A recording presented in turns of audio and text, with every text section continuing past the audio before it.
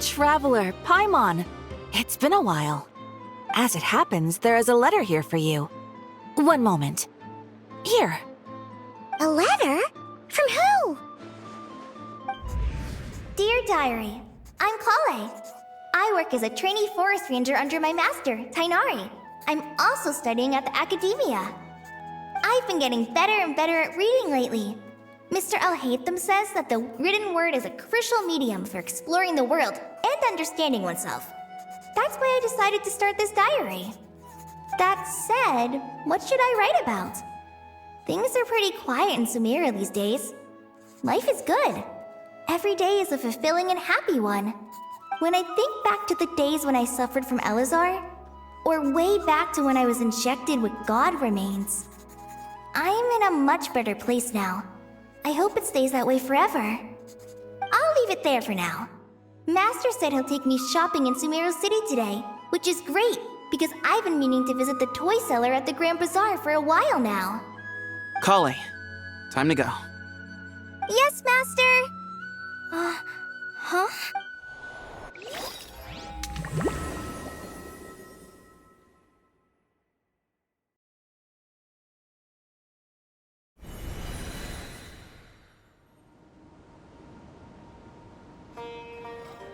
What's wrong, Kale? Is there something on my face? No, sorry. I didn't mean to stare. Did Master Tainari send you to pick me up? Master Tainari? What are you talking about? Tainari is the General Mahamatra. He's probably busy arresting criminals in Sumeru City. I mean, if that's what floats your boat, I can introduce you, but... Wait, Master Tainari is the General Mahamatra? But what about Mr. Sino? Sorry? Oh, you mean that guy who just joined the Vahumana Darshan? Rumor has it he's the leader of the Temple of Silence. If that's true, it's pretty impressive. Sounds like you've been getting to know more and more people since you joined the academia. That's great, but don't let your forest ranger duties fall by the wayside, okay? What's going on? Sethos is acting like he's my master, and Master Tainari has taken over Mr. Sino's job. Is this some kind of prank? If so, it's a weird choice of prank. But anyway, Sethos doesn't look like he's joking. What is this all about? Hey, you're zoning out again. I'm gonna buy some tools for the rangers. Why don't you stretch your legs a bit? It's been a while since you last visited the city, right? Wait! He's right. It has been a while since I last visited Sumeru City. Was it always like this? I mean, it feels familiar, yet somehow... something seems different. Is this really Sumeru City?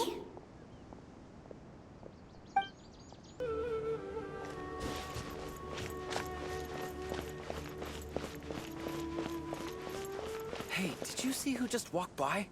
I think she's that famous merc.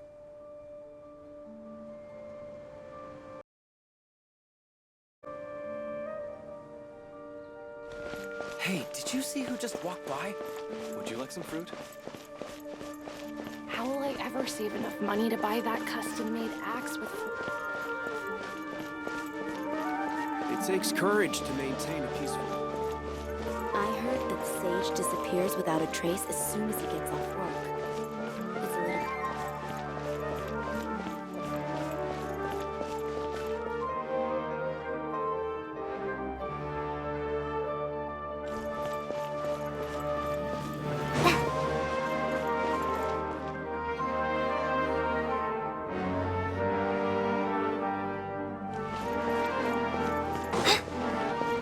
Would you like a cup of coffee? Students are under so much pressure these days. Sometimes I just want to write their papers for them.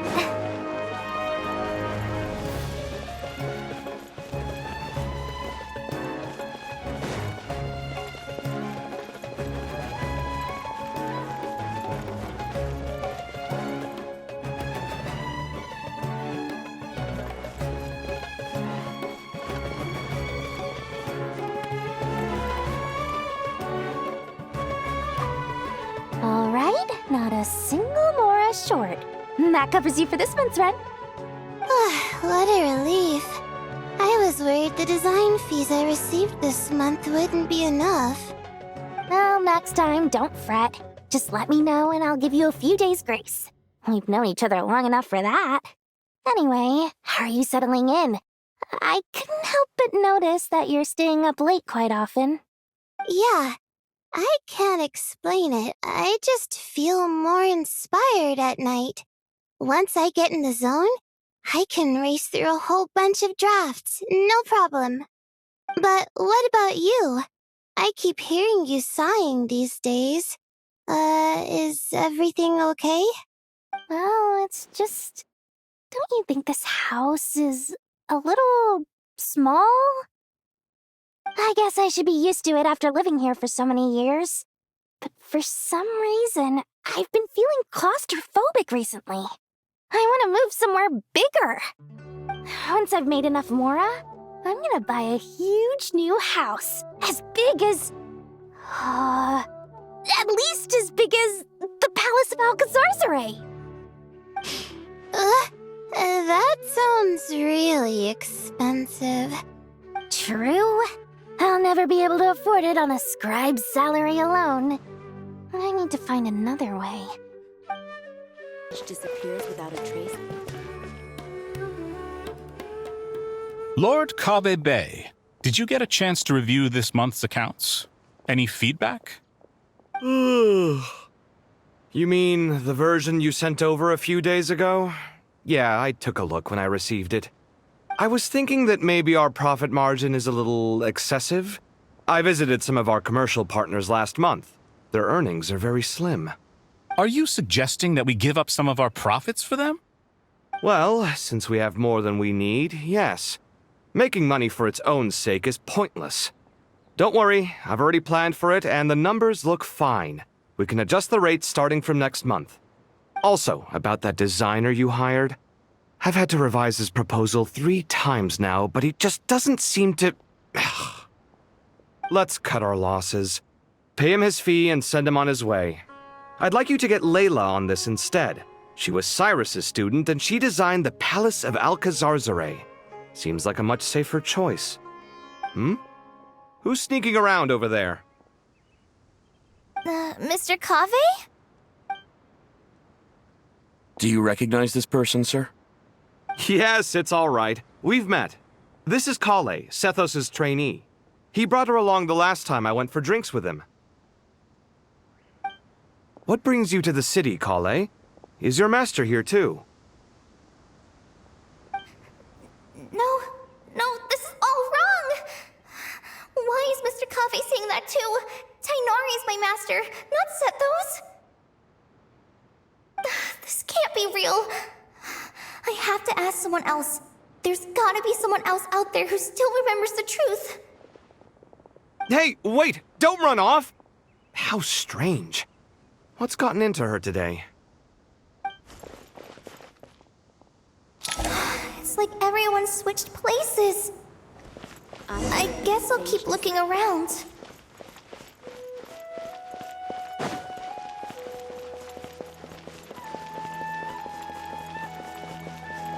Would you like...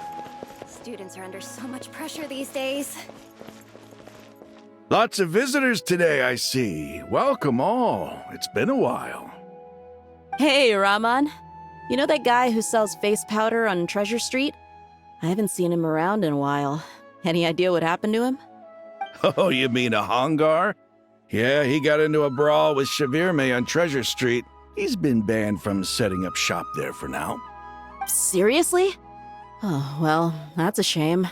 I was planning to pick out some makeup for you. Oh, don't worry about it. The legendary Flame Mane discussing makeup with the Zubair Theater star dancer. Now there's something you don't see every day. Flame Mane? You know, I'm not actually sure when people started calling me that. Maybe the other Eremites thought I needed a fiercer title to scare people off? To be completely honest, I think the title would fit you better than me, Dia. You think? Can't say I've never imagined myself as a merc. If I ever give up the dancing, maybe I'll head to the desert and give the eremite life a try. You would? Is that so strange? Oh, not at all. In fact, I've actually had similar thoughts before. If I ever get tired of sleeping out in the wild, I think I might go look for a job at the Zubair Theater. I've adored the dance of Sub-Zeros ever since the first time I saw you perform it. If the chance ever came up, I'd love to try it out on stage for myself. Really? If our manager Sataria heard you say that, she'd hold you to it. Probably grab you by the sleeve and never let you go again. Hey, when that day comes, I'll do your makeup myself. How's that sound? Sure. If the day comes, I'd be honored.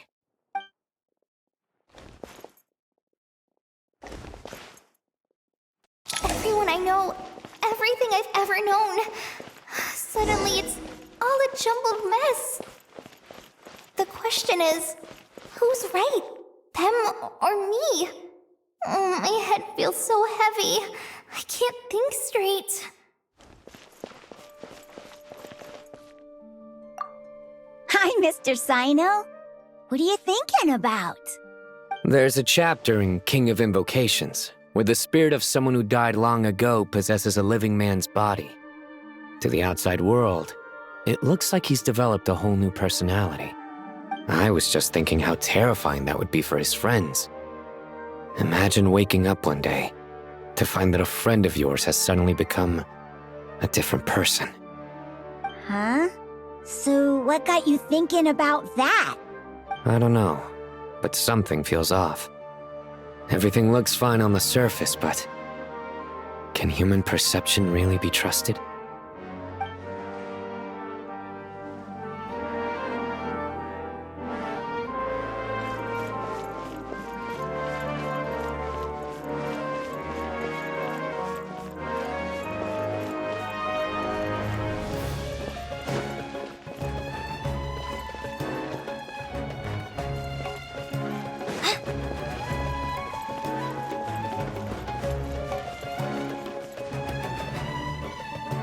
Mahamatra Tainari! We've apprehended the suspect. They say that the fool is prone to blind faith, but the wise man is not immune to it either. Suraj, do you have anything to say in your defense? Tainari, you were the one who turned the sages against me. Just a few words of caution from you was all it took to destroy my research. And now you're trying to stop me again? You should know that mechanical life is the future! We must cast aside our useless flesh and— That's enough. I'm not in the mood to listen to your lunacy. Anyone could tell you how amateur your work is.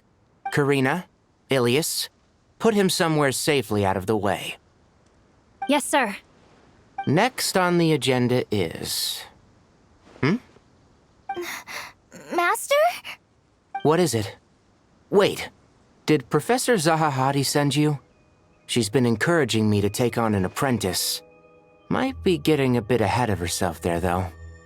No, Master! It's me! Kale! Listen to me. Something really weird is going on in Sumeru City. It's like everyone's identities have switched around. You're not the General Mahamatra. You're a Forest Watcher. Just yesterday, we agreed to come to Sumeru City today to go shopping together and... All right, there's no rush. Let's back up a little. Your name is Kale, correct? Although this is our first meeting, you do seem strangely familiar somehow. Is there anything I can help you with?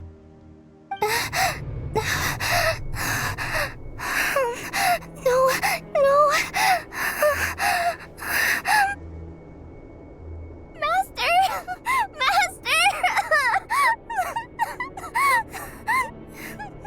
What is it?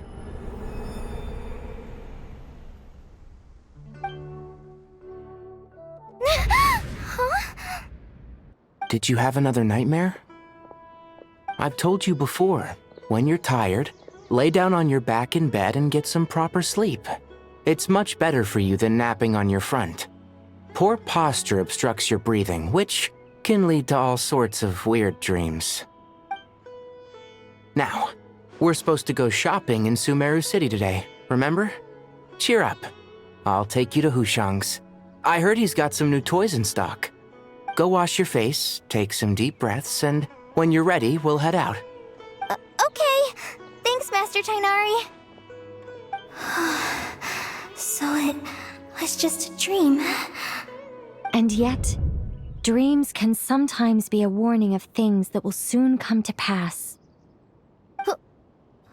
Who said that? That dream felt unusually real, didn't it? Here's my suggestion. Since you're heading into Sumeru City anyway, you may as well tell Lesser Lord Kusanali about everything that happened. And just to be on the safe side, I think you should also inform your 2 traveler friends who once helped save Sumeru. I'd write them a letter if I were you. Time is short. A storm is coming from beyond the bounds of fate.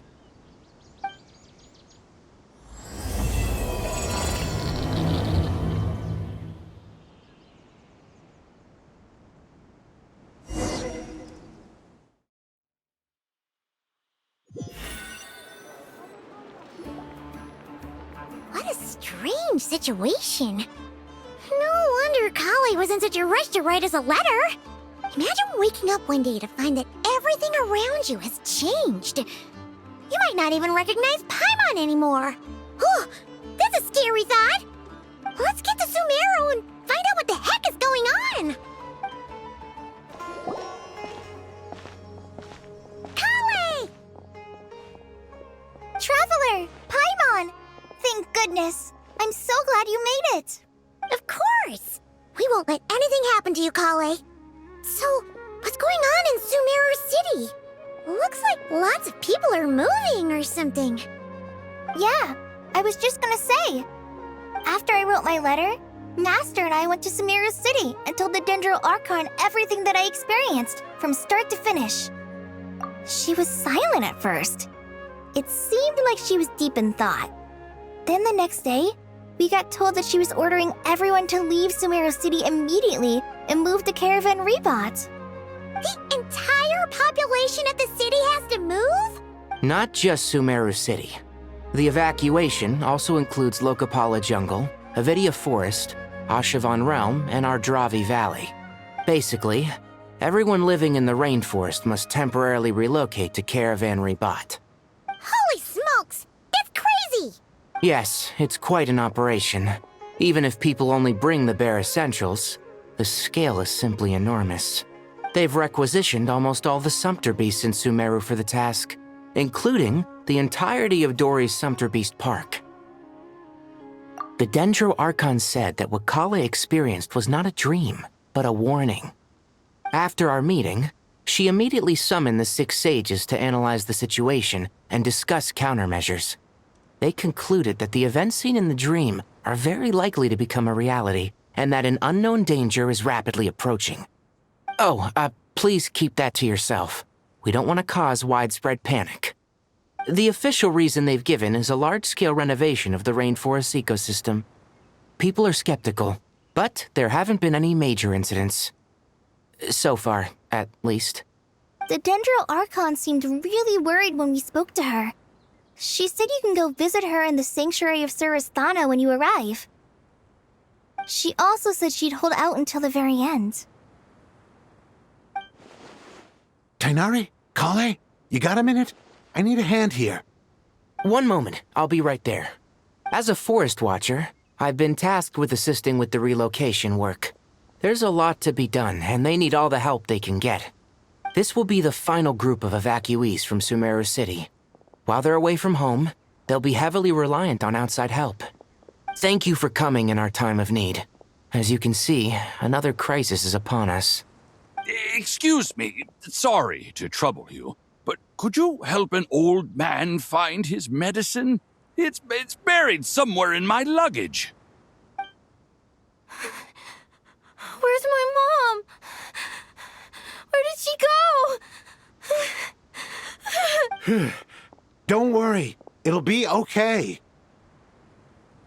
Those items are worth a small fortune. Make sure you store them somewhere safe. You understand? I bet you thought you'd get away with this in the chaos, huh? Guess again. No petty thief gets past me.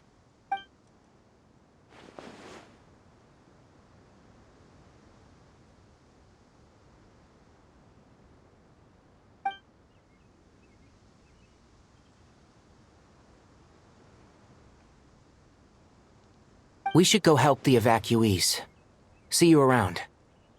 I'm so glad that you believed me and came all this way to help. It means a lot. Please stay safe. Don't worry. We may not know exactly what's going on yet, but as long as we stick together, we'll find a way through this. Goodbye! Look after yourselves! Will do. See ya! Whew. Paimon's not sure how she found the words to comfort Kale because, honestly, she's kind of nervous herself. Let's head to the Sanctuary of Surasana and see Nahida.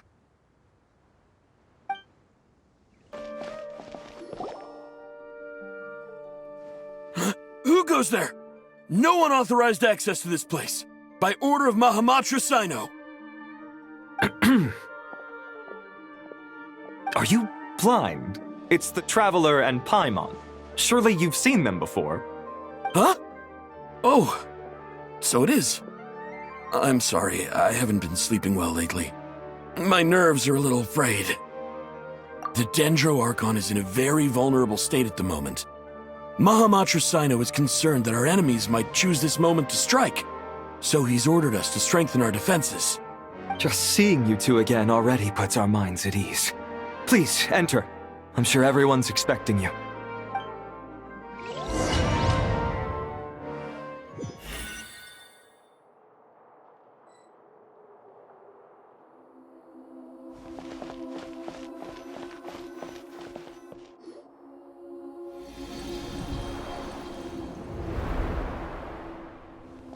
Traveler, Paimon, you made it. Aha! Perfect timing. Reliable helpers like you are just what we need right now. Oh, it's good to see everyone again. Kale gave us a rough idea of what's going on, but we still have a lot of questions.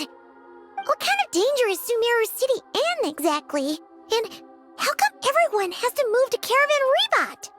At this stage, we can't be certain.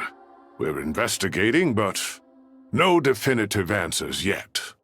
I take it that Kale told you about her strange dream? Yeah. Apparently, everyone in Sumeru City was acting super weird. Even you guys. It was like you'd all switched places. That's right. Kale and Tainari reported the situation to the Dendro Archon.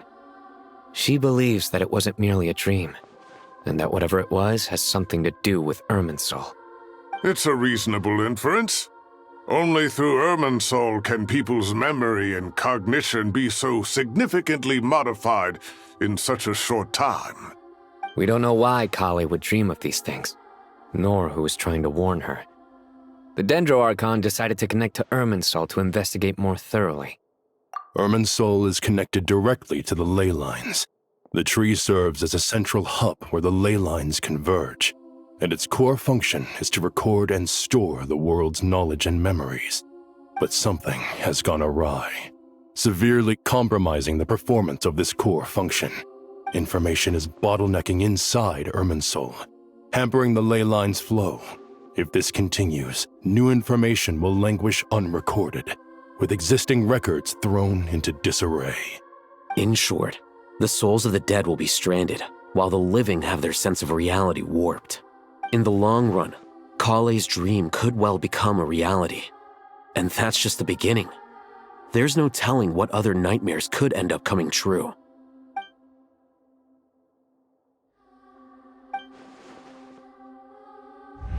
I have come this far, to use my death to open the gates of the ley lines to my people.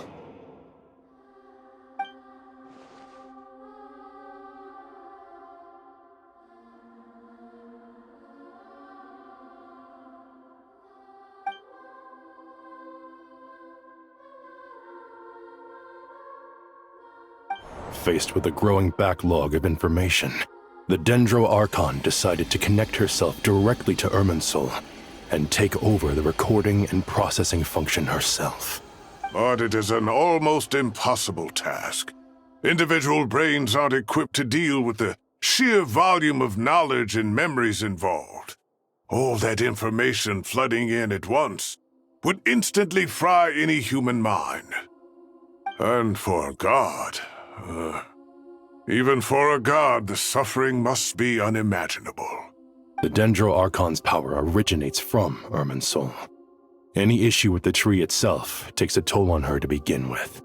On top of that, she's subjecting herself to the grueling task of processing all that data. It must be torture for her. And despite all of this, she is somehow finding the strength to investigate the Irminsul situation from within and send us her findings. I finished analyzing the latest data. Looks like our working theory was wrong. There's no signs of Irminsul having been attacked from the outside. So it's internal then? Some sort of disease, perhaps? No. I've spent half my life studying the ley lines. If Irminsul malfunctioned this easily, the world would have met its end long ago.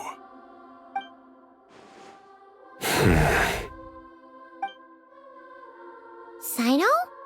What is it? Not long ago, I got a tip from the Core of 30 that a large number of unidentified merchant caravans had recently been spotted entering Sumeru through Beta Harbor. At first, I suspected that they might have something to do with all this, so I sent some people to investigate. But if Irminsul wasn't attacked from the outside... Don't you think there are more important things to worry about right now than guessing who's behind all this? It's been over 12 hours with no new intel. If even the Keeper of Irminsul is this badly affected, you can imagine how bad things are in there.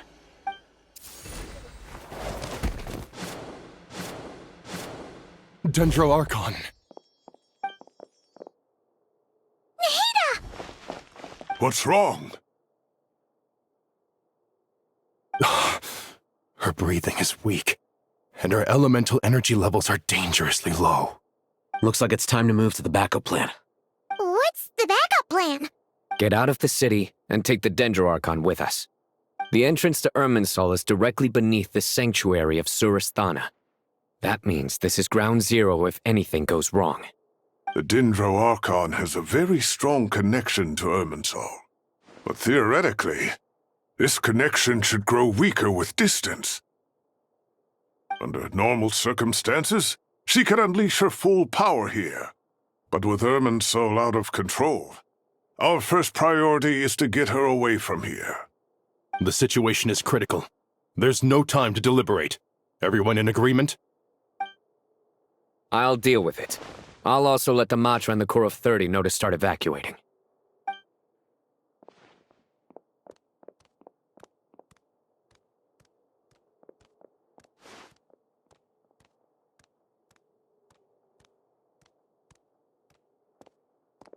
Let's go. No sense grieving when there's nothing more we can do. Agreed. We'll be back as soon as this is over.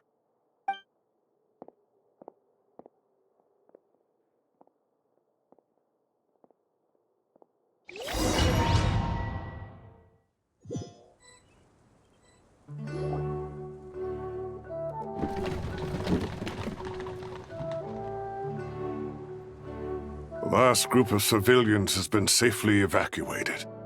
Dendro Archon's carriage will travel with them. Sino and Hat Guy will protect the convoy. With the Dendro Archon in a coma, we've lost our means of investigating the situation. And with Irminsul still deteriorating, we have no choice but to evacuate Sumeru City. Feels as though we're being pushed along by an invisible hand. Stop moaning, Cyrus. We're the teachers here. We should be showing a little more confidence, don't you think? A wise judgment. Let's move out to Caravan Rebot.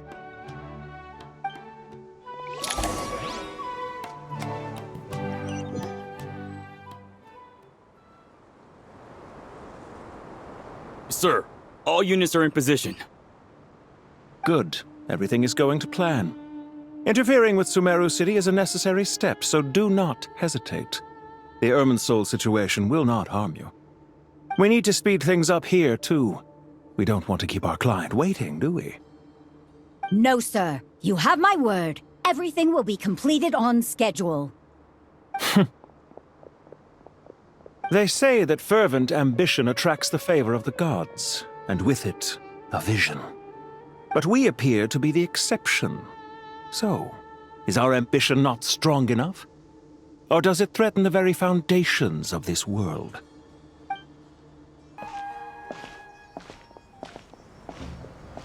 How is the Dendro-Archon? Her breathing is steady. I prepared some therapeutic incense for her, but it hasn't had much effect. Her vitals are still very weak. Based on the information you've provided, I have a working hypothesis. Her condition is partly due to Irminsul's influence, and partly due to a physiological imbalance caused by the rapid depletion of her power. Elemental energy usually flows through the body at a relatively constant rate. The body grows accustomed to this rhythm, so when it's thrown out of balance, physical symptoms will appear. Is this similar to the ley lines? Overloading and withering both directly affect their vitality, potentially causing irreversible damage. Correct. From a biological perspective, if you overexert yourself, you pay the price with your life. The Dendro-Archon is not only drained of power, but her life force is at a critically low level. Is there any way to restore her health? I know the ley lines have strong self-healing abilities. As long as any blockages or pollutions are dealt with, they can quickly regain their vitality. But what about people? Well, gods. What's their capacity for self-healing? Before we think about that, there's a bigger predicament to resolve. Restoring the Dendro-Archon's power requires us to heal Irminsul first. But that will be extremely difficult without the Dendro-Archon's power. Paimon's already getting lost here.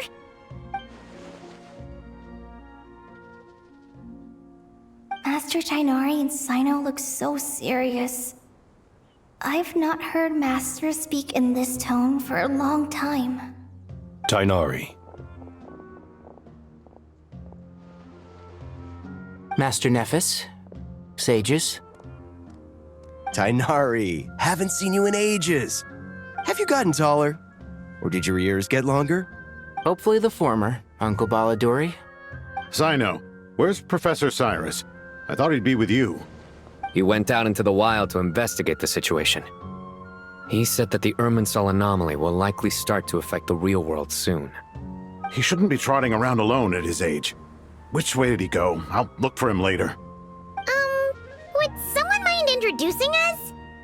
Ah yes, of course. Allow me to do the honors. I'm sure we're all familiar with the Traveler and Paimon.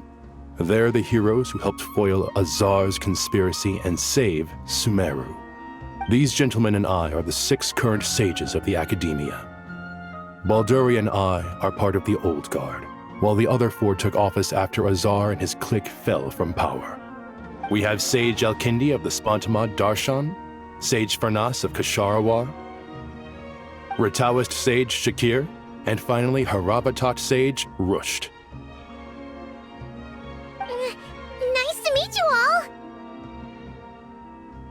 I've heard much about you.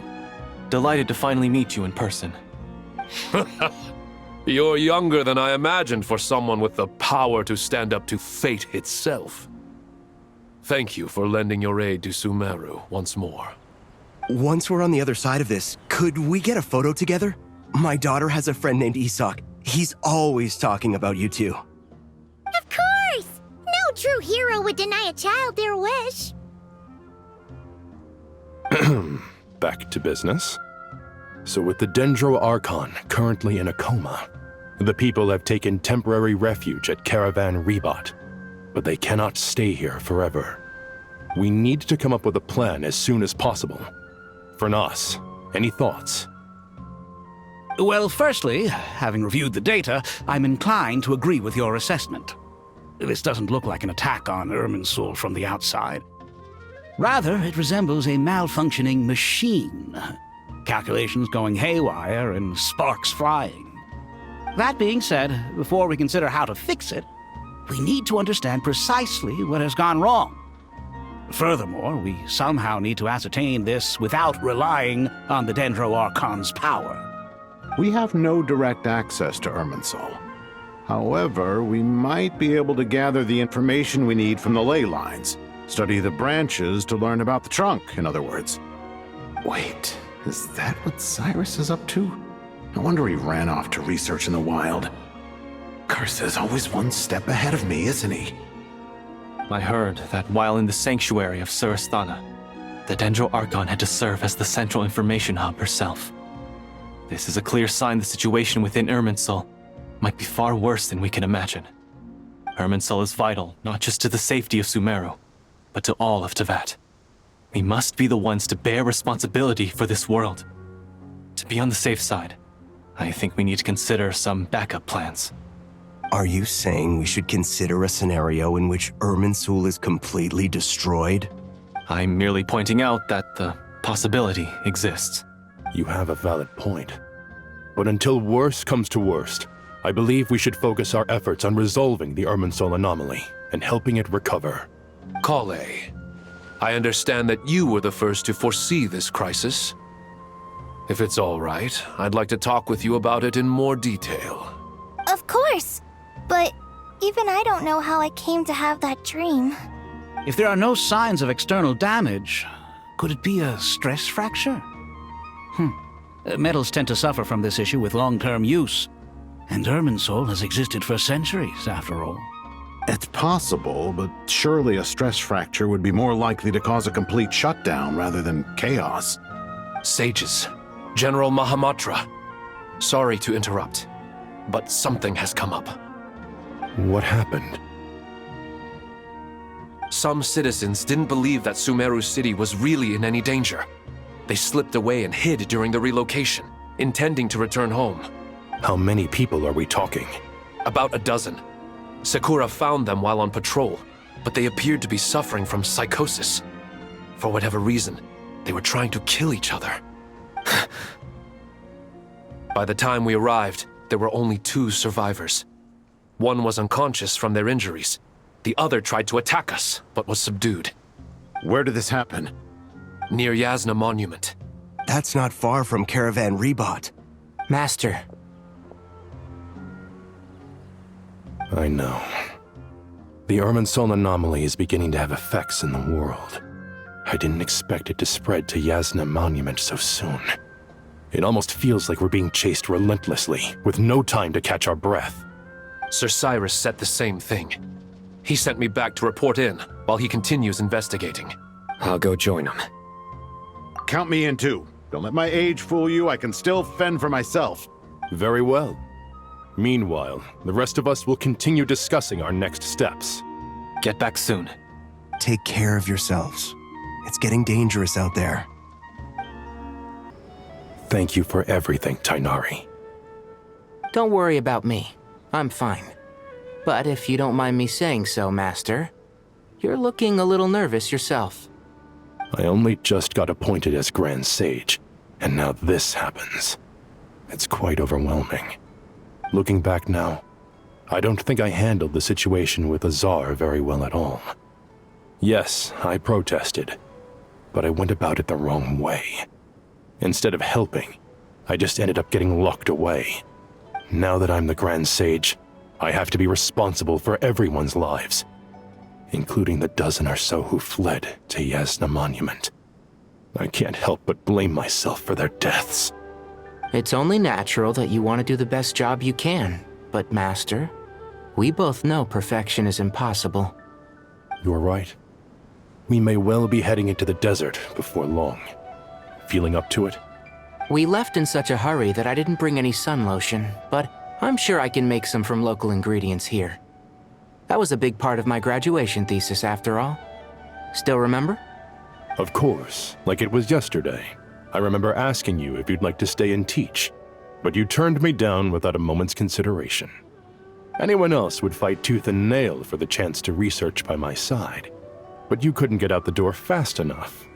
Weren't you afraid I'd hold up your thesis and stop you from graduating? If you'd pulled a move like that, I would have reported you to the Matra right away. You wouldn't give me a second chance? What about the bond between mentor and student?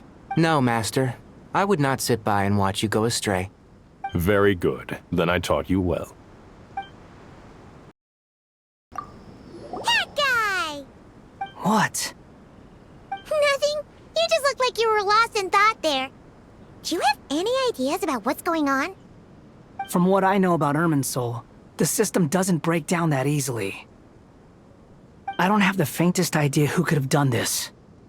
Actually, one name did cross my mind. But...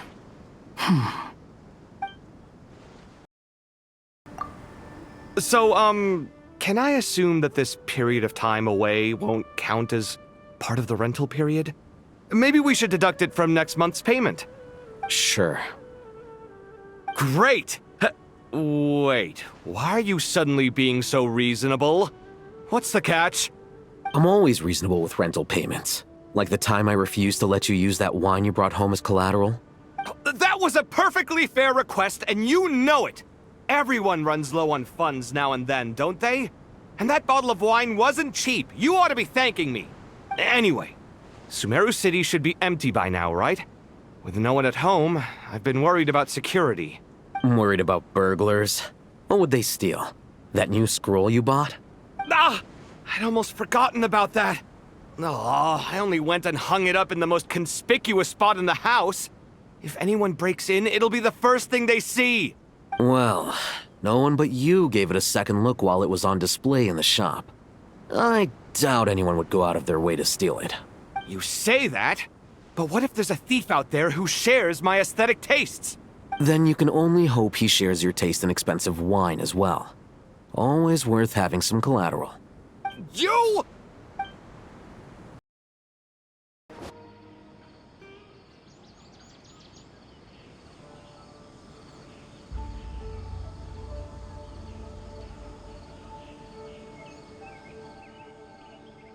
Please, don't go any further. As you get closer to Sumeru City, there's no knowing what dangers you might encounter. So this is our mentally disturbed man? I'm going to gut you all!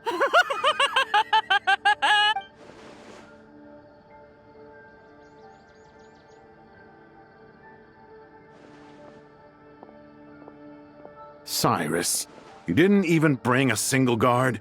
Do you think you're some sort of warrior? It's fine. Come here and look at this. Oh, it's... That's right. Flowers that bloom from openings in the ley lines, indicating some sort of anomaly. I don't believe I've ever seen a color like this before. Did you discover it nearby? Not just here. Way over there, too. They're everywhere. There's even more in that direction.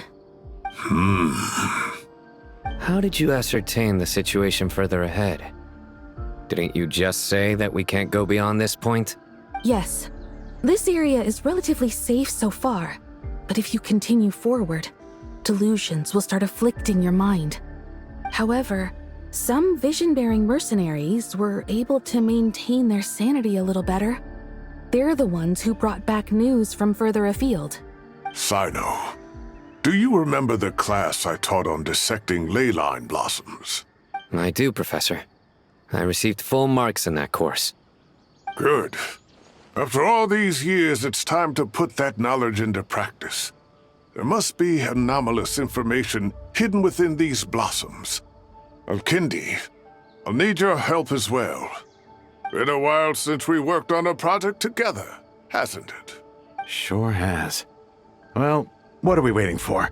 Let's get to work. Anything we can do to help?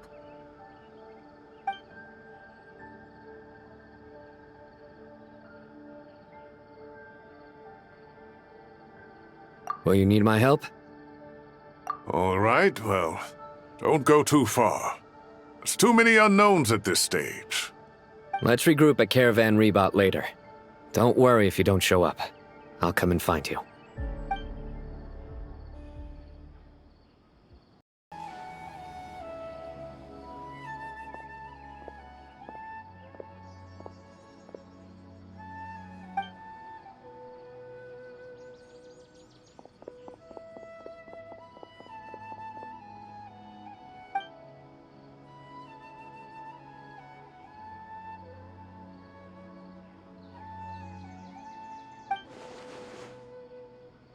That should be the heart of Oasis. All we need to do is light it with the fire seed, and it'll restore a pep with elemental power. The damage it suffered internally will also slowly begin to heal.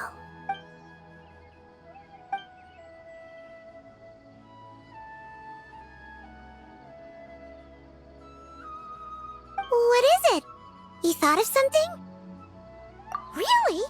Then let's get back and tell the others!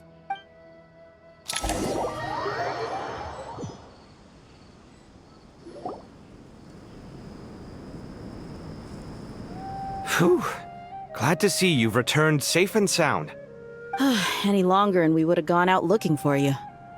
Well, this is a nice surprise. Paimon sure feels better with everyone we know here. We've made some progress, so let's start by giving you and Paimon a quick update. By dissecting the ley line's blossoms, we've been able to deduce that although Irminsul is experiencing an anomaly, it has not completely rejected access from the outside. The Dendro Archon has the power to connect to Irminsul, but there's also another way.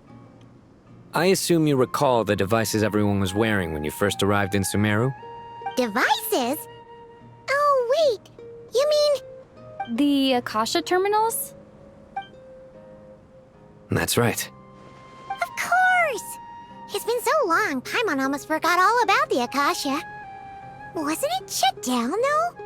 Yes, but although the system isn't currently operational, the technological infrastructure is all still there. And it turns out that a certain someone gets so bored at work that he's actually read through every single one of the instruction manuals. No prizes for guessing who that was. If praising others is that embarrassing for you, you can simply spare yourself the ordeal. As much as it pains me to say anything nice about him, there's no denying his intelligence. He rarely forgets anything he's read. The Akasha is exactly what Sumeru needs at this moment. Between us, we should have all the knowledge and expertise we need to get it up and running again. But if I recall correctly, doesn't the Akasha need a Gnosis to function? That's exactly right. The Akasha relies on the Gnosis as a power source, and in its absence, we'll need to find an alternative. To tackle this problem, it looks like we'll be relocating once again. Namely, to the Temple of Silence. Ring any bells? It's the only major institution in Sumeru dedicated to preserving the knowledge of King Deshret's civilization. You might find the answers you're looking for hiding there. I agree. There's a good chance. Master Nephis and the other sages have discussed it. As the chaos from Irminsul continues to spread, Caravan Rebot won't be a safe haven for much longer. We have to move into the desert next. The scholars and sages will head to the Temple of Silence, while the civilian population seeks refuge in Aru village. The Eremites will keep everyone safe during the journey, and Candace will be there to receive us at the village. This leaves us just one thing to worry about. That Dendro Archon. She's very weak. We can't afford to wait until Irminsul is fixed. There has to be another way to help her. Huh. Well, luckily, the Traveler had a eureka moment while we were out investigating. Really? Wow, nice one, Traveler. Let's hear it. What say our Amorta experts? Theoretically, it's feasible. From what you're saying, although elemental life and elemental energy have their differences, the Dendro Archon has explicitly stated that she can imitate the power of the former. In which case, as long as a Pep is willing, she should be able to convert her own power into a form that the Archon can use. It wouldn't be difficult for her at all. The only problem is convincing her to help. Yeah! Even though she wasn't exactly friendly the last time we met, she didn't refuse to talk with us. When she realizes the danger that Nihida is in, surely she won't turn a blind eye to it. Well, hopefully not. Either way, we're not exactly spoiled for choice here. Hey, it's better than having no options at all. I agree. Without Irminsul's aid, the legendary Dendro Dragon Apep may well be the only living thing in Sumeru who can help our Archon recover her power. There's no time to lose. I'll bring this proposal to Master right away. If he and the other sages agree, we'll split into 3 teams. The academics will go to the Temple of Silence to look for a solution to the Akasha problem. The Eremites will escort the civilians safely to Aru village, and the Traveler and Paimon will take the Dendro Archon to see a pep. There's still a long road ahead, and no knowing if we'll make it. But at least we have a direction now. I'll take it over floundering around in confusion. If there are no objections, then let's proceed. But before we adjourn, I would like to leave you all with some parting words. No matter the distance between us, there will always be an invisible force tying us together. May the bonds forged in the past shine bright like stars and open a new path before our feet. Huh. Is that from King of Invocations? No. This one's from King of Invocations, the sequel. What's the difference? The sequel's much cooler. Couldn't agree more. Well, it was very apropos. Once this is all over, I'll give everyone a copy of King of Invocations and the sequel to show my gratitude. Come on, let's get moving.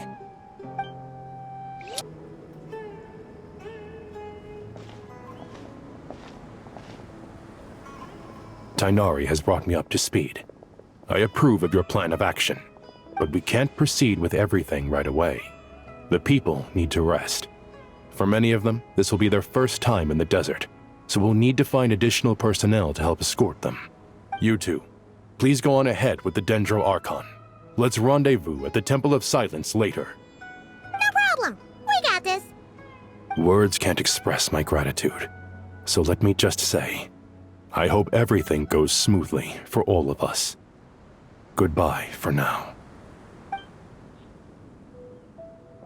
All right, let's get going. If Paimon remembers correctly, the last time we saw a pep was in... Traveler, Paimon.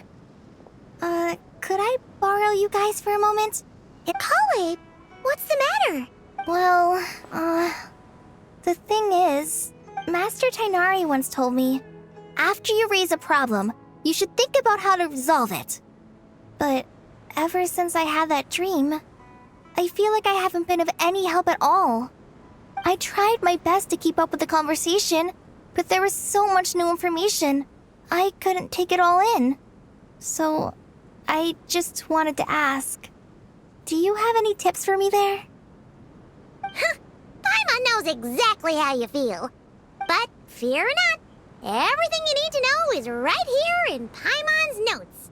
Sumeru chapter. It's got tons of info about all the things we've seen and heard on our adventures. Some parts are a little simplified, but hopefully it all makes sense. You see? Being the greatest guide in Tibet isn't just a fancy title. It takes a lot of hard work. Paimon doesn't always understand the things you're talking about with other people.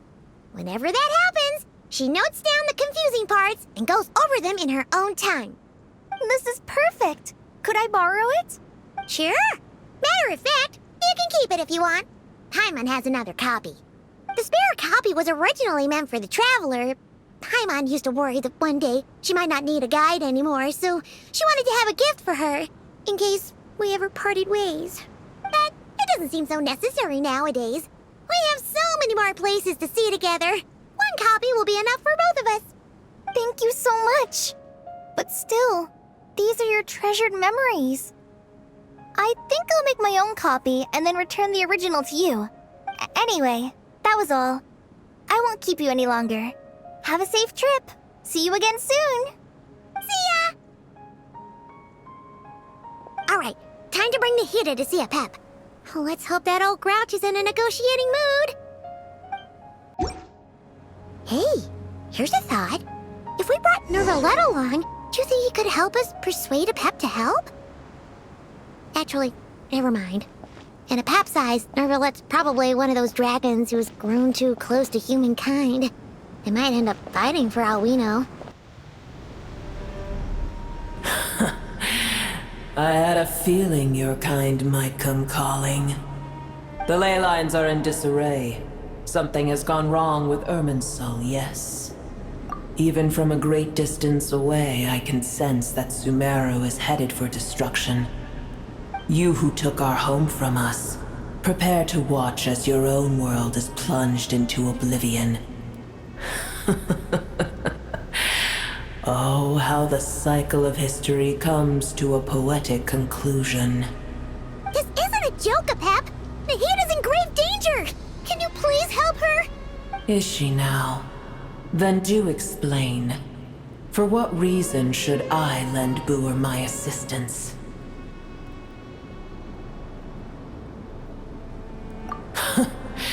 The age of the dragons ended long ago, and the world that replaced it is under the dominion of the heavenly principles.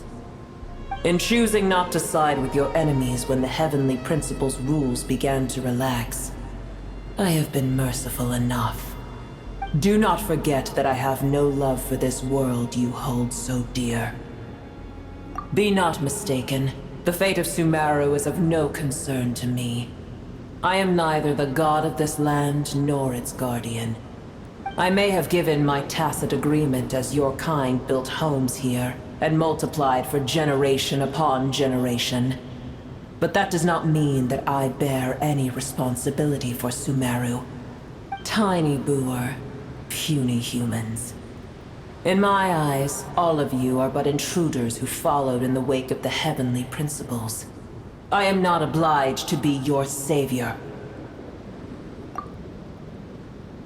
Apep, if you truly despise gods and humans so much, well, after the great humiliation of being helped by a god in the past, shouldn't you be jumping at this chance to balance the scales?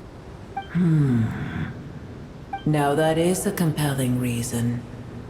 When El Ahmar plotted against me and I was tortured by forbidden knowledge, it was Boor who saved me from agony. And though I regard with shame the pity of my enemies, to receive aid without repaying it would likewise tarnish a dragon's dignity. Oh, tiny Boor, puny humans. Just this once I shall deign to show you the true power of dragonkind. Whoa! It's happening again! We're gonna get sucked in!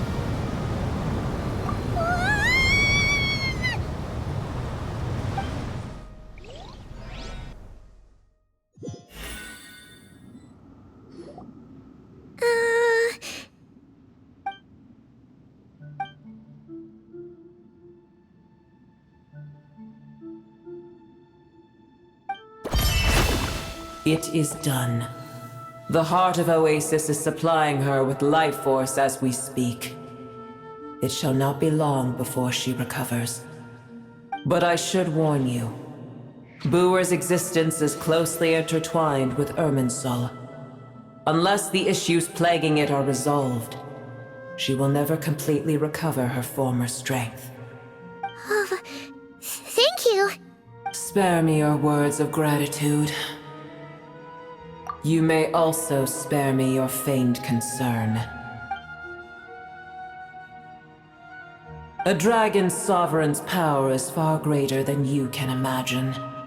While I was indeed weakened when the heart of Oasis ran dry, providing Tiny Boor with a morsel of my life force shall have little consequence for me. Oh, good to hear.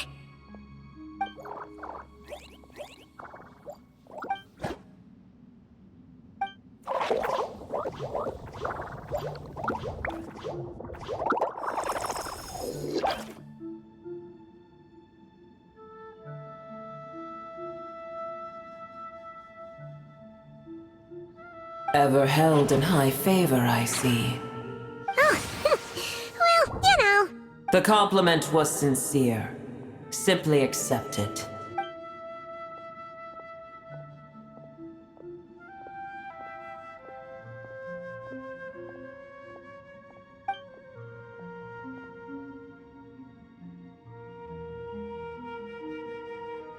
I did once.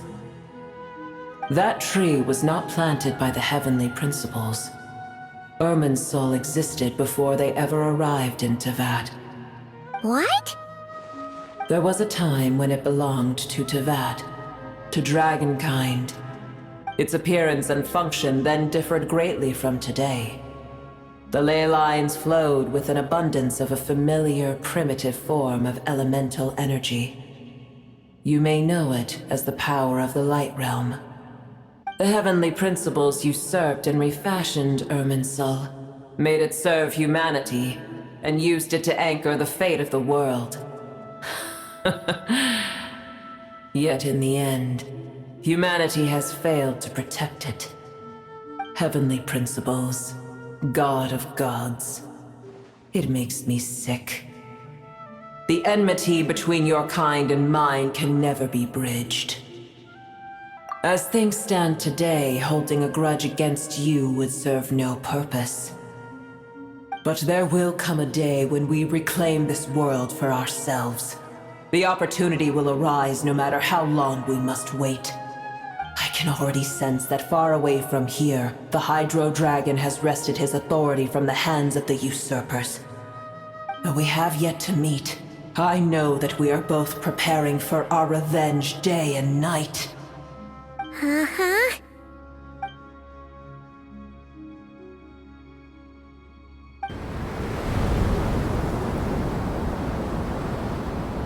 I hear a great disturbance out there. Huh? What is it? Sandstorms come. The Jinn. I see. Another calamity approaches. You both seem restless. Let us part ways here. Boer is safe with me. Once she has recovered, I shall return her to your side. Oh, thanks again. Take care, alright? I told you already I have no need of your feigned concern.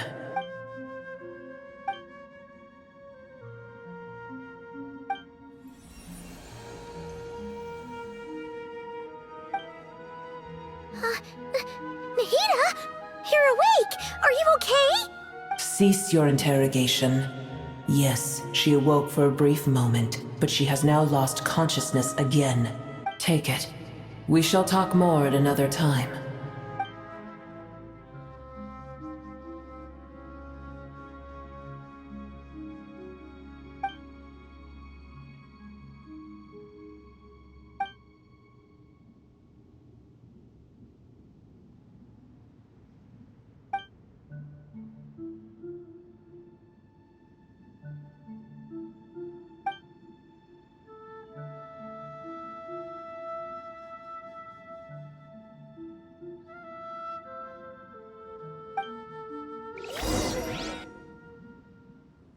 Where the heck are we? Did you just dump us in the middle of nowhere? Wait. No. Paimon remembers now. The Temple of Silence is over that way. Come on, let's go find the others.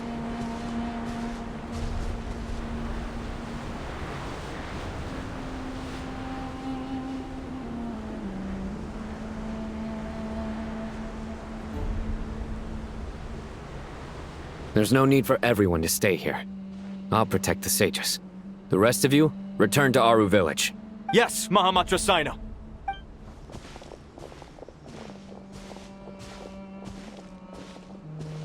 Sino! What's going on? You're back. How is the Dendro Archon? What a relief. It's the Jinn. Countless Jinn have stirred up violent sandstorms across the desert, blocking our path to the Temple of Silence. Tainari and Kale have returned to Aru village to help. The Jinn are being highly aggressive, so both the village and the merchant caravans require protection. It's just one thing after another. Where did all of them come from anyway? In all my trips to the desert, I've never seen anything like this before. As I see it, the only possible candidate is Gurabad. Gurabad? Baladuri could explain in more detail if he were here. All I know is a rumor I've heard about from previous trips to the desert. Supposedly, a great number of dormant Jinn lie sealed beneath that city.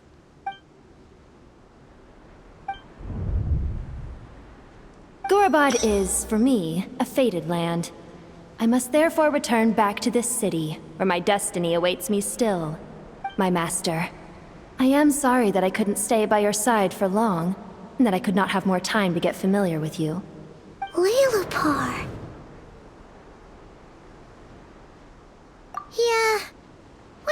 goodbye to a friend there. Well, maybe not a friend exactly, but someone we met on the road anyway. She was a strange bottle. If we can find a way to wake her up, maybe she can help solve the situation in Gurabad. Well, be careful. You may find there's more than just the Jinn to worry about. You mean there are other dangers in Gurabad? It's a sensible assumption to make. The moment we arrived in Caravan Rebad, the Irminsul anomaly started spreading in that direction. Now we've moved to the desert, and suddenly we're plagued by Jinn and sandstorms. To call it a coincidence would be a stretch. Don't worry, we've gotten a lot stronger since our last stint in Sumeru. Ah! When did they show up? It appears the monsters native to the desert have been stirred by the Jinn's activity.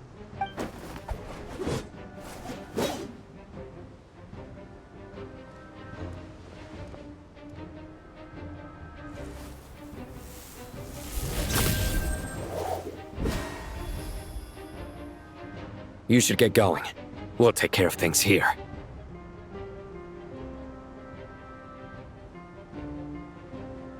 You too. Don't do anything too risky. You got it?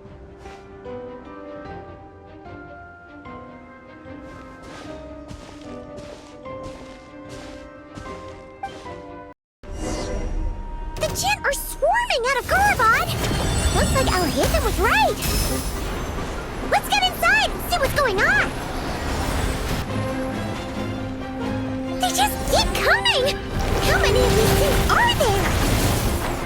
We'll never take them all round! Let's just head further inside for now!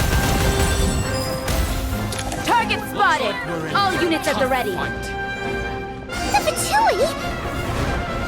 They must be using this place as a stronghold! Are they the ones behind all this? Oh, fighting Jinn with one hand and Fatui with the other? This is pure chaos! I'm gonna fix your skull!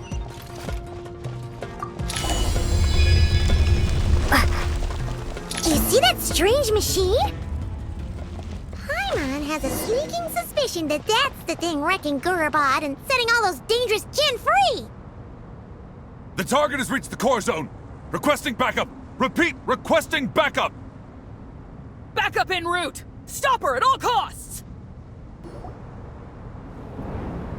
It seems my subordinates failed to stop you in your tracks. Apologies, sir. There is no need to apologize. You did well to hold your ground against such a powerful adversary for as long as you did. I must commend your courage and perseverance. So, you're in charge here, huh? First the problems with Irminsul, now this mess in Gurabad? Are you the ones responsible for all this? I'm afraid I cannot answer that. I assume you aren't naive enough to expect answers from an enemy. Oh, this guy is so snooty! However you want to spin it, you're clearly involved in this somehow. So you can either start talking, or we'll have to make you talk. Let's get him! Traveler, what's wrong?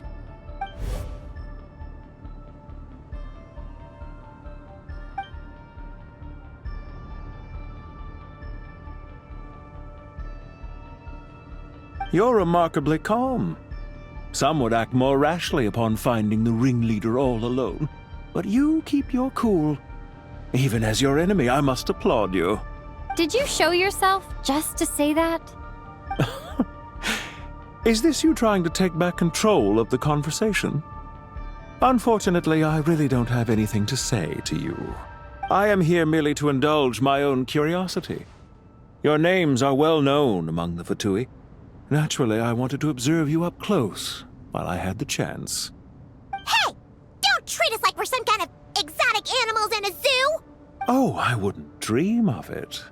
You seem rather predisposed to misunderstand me. I'm quite aware that you are both heroes of great renown. You have resolved crises in many nations and won countless allies along the way. I've been following your adventures with great admiration. My only regret is that the trajectory of your journey conflicts with our goals. What do you mean, admiration? So, sorry, but that sounds pretty weird coming from you. I don't see why. We may happen to occupy opposing sides, but there is no cause for deep-seated enmity between us. To respect one's enemy is to respect oneself. Well, now that you're observing us up close, what do you see? I've observed as keenly as I can. Yet, while I endeavor to understand, your true strength remains a mystery to me. Violence is not my area of expertise either, so, you see, I would much rather converse with you like this than determine a victor with the edge of a blade. Besides, I've heard that even 3 moons in the sky fail to eclipse your brilliance. I know better than to bite off more than I can chew. 3 moons? So, you have a connection with the Harbinger, the Doctor. Well deduced. Our commander, Dottore, died in Nod-Krai, but there are things that do not end with his departure. We must... Look at me. I almost divulged more than I should have. What are you after? Revenge for Dottore? Or are you plotting something else? I've said quite enough, I believe. There's no point in continuing this conversation, except to say, I've noticed that you seem to know your way around here quite well. A repeated visitor to Gurabad, are we? Ugh. I'll take that as a yes. Then I'm sure you'll have heard the story of this place. The mother of the Jinn, Lilupar, and the tragic tale of her vengeance that spanned 3 generations. It was right here that Lilupar once helped the wise to ascend to the throne. But from that moment on, every king who sat upon it was corrupted by power. These degenerate rulers lost control over their nation, and with it, the right to occupy that exalted seat. What are you trying to say? I once admired you for your adventures. That is the earnest truth. But it appears to me that your journey serves ultimately to uphold the rules of this world. Are these rules truly just? Does the heavenly principles rule with wisdom or folly? And how can we be sure that the 7 who wield authority over the world will not be corrupted? Do you seriously think you're gonna convince us of anything? Convince you? I'm sure my commander already tried that. Why would I waste my breath doing the same? If a few words from a stranger were enough to make someone completely change their stance, it would only prove that they never had a firm will to begin with. I am merely stating my position, so that we might understand each other better. One's enemy in the present may not necessarily be an enemy for life.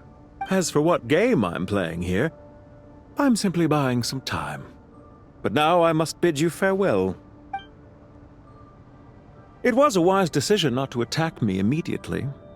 Since you did not fall for my ambush, I will now have to ask those in hiding to reveal themselves. Leave this to us, sir. Very well. I trust you to do what is necessary. Stall her while I execute the next step of the plan. Sumeru City, Irminsul.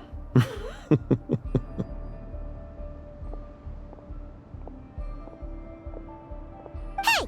Stop right there! Don't you dare leave without explaining yourself! All units, stop them! Protect the commander! Did you hear that? He mentioned Sumeru City and Irminsul! He definitely knows something! We can't let him get away! Get rid of these pesky soldiers, quick! Rear guards to the front! Don't let them through! Get that thing in position! Hold on! Just a little longer!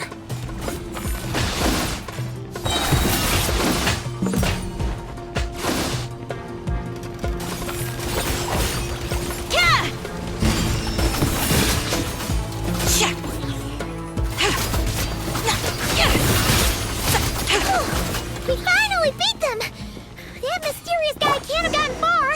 Let's catch up with him! Found him! Over here! You're very persistent. Hey, you! Stop running and explain yourself! What are you trying to...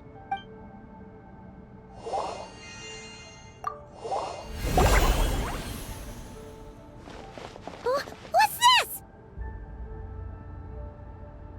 Relax. A small trap like this won't be enough to hold you.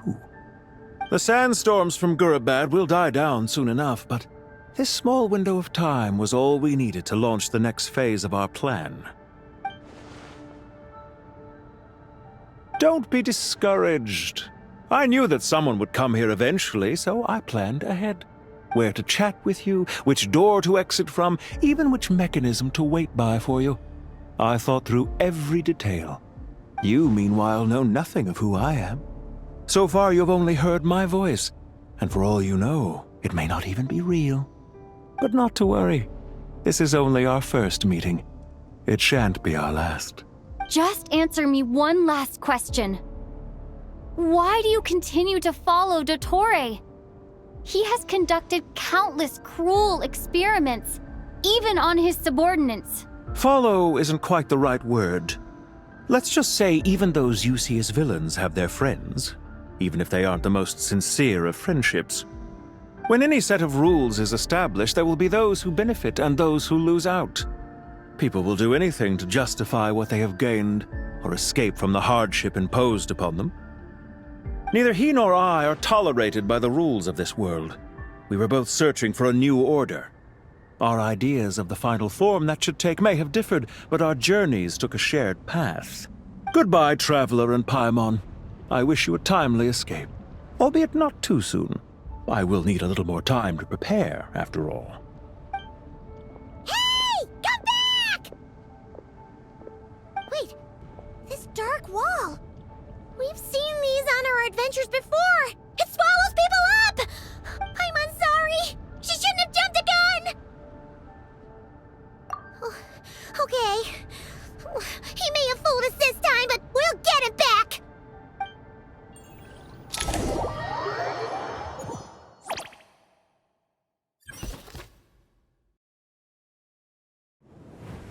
Sino and his team are guarding the north. We'll take this side. There's so many Jin. We can't let them get into Aru Village. Don't fret. I am well prepared for this situation. Huh. So you have a solution? Perhaps you're unaware that I have a trusty genie partner of my own, Plumpy. If I send her to negotiate with the others, this whole thing will be resolved before you can say Mora. Off you go, Plumpy.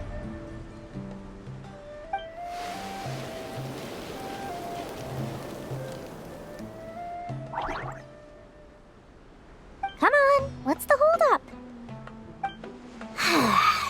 5,000 Mora. 20,000 Mora. 100,000 Mora. Final offer. Ah, so she's a hired partner.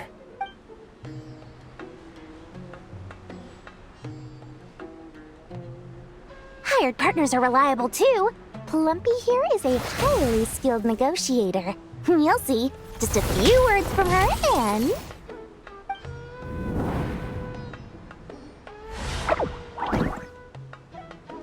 Plumpy! Don't you Jin have any respect for the rules? This was supposed to be a negotiation! How dare you treat my messenger like this? You wanna play rough? Two can play at that game!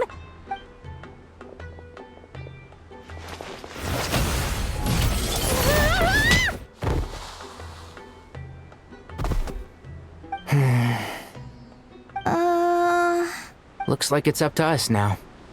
Be careful, Kale. Yes, Master. Huh? There's too many of them! I can't believe I used 12 rare items in one battle! Ugh. I shudder to think how this is going to affect this month's accounts. The sight of that glaring deficit might be more than my poor heart can take. Tainari, how's the situation on your end? We held the line, though it was a close call. But it looks like they're preparing for another attack. Has something happened? They've breached our defenses in the south. The Jin are pouring in. We're moving the villages to the north as we speak. We're hemmed in. This is getting precarious. Our margin for error just got a lot smaller. That's why we wanted to confirm your status. We need to consider our next move carefully. Bad news! Another line of defense has been breached. Kale, go with them and assess the situation. Dory and I will hold the line here. But Master! Even with 3 of us, we barely managed to... This is not a discussion, Kale. Don't worry about us. She clearly still has plenty of tricks left up her sleeve. Wait, you can't pin all your hopes on me? Oh, great. I've almost run out of the things I brought with me, and the rest is back at the caravan.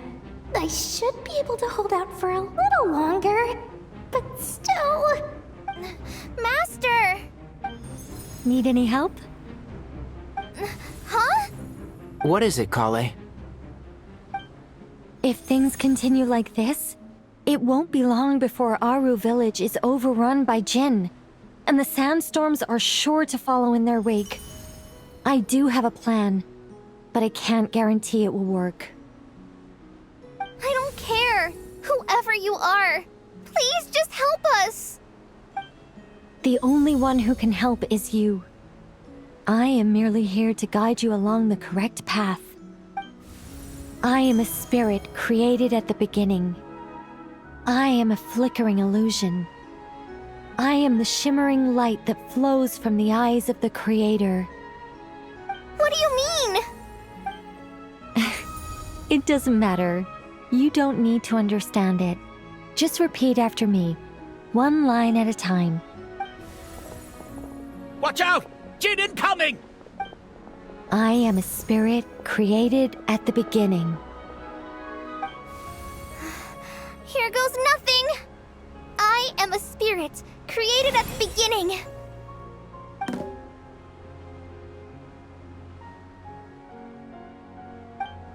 I am a flickering illusion. I am a flickering illusion. What's wrong, Plumpy? I've never seen you so agitated before. But how do you... Do you know what Kale is reciting? I am the shimmering light that flows from the eyes of the Creator.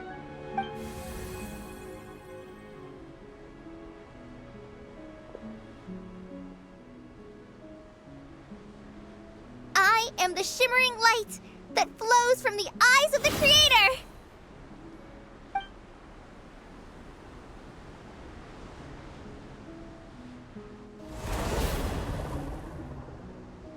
It's a song composed by the goddess of flowers, but very few records of it remain, even in historical texts.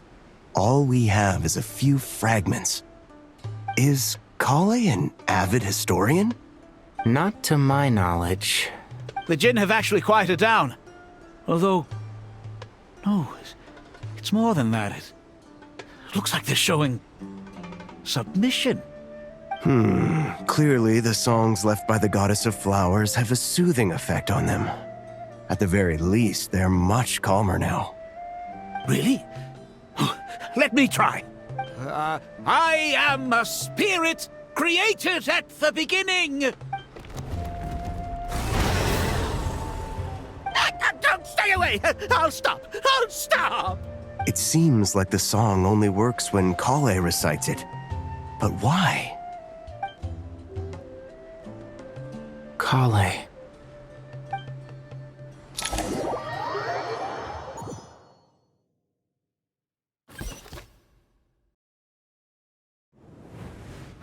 Yeah! Any luck?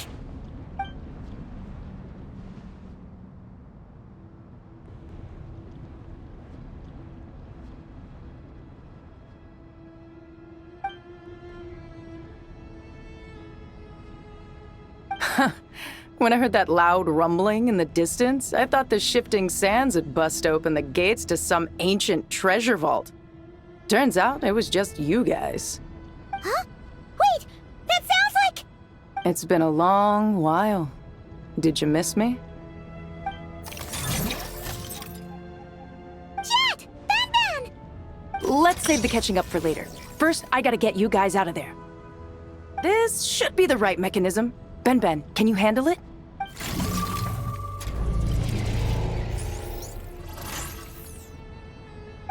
There we go. Come on, let's leave this place.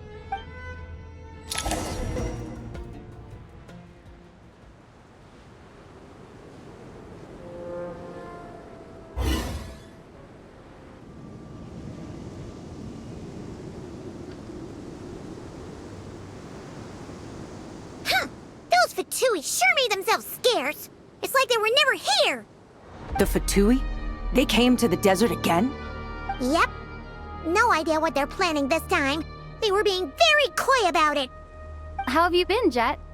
Well, since we last met, I've started my own band of mercs. We've actually made quite a name for ourselves. Oh, yeah. On a slightly different note, I have some good news. I finally took care of Masaira. Not much to write home about. It was just another day. Found his hideout. Dragged him out of his cozy little bed.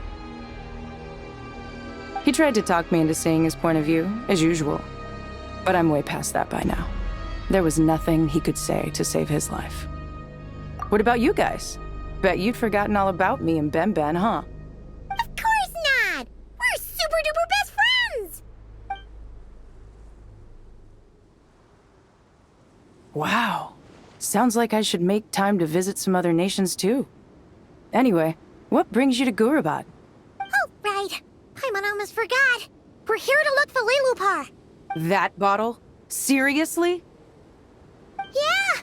We need her power to calm the Jinn and stop the sandstorms. Here's hoping we actually manage to find her, after all the trouble we've been through. Surely with everything's been going on in Gurabad, she must have woken up, right? Only one way to find out. Let's see. She should be around here somewhere. Aha! Found her!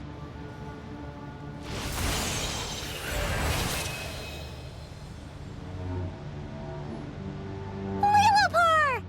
What a long dream that was. It's been a while, my master. Oh, and you're here too, little wildcat. The four of us back together again. Imagine that. In truth, it was at first. I was none too pleased when those miscreants barged in. But it did give me the chance to reunite with you, dear master, so I shall overlook their folly. After we last parted ways, I merged with the land beneath Gurabad to suppress the dark calamities stirring in the depths. It rekindled the flame of vengeance within the Jinn, depriving Gurabad of any hope of peace. I fought against it for a long, long time, until one day, I sensed a change in a foreign land to the west. Suddenly, the pitch-black abyss fell silent.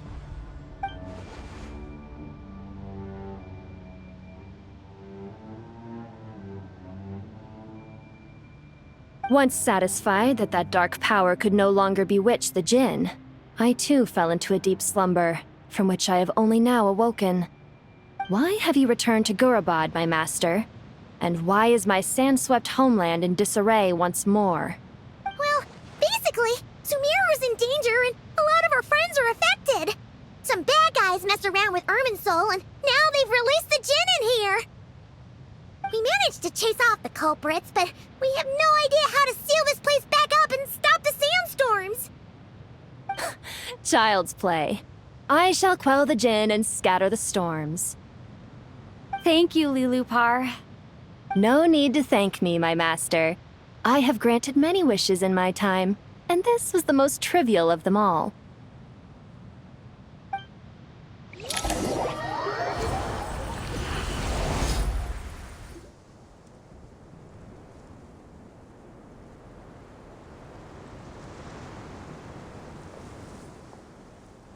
The sandstorm's gone. The sun shines bright again. When I said that we'd meet again under a lovelier sun, this was exactly how I imagined it. Yay! Although, honestly, Paimon would love to hang out with you more, even if the weather sucked. Well, there shouldn't be any more Jinn breaking out, right? Are we okay to head back? Sounds good. You can introduce us to your other friends. Another adventure begins. Lovely. The storms have stopped! we should be able to get to the Temple of Silence without any problems now. Time to regroup!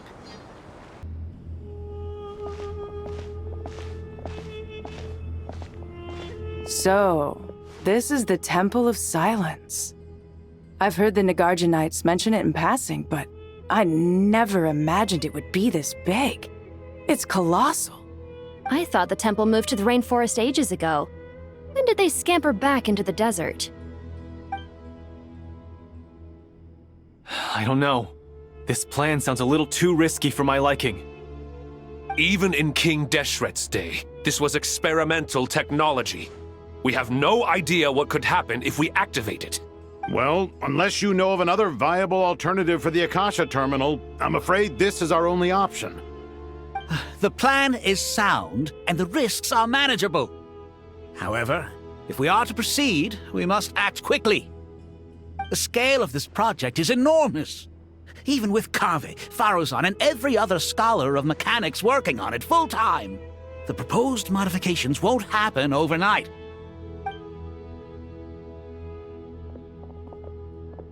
You're back. Everything all right? And who are they? Friends of yours?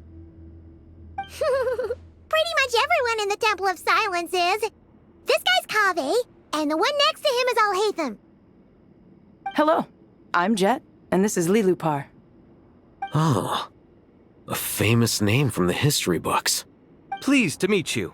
A friend of a friend is a friend of mine, as they say. Who's they? Huh? Do people not say that? Not in the desert. Friends you can trust, but friends of friends? Gotta keep an eye on them. Still, I do trust the Traveler's judgment. I'm sure you're good people. The sandstorms have calmed down. I take it the Gurabad problem is resolved? What did you find? And after getting all smarmy with us, he trapped us there. Luckily, Jet used the mechanism outside to free us, and then we got Lilupar to put a stop to the chaos. Wow. Thanks for being there to help them. So, this mystery man openly admitted that he was merely a Harbinger subordinate. Yeah? Is there something weird about that?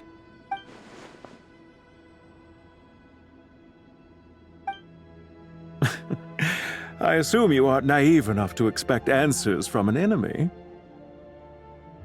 Well deduced. Our commander, Dottore, died in Nod-Krai.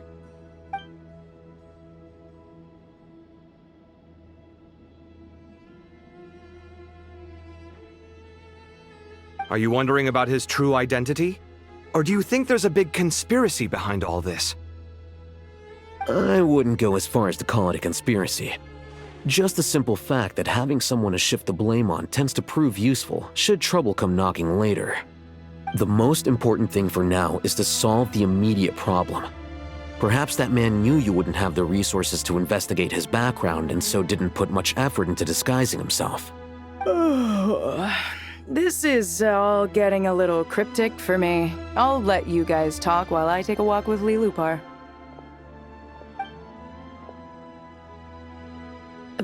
Jet?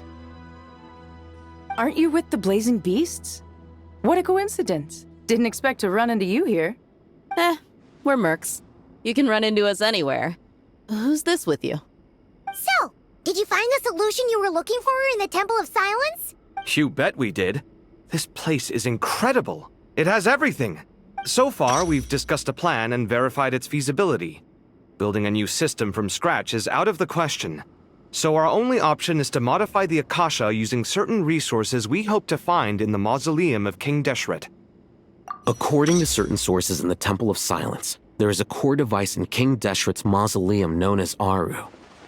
Little is known about this device in academic circles, which suggests it was hidden quite effectively. If these sources prove correct, the energy contained within Aru may be sufficient to power our Akasha renovation plan. However, this raises difficult questions regarding technological integration. The sages are still debating it. Yeah, but I'm sure they'll reach a compromise once they've argued it out. The people of the rainforest are always cautious when it comes to desert technology. But times of crisis like this leave us with little choice. Wait, Paimon has a question. Is this the same Aru we've heard of before? It's sealed off, right? Some sort of prison where the Goat King, Ibis King, and Crocodile King are locked up. Well remembered. Yes, that's exactly right. According to our records, Aru was the most brilliant creation King Deshret ever conceived of. Built by divine and mortal artisans working together. It was a miraculous accomplishment, and it lies hidden deep within the king's mausoleum to this day. That being said, what Aru actually does and why it was built, those are deep secrets we are not privy to. Until recently, I wouldn't have been optimistic that the place even exists.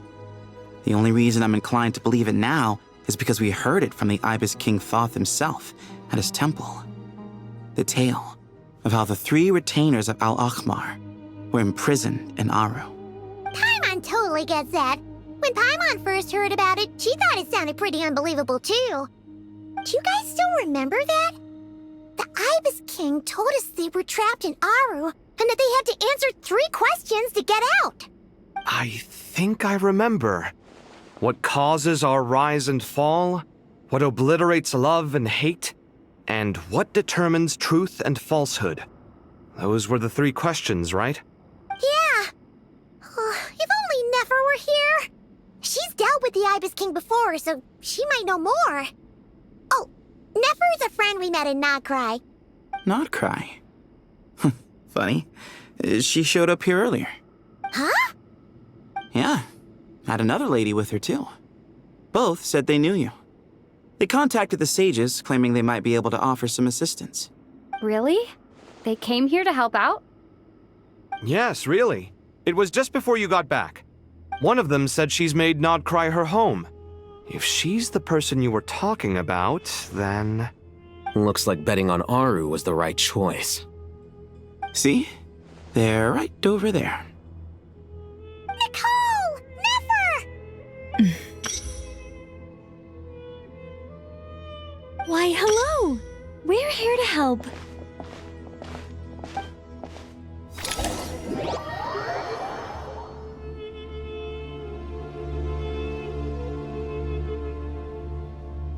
It's a good thing we left early. We almost got locked out. Locked out? What do you mean? Oh, you haven't heard? An invisible barrier has appeared around Sumeru's borders, cutting off all travel in and out. No one can leave and no one can enter.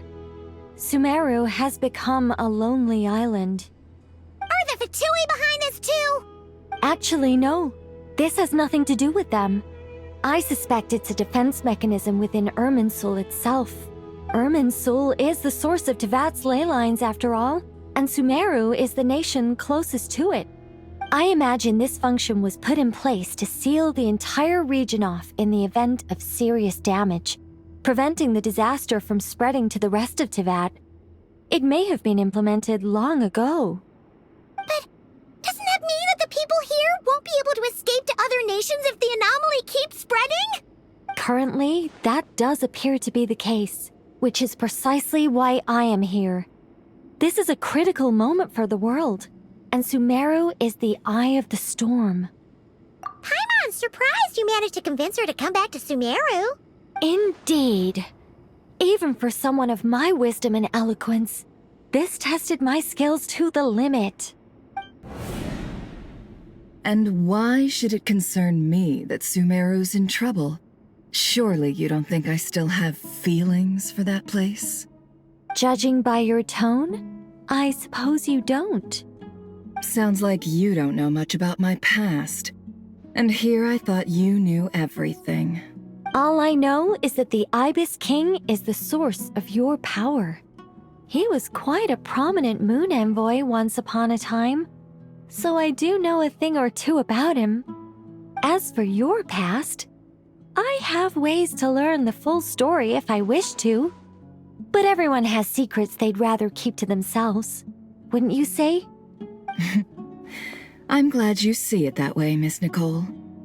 I've chosen to call Nod-Krai home, which is why I did my part in its hour of need. That doesn't mean world savings become a habit with me. I have no particular desire to play hero in Sumeru, thank you. I understand. Human emotions do not appear and disappear without cause. There is always a reason to be found behind both salvation and destruction. Still, if time has taught me anything, it's that human emotions are often complex and in conflict. That's why people change their minds about things all the time. But that's where we angels come in. Our duty, ultimately, is to guide people towards their deepest, truest desires and help bring them to fruition. So I wish to hear about your past, because I do not believe you are motivated by hatred alone. And if we still arrive at different conclusions in the end, that's okay. I refuse. Wait, what? But I set the atmosphere and everything. Isn't this supposed to be the moment when we finally open up to one another? Is it?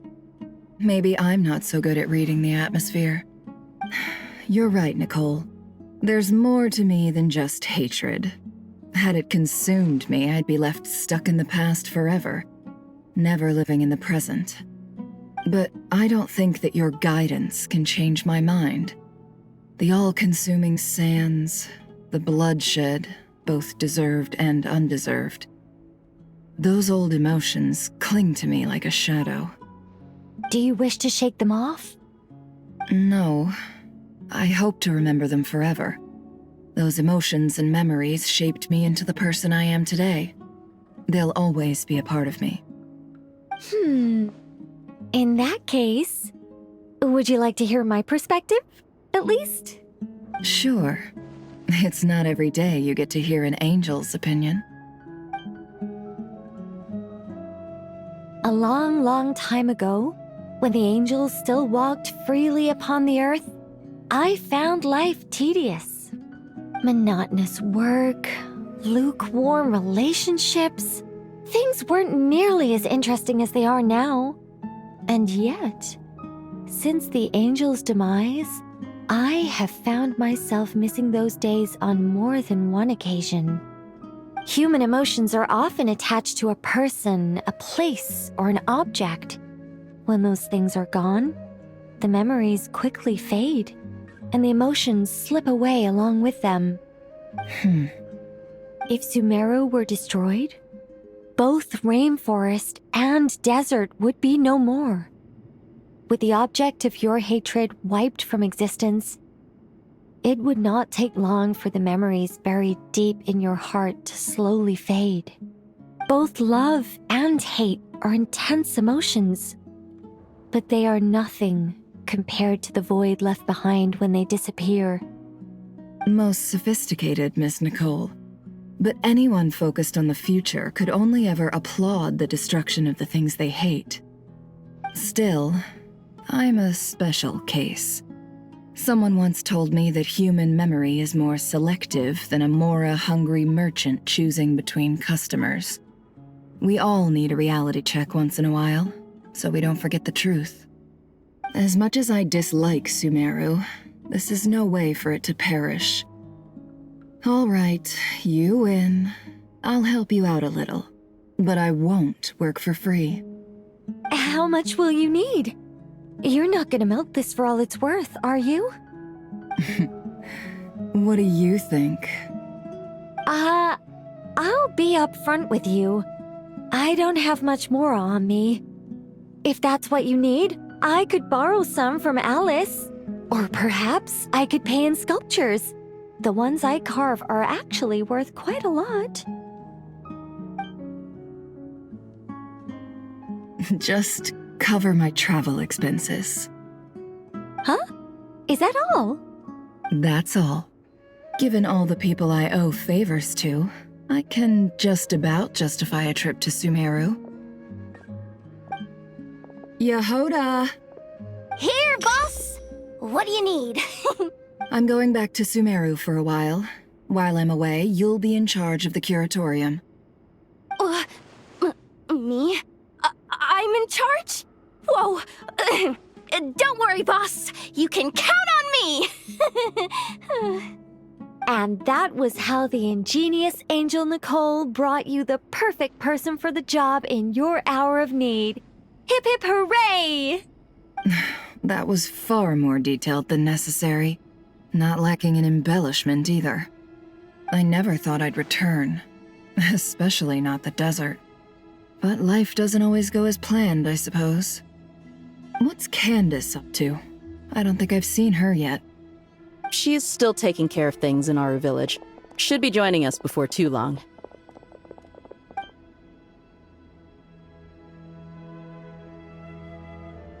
Oh, and sorry. Hope we're not interrupting anything.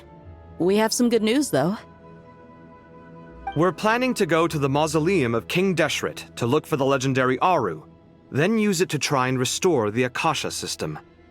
According to records in the Temple of Silence, the mausoleum houses something called Aru's Chute, which can be used to establish connection with Aru. We still have some time before we leave, so there's no rush.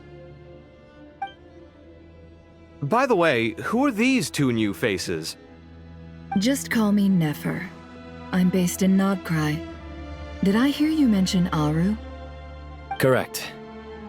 Well, I happen to have a connection with one of the 3 retainers imprisoned inside, the Ibis King.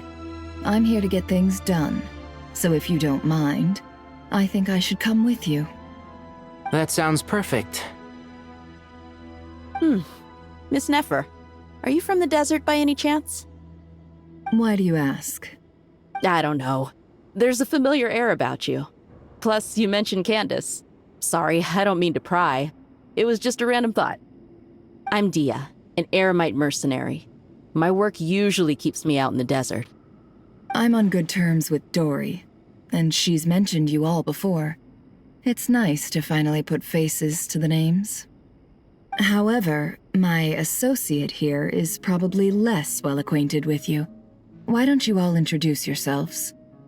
Actually, I'm a little better acquainted than you might think. Huh? Huh. Are my eyes playing tricks on me? It looked like you spoke without moving your mouth. Ventriloquism. I have heard tell of it before. What is it, Kale? It's you! You're the voice who's been speaking in my head, aren't you? You encouraged me to report my dreams to the Dendro Archon, and got me to recite that magic prayer. I have many titles, but let's go with the most pertinent one. I am Nicole Rain, an angel who has lived since ancient times. An angel? Sounds like a big deal, but, what exactly is an angel? Oh, Well, we're a rather long-living race of beings. Not gods, technically, but we can still tell you a lot of stories from ancient history. Yep, and she's also an amazing sculptor. You could say she's a real creative type. Well, ma'am, if both the Traveler and Paimon give you rave reviews, you must be pretty impressive. Oh, please don't call me ma'am. I find it so awkward when people get too formal with me. Just relax and be yourselves. No need to be nervous. Miss Nicole, if it's okay, could I ask you a few questions? Yes, you may. I can see your heart is filled with confusion, and you are desperate for answers. I also know which questions you want to ask me. Why did you dream of Sumeru City in disarray? Why did those verses soothe the djinn only when recited by you? I can guide you to the truth, but it involves a personal secret of yours. I'd prefer to speak with you alone, if possible. I thought we were going to speak alone. This is a lot more people than I was expecting. What's wrong with it? Even the doctors at Dar al-Shifa allow patients to be accompanied by family members. Well, if Kale doesn't mind her secret being revealed, I have no problem with it. Thanks for being so considerate, Miss Nicole. I don't know what secret you mean, but whatever it is, there's no need for me to hide it from my closest friends. Closest friends? It's so nice to hear that. All right. In that case, I'll get right to it. Kale, are you aware that there are god remains inside your body? I am. When I was young, I got sick with Elazar. Nothing could cure it. The Fatui convinced my mom and dad that they could help, and I was sent to an unfamiliar place. There were a lot of other kids just like me there. This creepy guy injected us with some strange medicine, which I heard contained god remains. I can still remember the pain like it was yesterday. But thanks to the friends who've stuck by me all this time, I've gradually been able to overcome those memories. Anyway, so you're saying that what happened to me has something to do with the god remains they injected me with? Yes.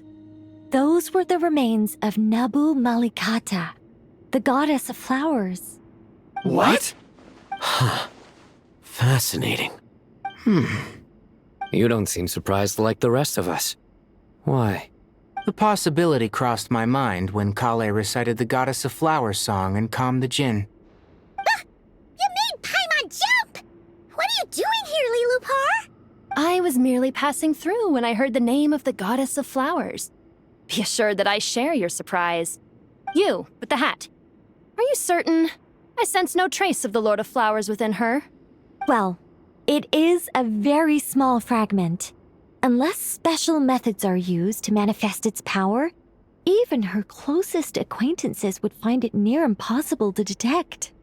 After the goddess passed away, her remains were scattered across the desert.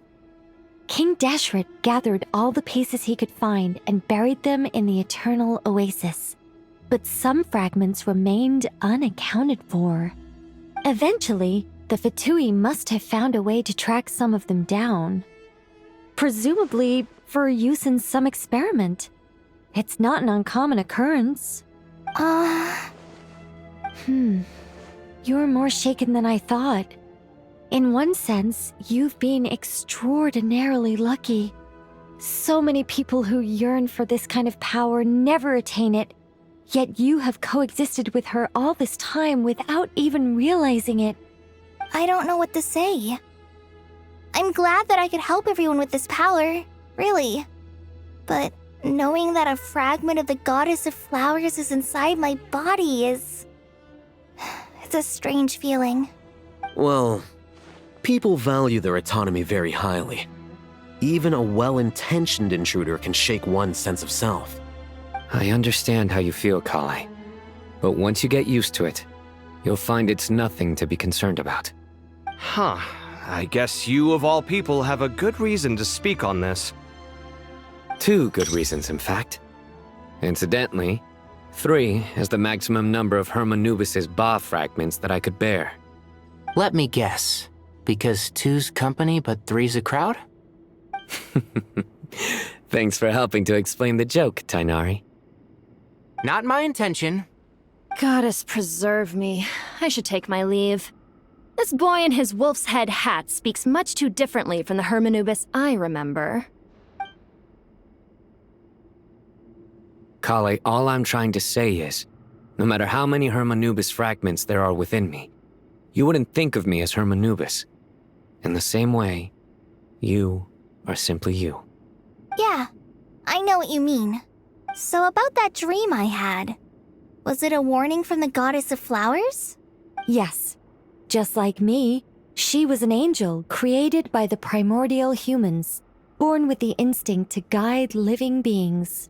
Though her body and soul have perished, her essence retains its natural instincts. Even her smallest remaining fragments would do their utmost to send you that warning. The Mother of Dreams? Lord of Flowers and Oases? She must have had a premonition. That is why she gave that dream to you. We won't let her efforts go to waste. But I still don't understand. Why me? Yes. Why indeed? You weren't the only one injected with god remains, but only in you have her fragments persisted.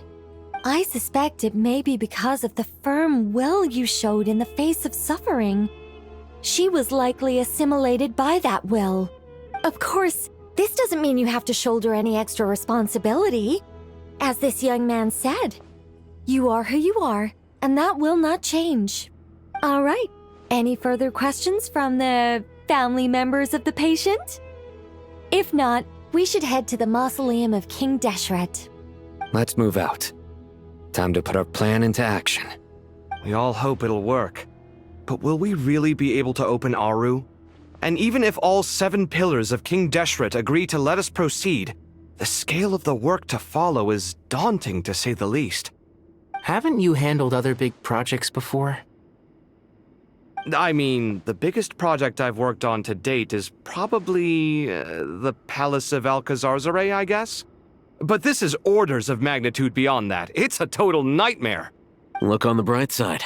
At least this time you're actually here when Sumeru needs you most. You won't have to come asking me for details after the fact. Mock me all you want.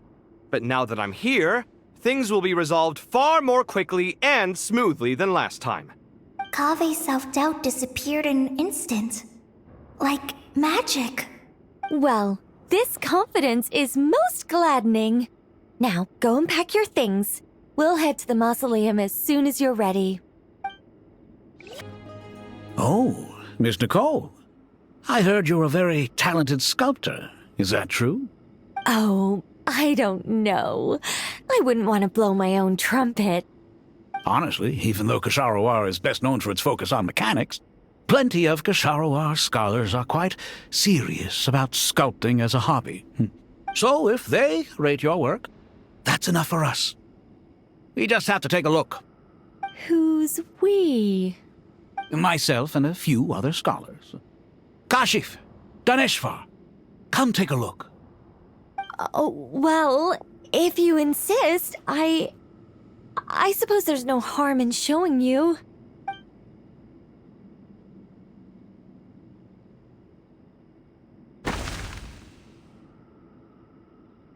Whoa! Where did that come from? Look at the level of detail. It's so lifelike. The squirrel descends from the heavens like a champion, and the earth trembles beneath its feet. What do you think? Striking, isn't it? Kaveh? Kaveh, come here for a sec. Oh, and Madame Faruzan, didn't you used to study in our darshan? Come take a look. All right, but hang on a moment. I have to finish reviewing this proposal first. You called? What is it, youngster? This squirrel statue. Isn't it cute? Oh, a squirrel. I wouldn't say cute per se. The realism is what stands out to me. Were you trying to carve a statue of a hero, young lady? Oh, a hero? I suppose so. Actually, I didn't really have a specific theme in mind. I just started working on it, and this is how it turned out. I see. Well, do you tend to read novels about heroes in your spare time? As a matter of fact, I do quite enjoy those. Everyone loves a good tale of daring do, right? Then perhaps the statue represents the heroic tale you long to see deep down inside.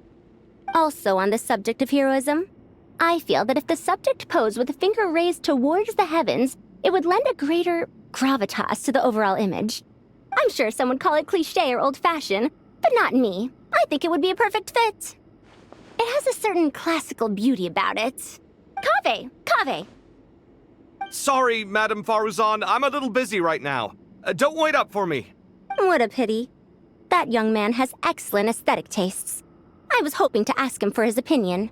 What a genius idea! Why didn't I think of that? Classical beauty is a great direction to explore. That's it. Once I get back, I'm going to sculpt a heroic squirrel pointing its finger towards the sky. Precisely. A declaration of victory. You understand my vision. Then place the 2 statues face to face. Yes! That's exactly what I was thinking. It'll be a masterpiece. Miss, I'm sorry. I didn't catch your name. Just call me Nicole. Madam Faruzan? Was it? What? No. That wouldn't be right. Why ever not? Madam is a state of mind cultivated from within. Anyone may call me Madam if they so desire. My dear Miss Nicole, once we make it through these trying times, should we have the pleasure of meeting again, I shall look forward to seeing your new work.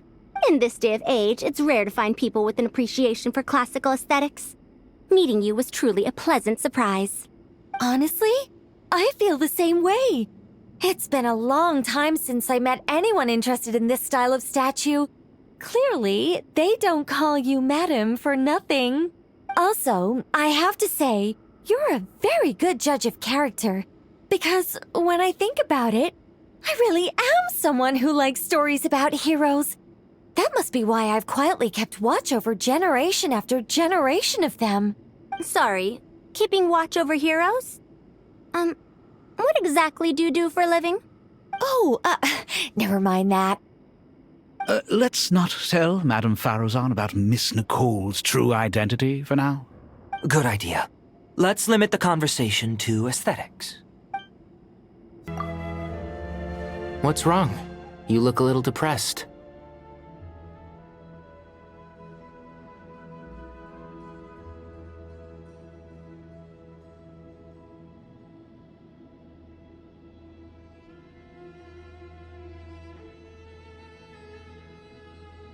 Kale got a fragment of the Goddess of Flowers.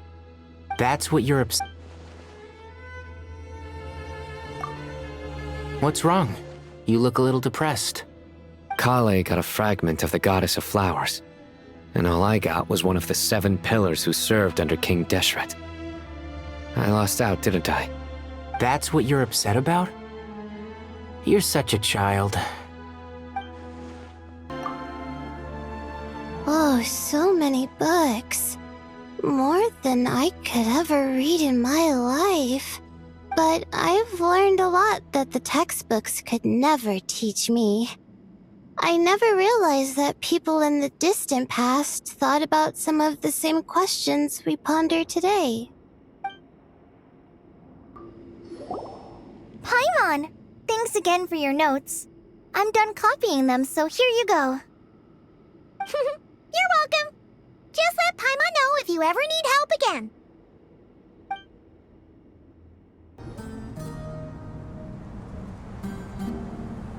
Why, we've not seen so many visitors ever, really. What is this place now, a tourist attraction? Closer inspection reveals many familiar faces. To what do we dusty old fellows owe the honor? Surely, and not just here to chat. You surmised correctly. We are here to carry out a rather enormous project. Ho, enormous, you say? How large, then? Larger than the gaping void in our lives? Why, you've even put a smile on Goatee and Crocco's faces. All this activity is making for quite the special day. I know that laugh. Lilipar? What on earth are you doing here? Oh, this is hilarious. Turns out good things really do come to those who wait. As long as you stay alive long enough. When did you 3 get locked up in here? And still you act all high and mighty, putting on a show for the younglings. Truly hysterical. Why, you... Yes, I know. No need to shout. You're right, Lilipar. Goatee, Crocco, and I all have the same problem. But didn't King Deshret seal you away? How did you break free, and how did you get in here? Who knows? Perhaps you can ask my master one day, should you ever get the chance. Behold, the executioners of old. Some have turned into fragments residing in human bodies, and others are imprisoned eternally, leaving not a single shard behind. It's almost tragic, watching lowly prisoners like you act all self-important. Curiosity gnaws at you, doesn't it? Your interest in the outside world threatens to burst you at the seams. I'm starting to take a liking to this magic bottle lady. Time is of the essence. Let's get down to business. We come to you, O 3 ancient lords, to request your assistance on behalf of the Academia. If we can help you regain your freedom, then please consider lending us your aid. As for precisely what we need your help with, it's a long story. So, to demonstrate our sincerity, we are prepared to first resolve the problems that plague the three of you. All right, stop arguing, Croco. And Goatee, don't you start. What's the harm in letting her speak? It's not worth getting so angry about. Forget about her. The 3 questions are the crucial thing here.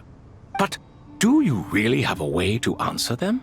You once answered the final question, Nefer, but the seal did not open. Unless, with the passage of time, you have found a new answer? You could say so.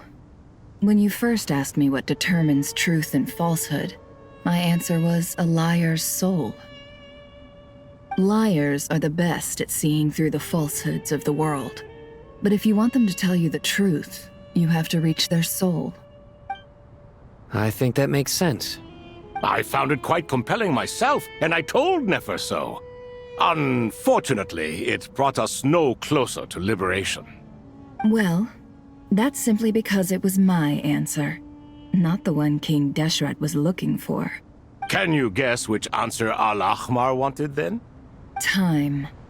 And that's not only the answer to the final question, it's the answer to all 3 of them. All things wax and wane with the passage of time. Love and hate eventually fade into nothing. Current affairs are always fraught with conflict and controversy. Only time can distinguish between right and wrong. You once described King Deshret as a proud man. I'd say that the prouder someone is, the more inclined they are to believe that only time is qualified to be their judge. Time. Well. Indeed.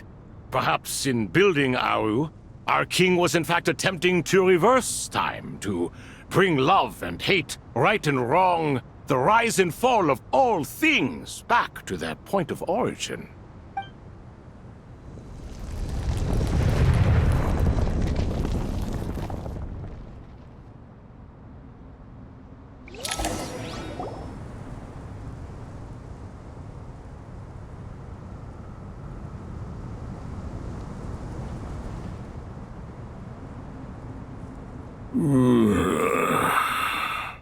This is the most eventful day I have experienced in a long time. You have my sincere gratitude. Are those 3 of the 7 pillars? Turns out the statues were quite faithful to the source. You 3 seem to be in good spirits. Prison can help a person grow and learn to cherish what they have. Nevertheless, after everything you've done for me, I sincerely hope you never have to experience it for yourself. Hello, Nefer. It's good to see you, Thoth, the Ibis King. Nice. Definitely puts my mind at ease, seeing you 2 getting along so well. Should we maybe introduce ourselves, or... Sure. I'm Sethos, the current leader of the Temple of Silence. This is General Mahamatra Sino, and this is the former Spantamat sage, Cyrus. But I'm guessing none of that means a whole lot to you. Everything is equally new to us, in truth. We've been gone from this mortal world for longer than you can imagine. Let's hold off on the introductions for now. We can always ask Nefer about you later. It'll give me something to talk about with my chosen disciple. You're like a helpless parrot. Gods and people of yore are not necessarily welcome in today's world. Self-awareness is one of my finest qualities. I thought I ought to share its fruits with you 2. Is that so? Well, I think we'll take it in stride, just as we did with the 3 questions. Let's not forget, it was my persistence that won you both your freedom. Fair point. I have to applaud your persistence. And I must praise you for your wisdom. Now, state your wishes, young ones. I'm sorry? Why, your tremendous accomplishments deserve a reward, do they not? You must let us do something for you in return. General Mahamatra, what do you think? I won't beat around the bush. Sumeru is facing a crisis the likes of which have never been seen before, and we need your help.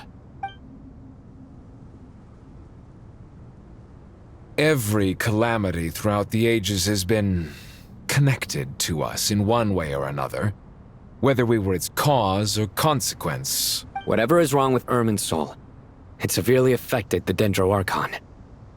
She fell into a coma and is currently receiving treatment from the Dendro Dragon. The Dendro Dragon? I'm sorry, the Dendro Dragon is helping to heal the Dendro Archon? Not a pep, surely. Not vicious, cruel a pep who possesses no virtues aside from her basic instincts. Ah, good heavens. Oh, I shudder to think what could have caused Lesser Lord Kusanali to suffer such a plight. Still, why would the Dendro Dragon lend you her aid? She has always held nothing but contempt for the Archons. I suppose she and Kusanali must have some history.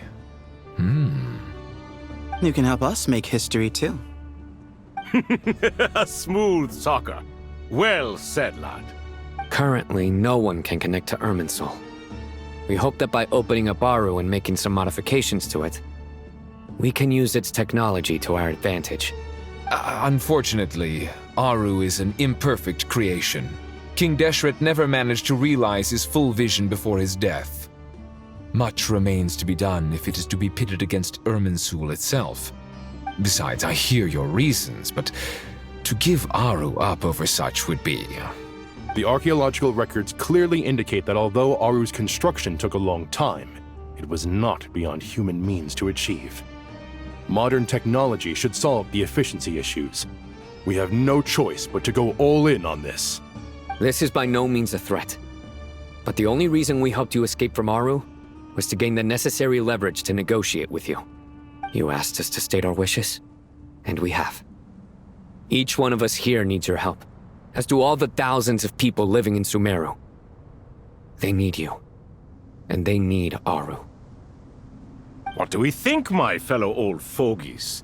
Shall we lend our support or not? Since you ask so nicely, naturally. Naturally what? Are you for or against? I simply mean we shall do what comes naturally. You claim that you wish to open Aru. Know you then that the golden slumber created by King Deshret is preserved within? We do. We understand the risks involved. In all likelihood, the mortal world will never again be able to replicate King Deshret's work. Never will there be another chance to come so close to creating a utopia. Knowing this, are you sure of your decision? We are sure. Before people can dream, they must first live. If your minds are made up, very well. We shall summon our erstwhile colleagues to discuss this further. Saint Shesepank, Saint Bennu, once you surrendered to silence and were buried with King Deshret. But now, we invoke the right to awaken you with our voices.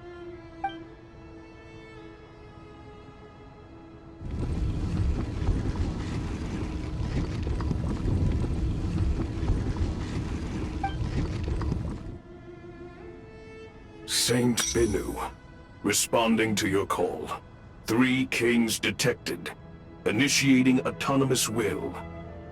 Saint Shesbank, responding to your call. 3 kings detected. Initiating autonomous will. Ah, Lord Herreshoff. What a long time it has been. I trust you are keeping well. Then your trust in my well-being has long outlived your physical body. You have always opened with that same phrase, in life, death, and now even beyond. Al-Akhmar is long gone. What is the reason for this meeting? You're awake? Good. We are voting on whether to give the people of present-day Sumeru access to Aru and permit them to perform technological renovations. You have the right to support or oppose the motion. Aru is the pride of Al-Akhmar. Opening Aru requires the unanimous consent of the 7 pillars. I hope you have a convincing reason to present to us. Sumeru is currently in the midst of a major calamity.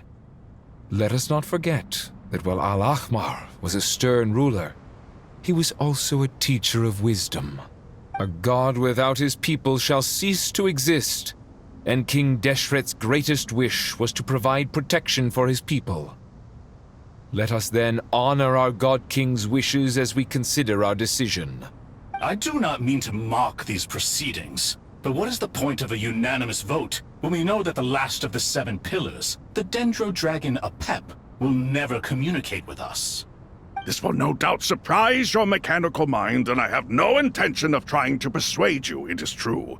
But Apep is, in fact, healing the Dendro Archon as we speak. Huh? Can someone attest to this? Do we have any proof? I ask the 3 kings. Can any of you vouch for the truth of this claim?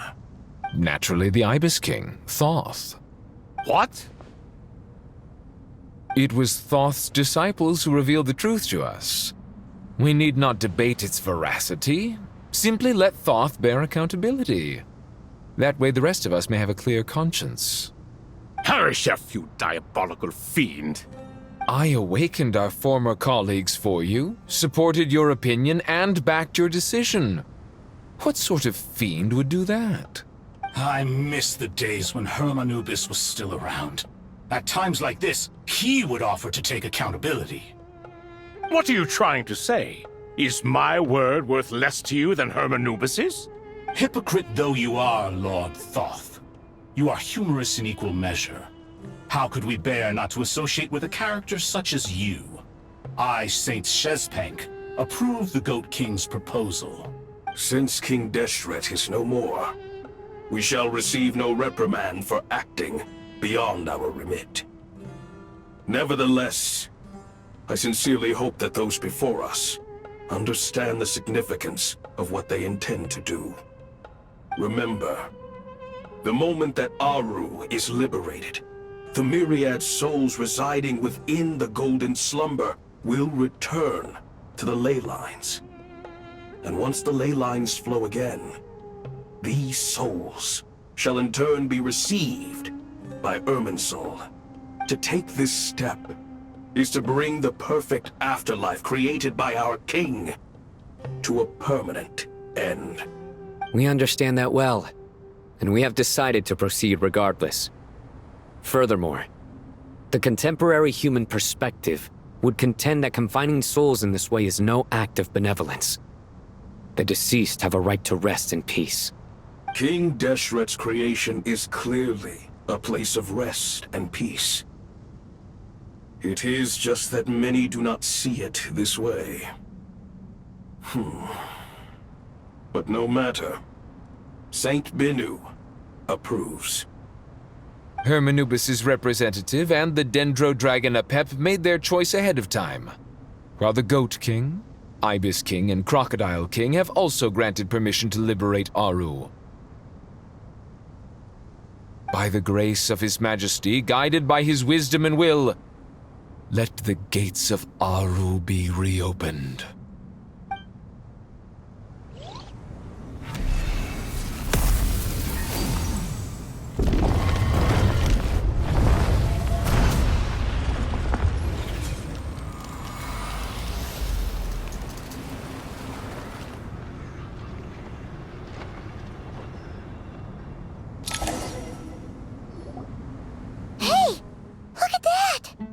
What's this? Are we under attack?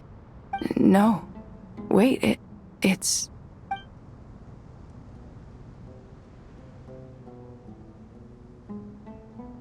Here you are. Through the sands of time. I see you. Father. Father, is it really you? It's Chet's father, Jibriel! That's right! He entered the Golden Slumber, didn't he? I smell blood and sand on you. You've grown. Strong as a wild beast, and without shedding a tear. You You have to leave, don't you? Please, just answer me this. What should I do for you? This meeting is a blessing from the gods.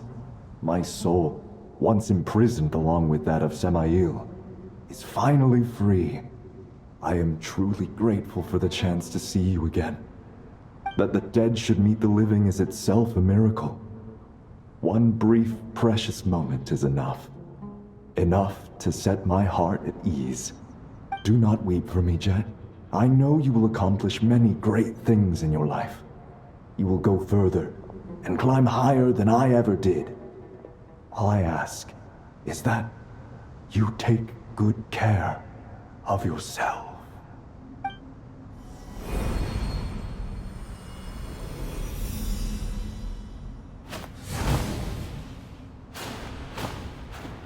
Father! Father!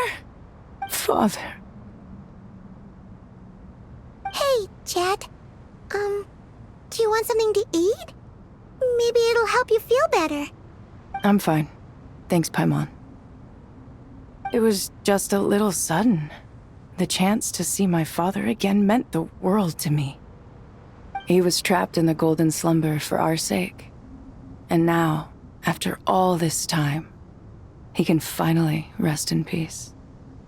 I'm glad. It's a huge relief. You've grown strong, Jet. More than enough to fend for yourself. Yeah. I'll leave the past in my memory where it belongs. My family, the good times and the bad.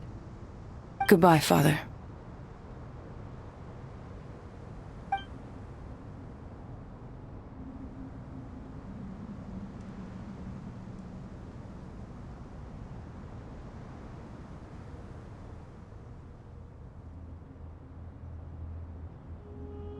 Ah, me, what a touching reunion that was. It seems we did a good deed today. We three retainers, once imprisoned for our iniquity, are surely the least qualified to judge whether this deed is good or bad. Either way, Aru is open. Now you have your opportunity, and with it, whatever trouble may ensue. Although Aru was created by a god, human craftsmanship was nevertheless required to build the gate that connects it to this world. Perhaps the relationship between gods and humanity follows a similar principle. As for your proposed renovations, we cannot determine which functions to keep or discard. Proceed as you see fit, but please entrust the task to your most accomplished scholars, or Bennu will be most displeased. It matters not. The Ibis King shall be accountable if any problems arise. Ibis, you chose to take on disciples, and so it follows that you must accept the risks of associating with humans. If I'd known you'd be like this, I would have locked all of you away in Aru, never to leave again for all eternity. All of us? What does this have to do with me? Vilify me no further. Scholars, since you have liberated Aru, allow me to present you with a gift. Using Aru's power, we shall install a defense mechanism at our king's mausoleum. You must be guarded even against Irminsul itself. This shall afford you some convenience. Unseen and unheard. From this moment forth, none may by sight or hearing perceive anything said or done within the mausoleum. Amazing. And all this is achieved just with the power of Aru? With technology from the heavens, the possibilities are endless. Just because King Deshret did not use it for this purpose does not mean that it cannot be done. So, marvel away. This is the reward you have earned. All right. Well, that resolves the issue of confidentiality. What about the technical side? Do we have the manpower? Why, yes. I've already contacted them. They'll be here soon.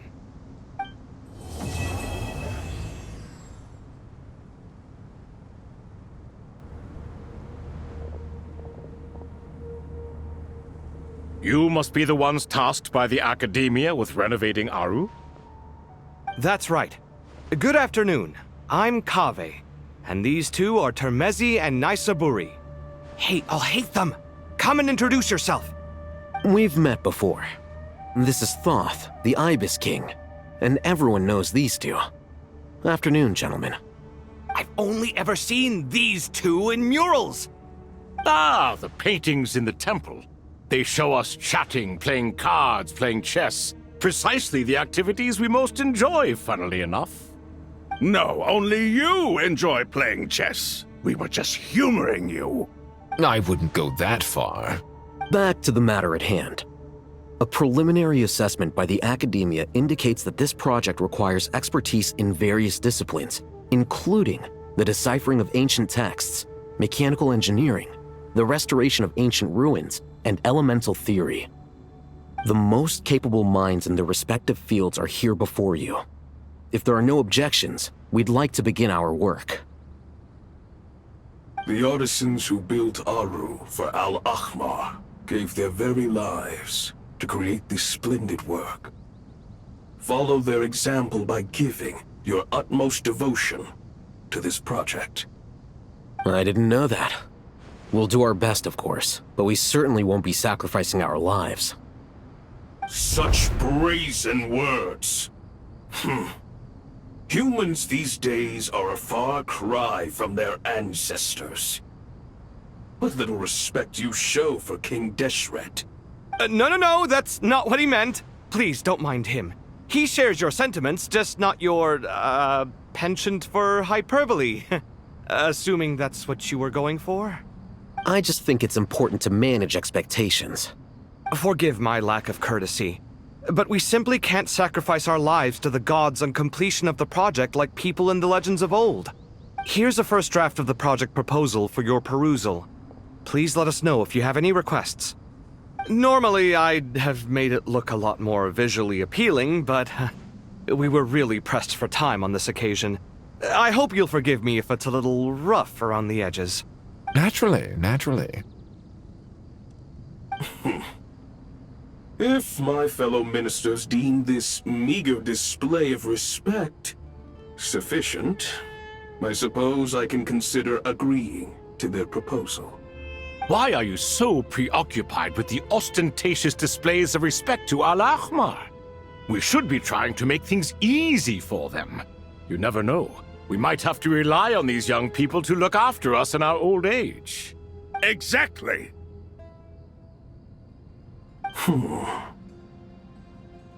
This is Aru's mainframe. Be reminded to use it with great caution. We certainly will. Thank you for your assistance. You may attempt to lay out punishment should you so desire, though I'm afraid it would be futile. You and I both know that certain components of Aru can only be operated by humans. King Deshret always believed in humanity. Still, the reason that Aru's modules are designed that way is not so much because he trusted them, but more because he was wary of you. Is that true? No wonder human artisans helped to build Aru then. He actually required human assistance to create his greatest work. Naturally. Have you noticed that the Goat King keeps giving superficial responses? It's like he's just going through the motions and leaving the real debate to his colleagues. He understands the art of perfunctory speech. That's what earned him his position as the Minister of Ministers. It seems the rumors about King Deshret being a poor judge of character are baseless after all. Excuse me for being blunt, but it sounds suspiciously like you're putting yourself on a pedestal and mocking me. You're mistaken. And while there's nothing strictly wrong with making every conversation about yourself, it's not exactly a positive tendency either. You? Whatever. I knew it'd be like this working with you. All right, let me past. I need to look at this console. It's your job to activate it after all. Let's begin. Everyone, please proceed with the external checks and preparations as per the procedures outlined in the engineering plan.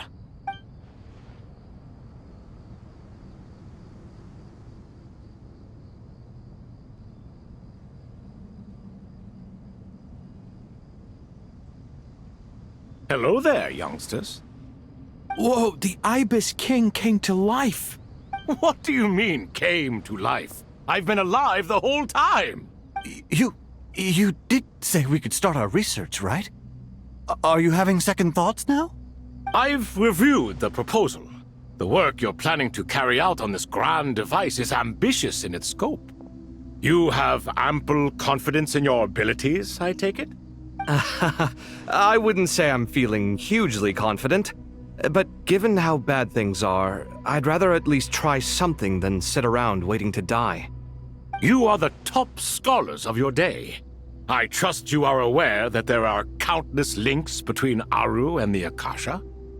Aru and the Akasha? But I thought the Akasha was the Academia's greatest technological accomplishment, created years ago by the Dendro Archon to help her people access knowledge. And you too? Do you not know either? You've read the instruction manual, right? You tell them. An instruction manual? The Akasha has an instruction manual? The Dendro Archon is a kind and thoughtful god indeed. It used to sit on a shelf in the corner at the House of Dana. Not the most popular read. If the manual is to be believed, Aru was in fact the original inspiration for the Akasha system. What? But there are so few records about Aru anywhere. And practically none of the scientific expeditions into the desert had anything to do with it. Ah, but this is something you could not possibly have known. You may have heard many stories about the desert, but what is the most important aspect of history? Consider this a quiz. Anyone from Vahumana present? I'm from Vahumana. It's, well, veracity. Precisely. And a large part of veracity is the chronological order in which events occur. I may as well tell you. In the beginning, Nabu Malikata, the goddess of flowers, descended upon Sumeru. The glory of the heaven was within her.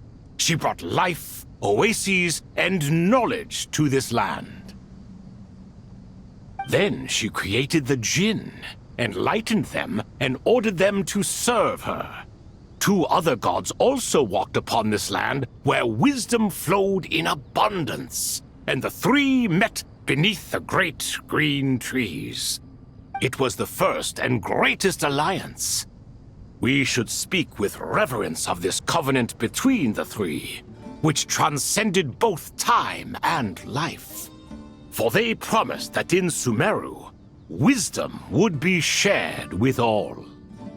All the great changes in Sumeru's history began with the goddess of flowers. For King Deshret's sake, she pried into the secrets of Celestia, and for this was burned to ashes by the flames of wrath. So grieved was King Deshret by her passing that he lost all interest in state affairs and devoted himself instead to the knowledge that she had brought back. It was after learning of the technology from that floating island in the sky that he first conceived of Aru. And so, the Akasha was inspired by Aru, while the basis for Aru itself came from Celestia's technology. Well, if the 2 share a common technological origin, then connecting one system to the other is an entirely feasible idea. Unbelievable. Have you no reverence at all for celestial technology? No, I do, but there's no time for that. The schedule is too tight. Blame it on the deadline. Perhaps you could try coming up with our cutoff dates. You know what it's like having to turn around 5 different drafts in one day? I wouldn't wish it on my worst enemy. Yeah, also, Sir Ibis King, you don't plan on getting directly involved at all, do you? Yes, well, you strike us more as having come to give a popular science lecture. Or, wait, does this count as more of a first-hand witness statement? Neither. Anyway, this sounds like far too much work for me. Still, if Aru is so powerful, why didn't King Deshret use it for more ambitious ends? Because it was never fully completed. King Deshret had grand plans, but he perished before they could come to fruition. In the beginning, his wish was to create something that could rival the very world itself. The Lord of Flowers sacrificed everything for that ambition. What he desired, she bestowed, and thus was knowledge brought into the world. Her courage and sacrifice had to be honored with the most splendid of monuments, or King Deshret would surely have deemed it a grave injustice. And that monument, built from knowledge and technology, etched with a sacrificial and courageous love, even in its unfinished form, it deserves to be treasured. At that time, King Deshret said the following to the Lord of Dendro. Since we share an eternal covenant, I shall never be your enemy. Hence, the fruit of wisdom from the heavens is not to be devoured. Remember, it is not that I lack the power to become the enemy of wisdom. Yet you and she have taught me much and shown me kindness. For this, I cherish you both. In the end, Aru was only used to store a portion of the souls. It was but a primitive form of the masterwork the king had envisaged. His final hope for Aru was to return to the past, when she yet lived. So the point you're making is, King Deshret was both powerful and ambitious, and he only ceased his imperious ways out of affection for the Goddess of Flowers and the Dendro Archon. You could see this as an act of mercy, but you could also see it as the sentiments that lay between these three gods placing constraints on him. This was, after all, the foundation of the alliance between them. This explains why Aru was both a prison and a monument, and why the answer to the three questions was time. You have to be careful who you get involved with, or you invite all manner of misfortune. This is as true for gods as it is for humans. Love is the same. It is both a prison and a monument. All right, let us pause the story here for now. Seeing as you've been so diligent, I'll offer a little help. Who's in charge again? Is it you two? Yes, me and him. Now then, close your eyes. Wisdom hides in the space between the tangible and the intangible. It is to convey the incommunicable through the simplest of mediums. By the power of King Deshret, I shall grant you a glimpse into the unseen secrets that lie at the threshold of existence.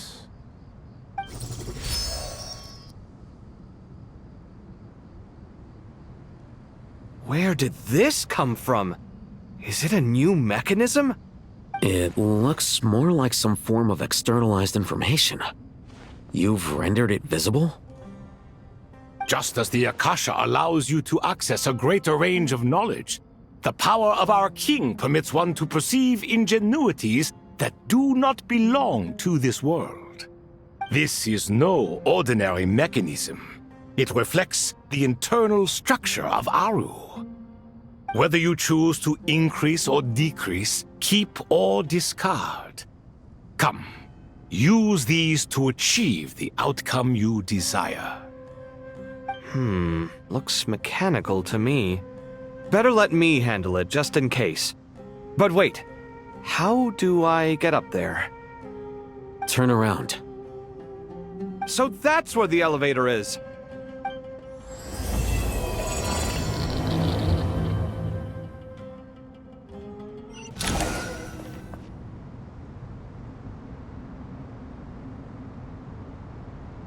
Obelisks were used to record important information in the ancient desert civilization.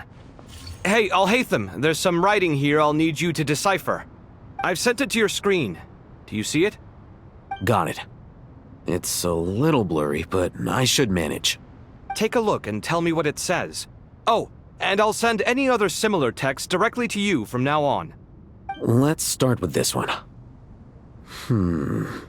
It's a variant of an older script. Here in live verses written for the Yellow Sands. Looks like cultural information from the age of King Deshret. If so, I suggest you delete it. Words thrown together merely for fun. I had no idea Aru kept a record of this. Well, as long as you're certain that this is strictly private information, that's fine. It is unimportant. All right, well, I guess I'll start now.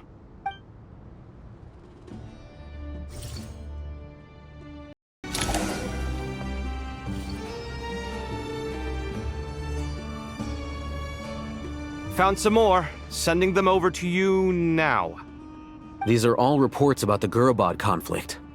Can we delete them? I'd say so. Most of this information has already been archived anyway.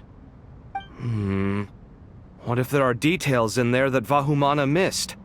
What are we supposed to do if they come after us in the future? They'll just have to live with it. If we don't resolve these issues now, there won't even be an academia in the future, let alone a Vahumana Darshan. Yeah, you're right. Okay, done. There's some other similar monuments nearby. I'll check them out.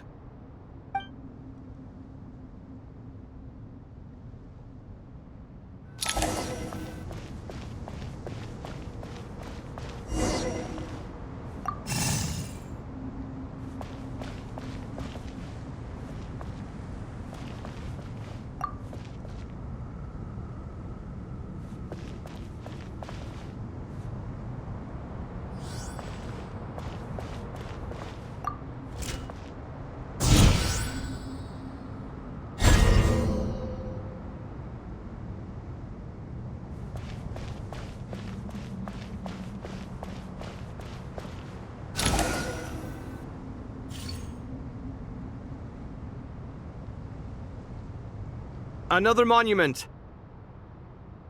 Hold on.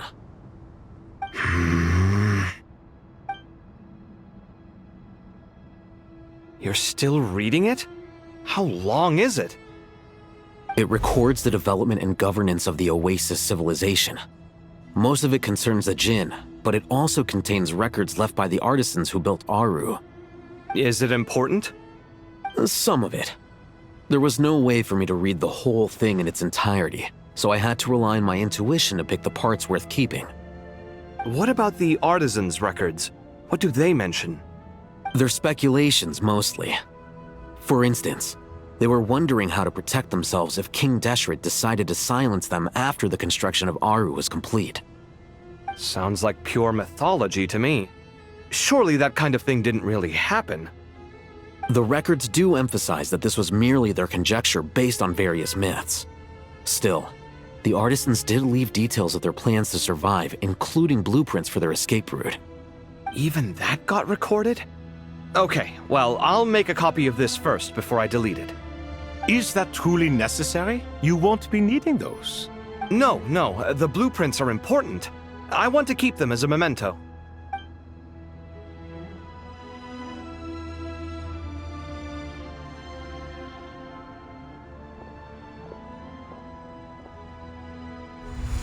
I think that should just about do it. It meets the requirements of the contingency plans, so we should be good. I gotta say, it's the strangest feeling, this cross between reality and the intangible. It's like drifting between life and death, or in and out of a dream, using my own hands to manipulate illusions that are forever out of reach. Chasing dreams in the most literal sense. Definitely a novel experience. What happens if my spirit just floats away? That won't happen. Anyway, I wouldn't celebrate just yet if I were you. There's likely to be a phase 2 of this project. All right. I'd better keep my wits about me then. I expected that the outside world no longer respected the ancient gods, but even so, I do find the tone of these youngsters to be dreadfully impolite. It should hardly come as a surprise to you. I remember you saying the same thing last time. I assumed that was just a one-off. I did not realize it was the norm. Don't you think that young lad's matter-of-fact tone sounds familiar? It bears a rather uncanny resemblance to you, Goatee. Surely a sign that he is a man of rare intelligence. Oh. The rest of them, though, much better. The blonde-haired one, for instance. So sincere. That's the kind of kid I can respect. Oh, really? Well, what about your disciple, Nefer? She's about the furthest from sincerity that a person can get. And now you hit the crux of the issue. Thoth is spouting lies again. He cares nothing for sincerity. He likes Nefer simply because her personality is just like his. Thus, in giving his approval to Nefer, Thoth is simply validating himself. The rest is but smoke and mirrors. You have some nerve saying that. There really is no helping you two. Shut up, chess rookie. What nonsense is this? How dare you tell me to shut up? How can you engage in such banal chitter-chatter at a time like this?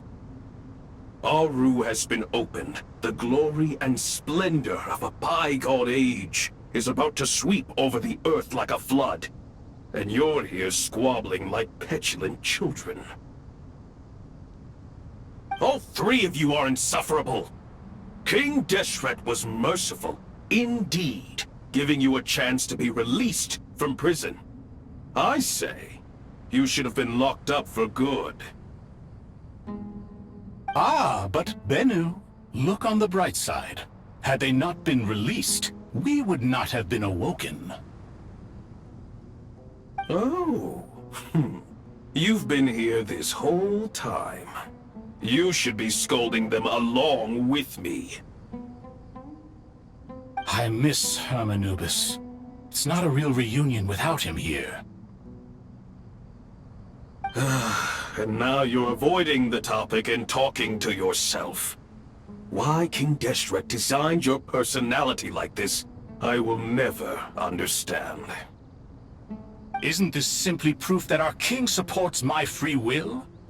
Oh, look at those two rust buckets. Suddenly, you two do not seem so bad after all. Here, here. If being stuck together for thousands of years fosters no friendship, I cannot say what would. Naturally.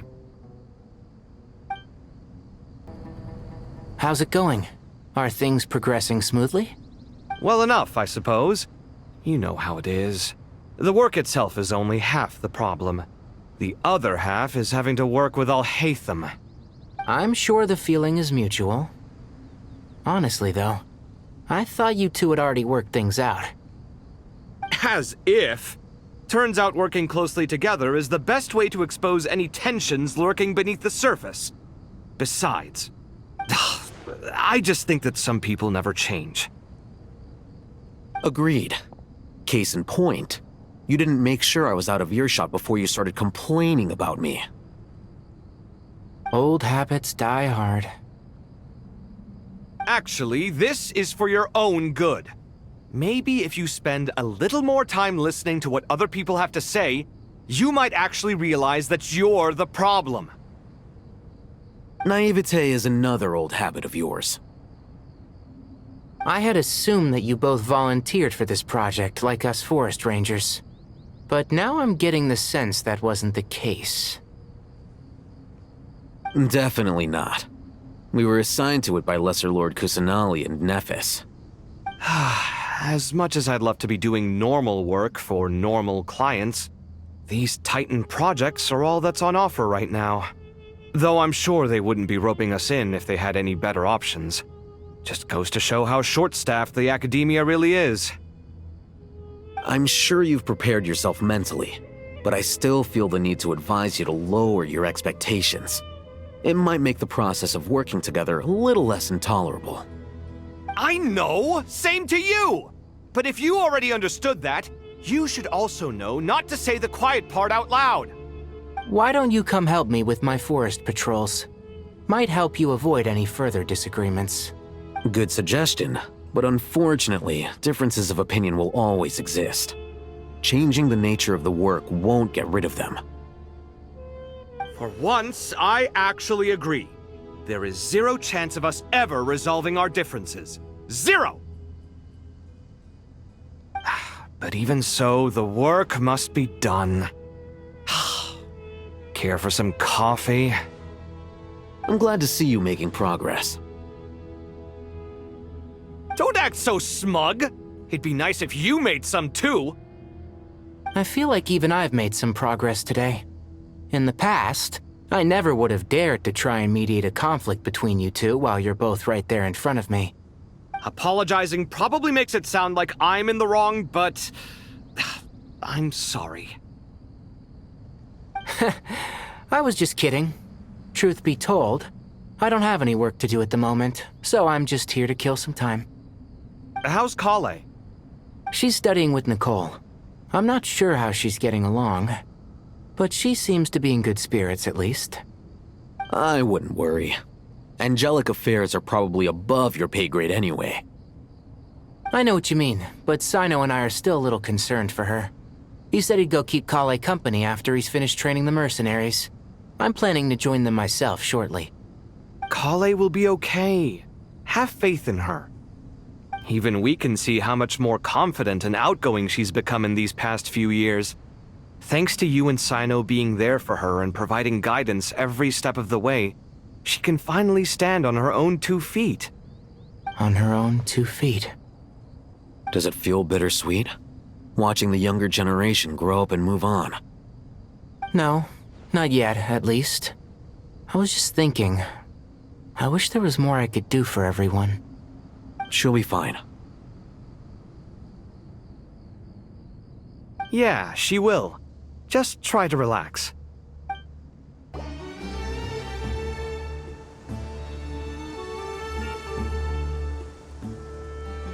Traveler from afar, do you worry for the fate of Sumeru as well? Whoa! It's Sobek the Crocodile King! Greetings, Crocodile King. Please be at ease. I'm just here to chat with you about Lesser Lord Kusanali. Sounds like you really care about her. Yes, although to be exact, it is a mixture of both concern and curiosity that I feel. Speaking of Nahida, Paimon was wondering how she's doing. Wait a moment.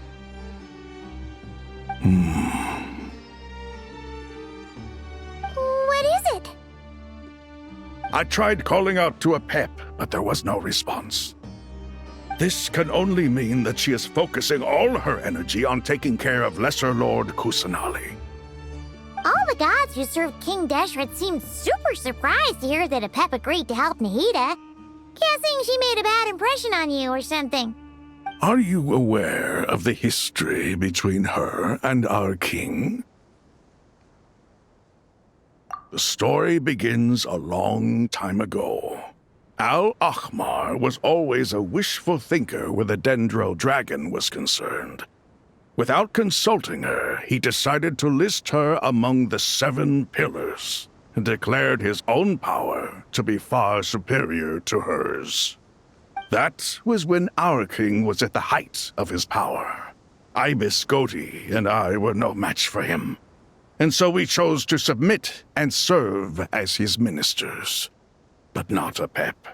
No, she never thought much of him. To Apep, Al-Ahmar's pride and sense of superiority were nothing but ignorance and hubris. In fact, they fought numerous times, but usually the battle ended in a draw. In the end, King Deshret coveted the power of Celestia, only to end up corrupted by knowledge. His final act was to trick the dragon into swallowing him whole, leaving her to bear the torment of his sins. The Dendro dragon stands for the glory of a bygone era. She hated Al-Ahmar and what he represented. All the gods, all the power they wielded. And so, her willingness to help the Dendro Archon through this crisis comes as a great surprise indeed. It makes one wonder whether, perhaps, the Dendro Archon assisted her in the past. Yep, Nahida did her a huge favor.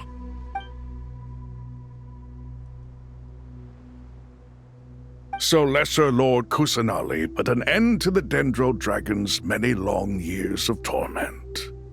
As much as she loathes the Seven, Apep knows kindness when she sees it.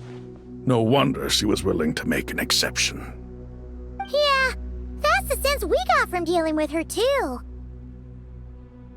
She is not incapable of coexisting with other living things. Rather, she actively chooses to avoid coexistence.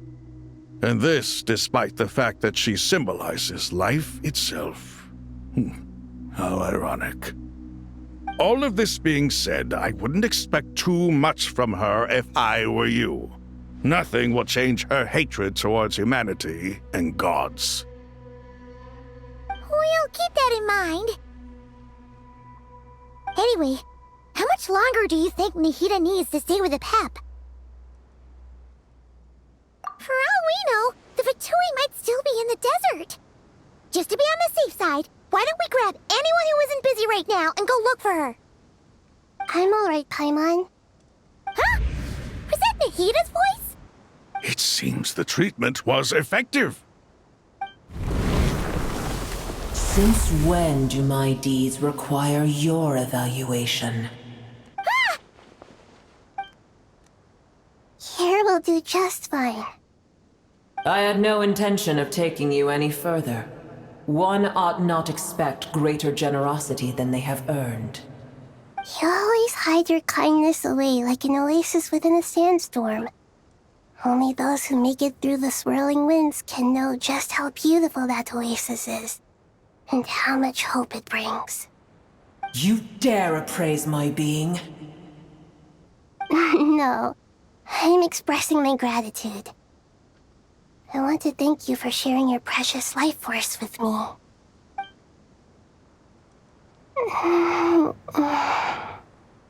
Awake already. You are more resilient than I thought. Pep. I feel much better. Thank you. Gods and their gratitude mean little to me. I would rather you give me your assurance that the situation with Irminsul and Sumeru's ley lines will be competently managed. If I suffer any ill effects from the ley lines, you, as the god of this land, will be held responsible. And you would not enjoy being held to account by me. I understand what you require, but I would assume this task even if you did not demand it. Sumeru is my responsibility. I must resume my duties as soon as possible. A farcical notion. God of Sumeru, I hope you realize how unextraordinary your strength is. And yet, maybe it is precisely what defines me. A god of wisdom is not meant to rule by force. Then hold steady. We go forth. Well, I'll be. Is that Apep? Do my eyes deceive me? Of all places, the Dendro Dragon has decided to visit the mausoleum of King Deshret? I see that after all this time, El Ahmar's menagerie of ministers remain as vile as ever. It's a pleasure, Dendro Dragon. Had you arrived but a little sooner, you might have attended a meeting of the Seven Pillars. What a nauseating thought. You are not the first insects I have had the displeasure of dealing with today. A swarm of them tugged on my tail on my way over. Goodness knows what hovels they crawled from. Why do all the creatures of this world remain so lowly after all this time? What did you do with them? I cast them away. What would you have me do? Keep them as trinkets? Boer, this is where we shall part ways. To be clear, I do not wish to see you or anyone else here ever again, unless absolutely necessary. Then I wish you peace as you return to your dwelling place. It matters not to me. Simply refrain from bothering me again.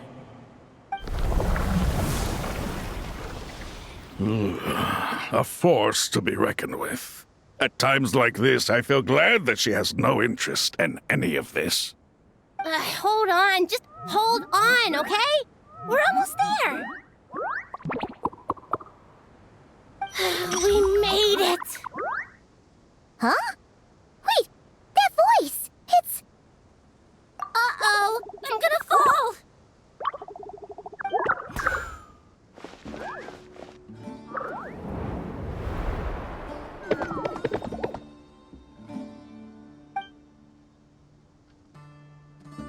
Well, that's a relief. A pair of safe hands indeed. The Dendro Archon's familiars. They are the last thing I expected to see here. Huh? Wait, what are the R&R doing here? Don't you guys hate the desert? Obviously I was worried about the Dendro Archon. I've been supporting them with my Pari powers the whole way here. Oh, you seem pretty nervous. Is it because there are too many people around? Not just people. It's all these non-human beings, too. It's hard on them. I can't believe you made such a long and dangerous journey just for my sake. I appreciate your support so much. Thank you all. I'll have to ask everyone to wait while I help our new arrival settle in.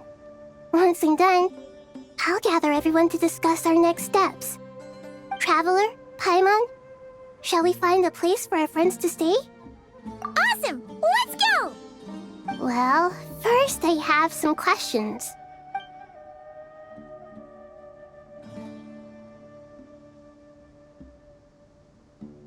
Okay, I think that covers everything.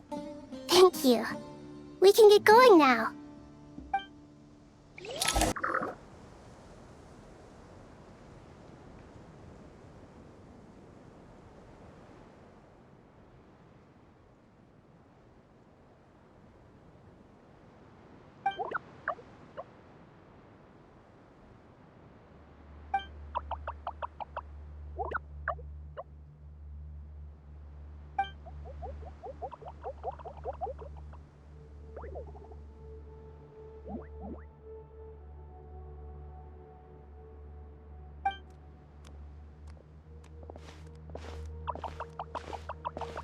Hello, everyone. It's only us.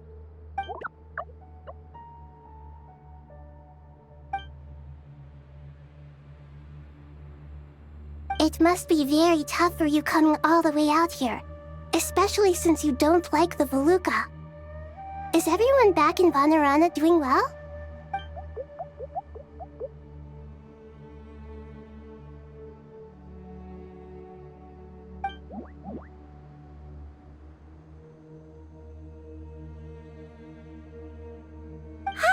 Everyone's here. Good. Are you okay? You look like you were about to pass out back there. And you're forgetting who I am. Don't underestimate me.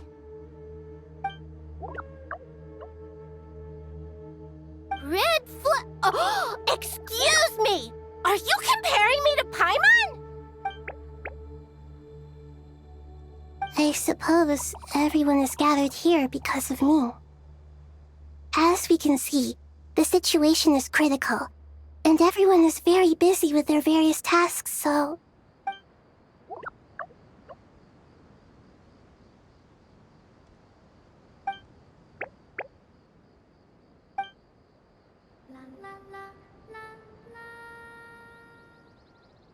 I can't thank you enough. Right now, we're focused on restructuring Aru, processing excess information, and helping restore everyone's confidence. I'm sure you'll find it all very straightforward. I can help too. Just let me know where I'm needed.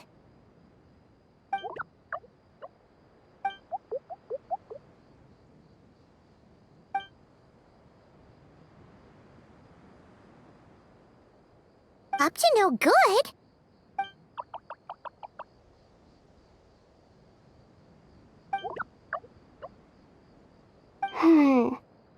That definitely sounds suspicious. Traveler, Paimon, I have other work to attend to here that needs to take priority. Could I trouble you to investigate the situation Arabalika spoke of? No problem. Leave it to us. Thank you. I'm counting on you.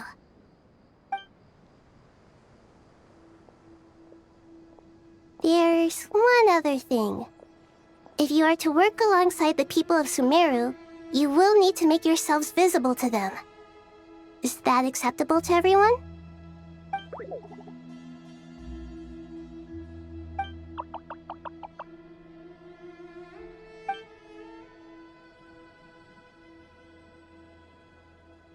There's nothing to fear. No one here will hurt you. But if you do feel afraid, don't worry. Just call my name and I'll be there. Very well. Now, I shall bestow a small blessing upon you all. Whenever people see you and interact with you, from the moment their gaze meets yours, they will experience the most beautiful of dreams.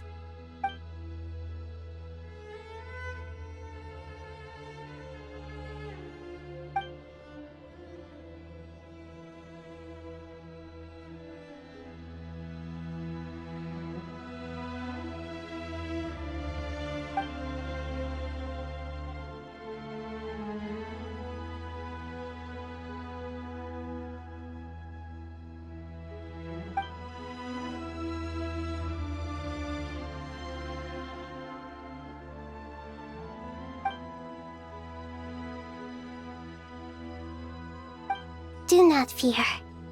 We will face it together. This too shall pass.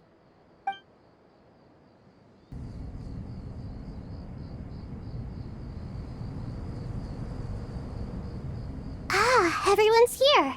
Wonderful. Dendro Archon, you're back. Are you recovering all right? You mustn't push yourself too hard.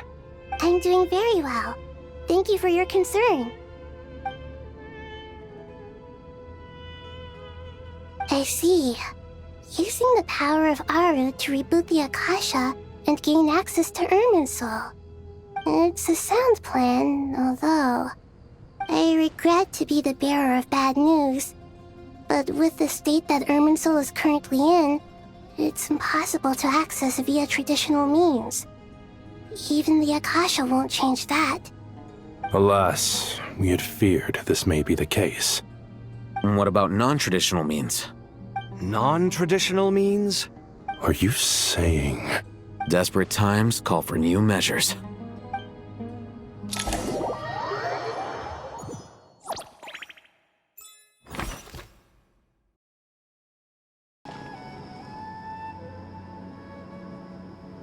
Hey, we're here! Ah, it's you. Is there a situation?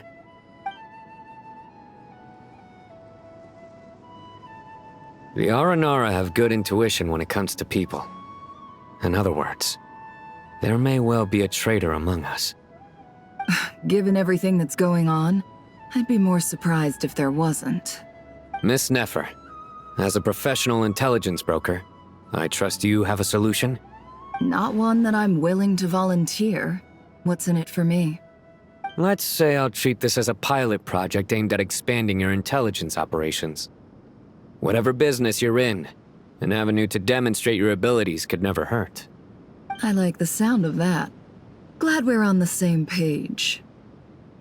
Given that you rarely set foot in Sumeru, practically no one at Caravan Rebot knows who you are. I take it you've read the files on everyone in the area? Yes. I also skimmed the list of evacuees, and am more or less up to date on where everyone stands. Any initial suspects? Limiting the scopes to males whose recent activity could be viewed as suspicious. I've identified 3 names. The Aranara saw 2 people talking, but currently we only have 1 suspect. The other person was probably just a messenger, and in all likelihood has already left Caravan Rebot. Everyone is heading for the desert per the evacuation order. Anyone willing to turn back at this stage is almost certainly with the Fatui. There's no way it was a spur-of-the-moment decision to act at a time like this. This spy must have been planted long ago. We need to smoke him out from wherever he's hiding. Sounds like you have the beginnings of a plan.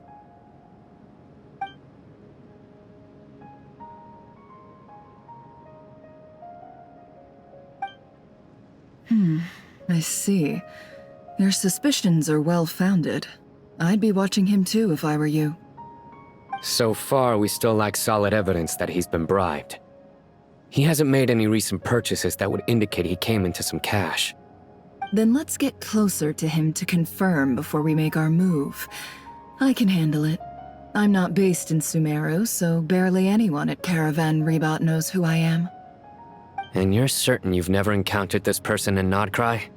I'm certain. Besides, it's extremely rare for me to have had any direct contact with Sumeru mercenaries besides Jet.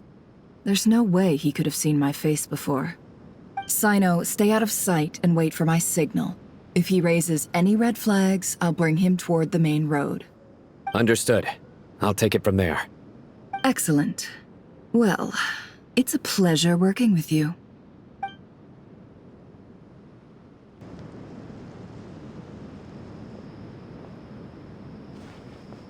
Darker skin, scars, frequents the desert and has ample combat experience. Nothing unusual about how he dresses or acts. What's that he's looking at? A coin. Interesting. Could that be how his contact paid him? Conveniently discreet for someone trying to hide any unexplained income. And yet it could be highly valuable. Sorry to bother you. Has everyone here already left? I don't suppose you happen to see a lady wearing a hat? Ma'am, what are you doing in Caravan Rebot all by yourself? The main group evacuated some time ago. Didn't you pass them on the road? My friend and I lost some of our cargo along the way. I didn't want to miss out on potential business, so I told her to go on ahead and meet the client while I retraced our steps. I didn't think it would be so late by the time I found it. And then there was a terrible sandstorm. I guess I must have taken a wrong turn, because I didn't see any large groups on my way here. Forgive me for asking, but just to be on the safe side, could you describe this friend of yours? Sure. She has blonde hair, and she was wearing a hat and a white dress. You'd definitely know if you'd seen her. Yes, I think that does ring a bell. My apologies. During this exceptional time, the Core of 30 are under orders to be extra cautious when dealing with unknown people, whoever they might be. I understand. Well, sir, is there anything else you need to know? If not, I'd better try and catch up with them. Hey, wait! They left a good while ago now. You'll never catch up with them on your own. Why don't I give you a ride? I'm here to collect the last few people anyway. We have plenty of carts, so one more won't be a problem. That would be amazing. Traveling with a group will be much safer. I'll have to pay you for your trouble. Hey, let's not worry about the money for now.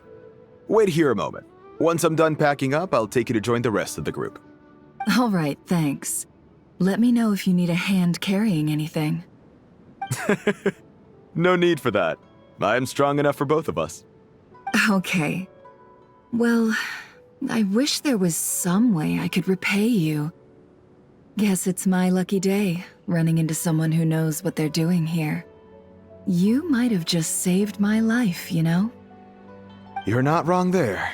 I mean, what kind of cargo is so important that it's worth risking your life to get back? I hope for your sake that it's priceless. Actually, I suppose I can tell you, since you've been such a big help. But be sure to keep it to yourself, or we could both be in big trouble. Oh, really? Sounds mysterious. We're in the antiques business. You understand? Some of our goods aren't acquired through the most legitimate means. We have to be very discreet when we're selling them. That's why I had to go looking for the missing cargo alone. No wonder. Well, ma'am, in that case, it turns out that maybe there is something you could do for me. I'm all ears. But to be clear, our commission isn't cheap. Think carefully before you ask. We don't want to ruin our relationship before we even hit the road. I'm sure that won't be a problem. My issue is, I have something that's a little difficult to sell on as well. Take a look at this.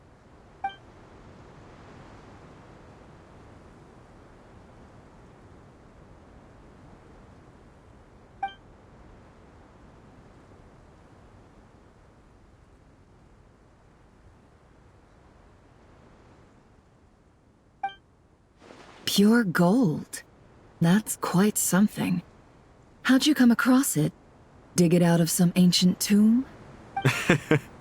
If you look hard enough, there are many treasures to be found in the mausoleum of King Deshret. It has no distinct Snezhnayan markings. That'll be why he's going with that story. And he clearly doesn't want to arouse suspicion, so he's on the lookout for an opportunity to make a quiet trade. Surely you have an existing business partner. Won't they take it off your hands? I hope I won't be attracting the wrath of my competitors by helping you sell this. The shop I used to work with is having cash flow issues at the moment after losing some money. I'm under enough pressure as it is without having to deal with them. On the off chance anything went wrong, I'd never get my money back. I understand. Gold is the last thing that traders with cash flow problems want to see. Well, in that case, I think we can work something out. As it happens, I'm just about done packing.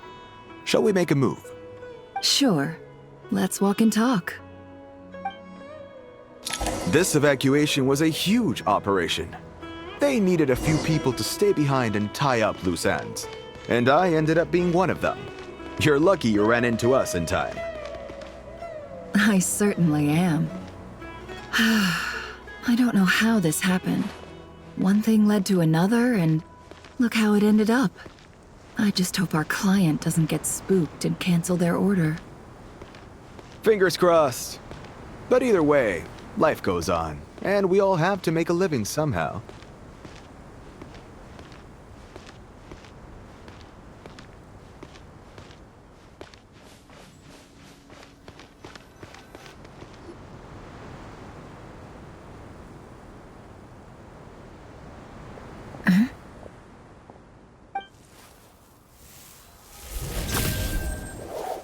Hands where I can see them. General Mahamatra! No, wait! What are you doing?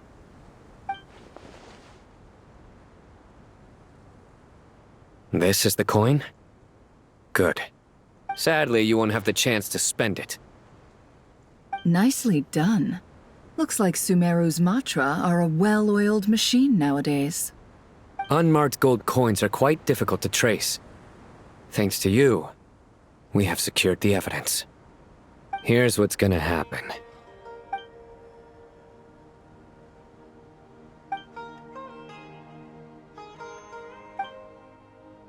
Southeast from here, leeward side of the hill.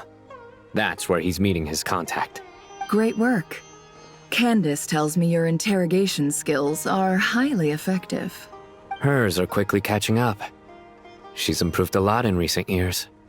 Looks like it's over to you for the next step. Because I'm quickest on my feet? Because you know how to trail a target. Plus, it'll be easier to monitor their activity from the air. Fine. I'll be quick. One more thing. The Traveler just brought a message from the Dendro Archon. Once you're done with this, we're to meet up at the mausoleum of King Deshret. Got it. Will do. Are you sure you'll be okay on your own? Gee, I don't know. Maybe you should come with me. Okay. Then Paimon's coming with you. Really? You do know this is a stealth operation, right?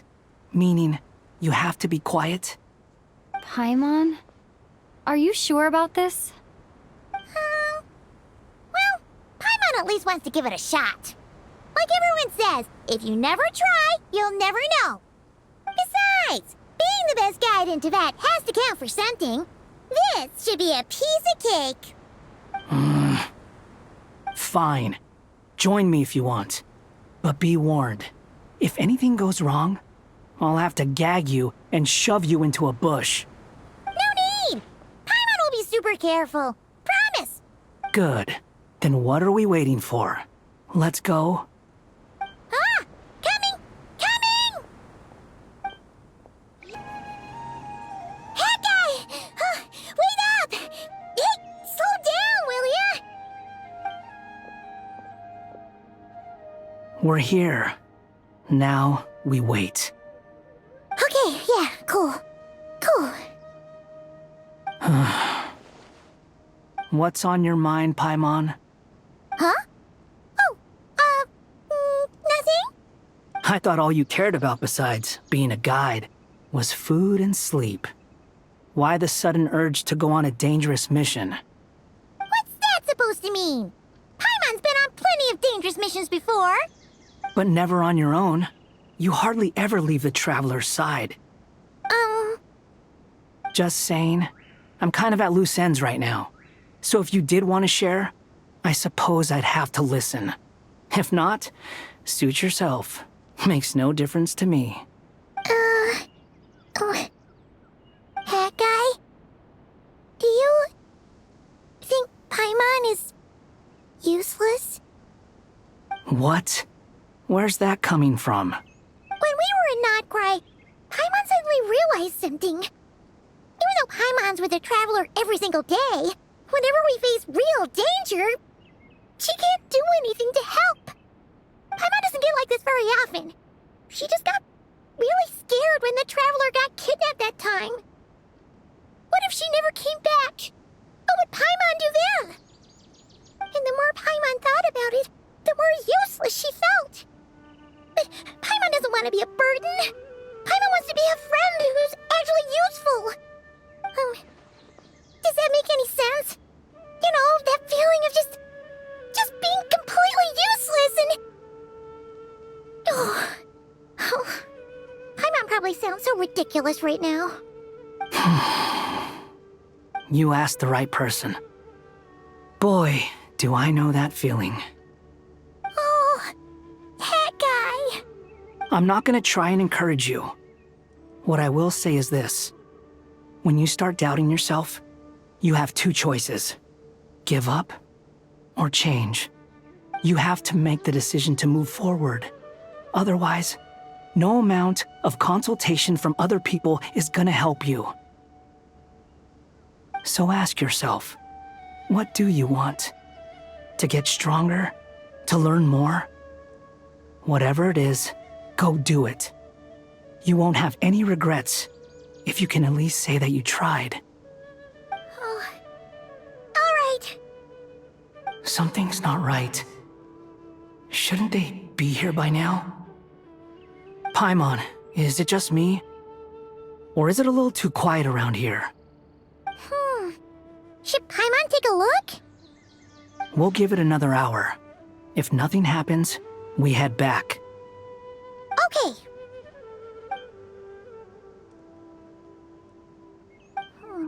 How strange.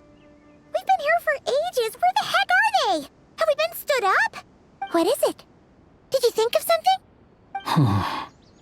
Something feels off about this whole situation, but I can't quite explain why.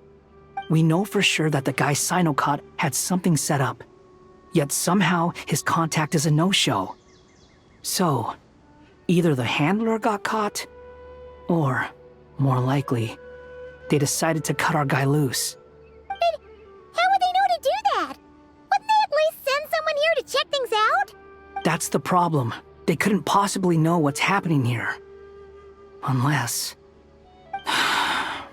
This feels all too familiar. Come on, let's head back.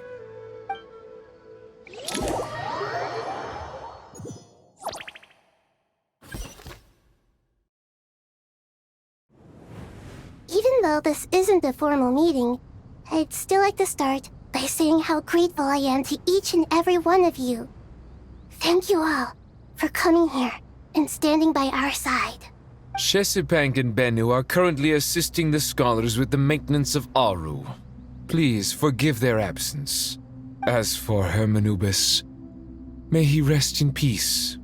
We remember him with great fondness. There have been times when I imagined what it might be like to meet you all. Now that it's really happening, I feel quite emotional. Time has taken many things away, but that which remains is all the more resilient. I must say, there is one thing that rather surprises me. You appear to be in good spirits, Lesser Lord Kusadali. But even so, I can sense that the life force given to you by the Dendral Dragon has far from fully resolved the problem of your vitality. Oh no! So even a Pep's power didn't work? Don't worry, Paimon. It worked very well indeed. The issue is how closely I am tied to Irminsul. Until the problem with it is resolved, there is no way I can fully recover. Sumeru has undergone tremendous changes during your absence. When gods pass away, inevitably, people's faith in them grows weaker. You must have sensed it already. Your power is not what it once was. Regrettably, this is true. I too have grown weaker due to the effects of Irminsul. Right now, we're all in quite a sorry state. Then what do you suggest? We take all the help we can get. Sumeru is our shared home. You and I, gods and humans alike. We must unite all our strength in this moment. Though Al-Ahmar is no longer with us, the alliance between the three gods remains in force. Regardless, as subjects of our king, we have a responsibility to support Sumeru through this catastrophe. Not to mention that it was the people of Sumeru who released us from this prison of Aru. Times have changed, and the people of today possess greater wisdom than those of the past. You really know how to give a rousing speech, Goti. Now then, let us learn more about your plan. The brightest minds of the Sumeru Academia are busy opening and renovating Aru. They claim it has something to do with Irminsul? Correct. Irminsul has existed in Teyvat since the very beginning. But during the Age of the Dragons, it did not possess the significance it holds today. After the heavenly principles arrived, the power of the Light Realm was divided into elemental energy, and Irminsul was refashioned as a device that records and preserves all information. Since then, everything in this world has been inextricably linked to it. As the Dendro Archon, I have a duty to protect Irminsul. To Sumeru, it is both a national treasure and undeniably a major threat. Teyvat has seen many upheavals in the last few years. The most recent of these was a major crisis in Nod-Krai, which forced Sumeru to be even more vigilant than usual. I made sure to monitor all the pathways through which an outsider could potentially transmit themselves into Irminsul. But despite my efforts, a major problem still arose within. I still believe that someone has actively invaded Irminsul. But rather than taking any of the pathways I referred to, the intruder chose instead to utilize the most direct route, and the only one that cannot be protected against, by entering Irminsul through death. I see what you mean. You cannot simply stop all deceased souls from returning to the ley lines because of a potential invasion that could occur at any time. That's right. As important as it is to guard against external threats, I couldn't allow myself to stop the souls of the departed from finding peace.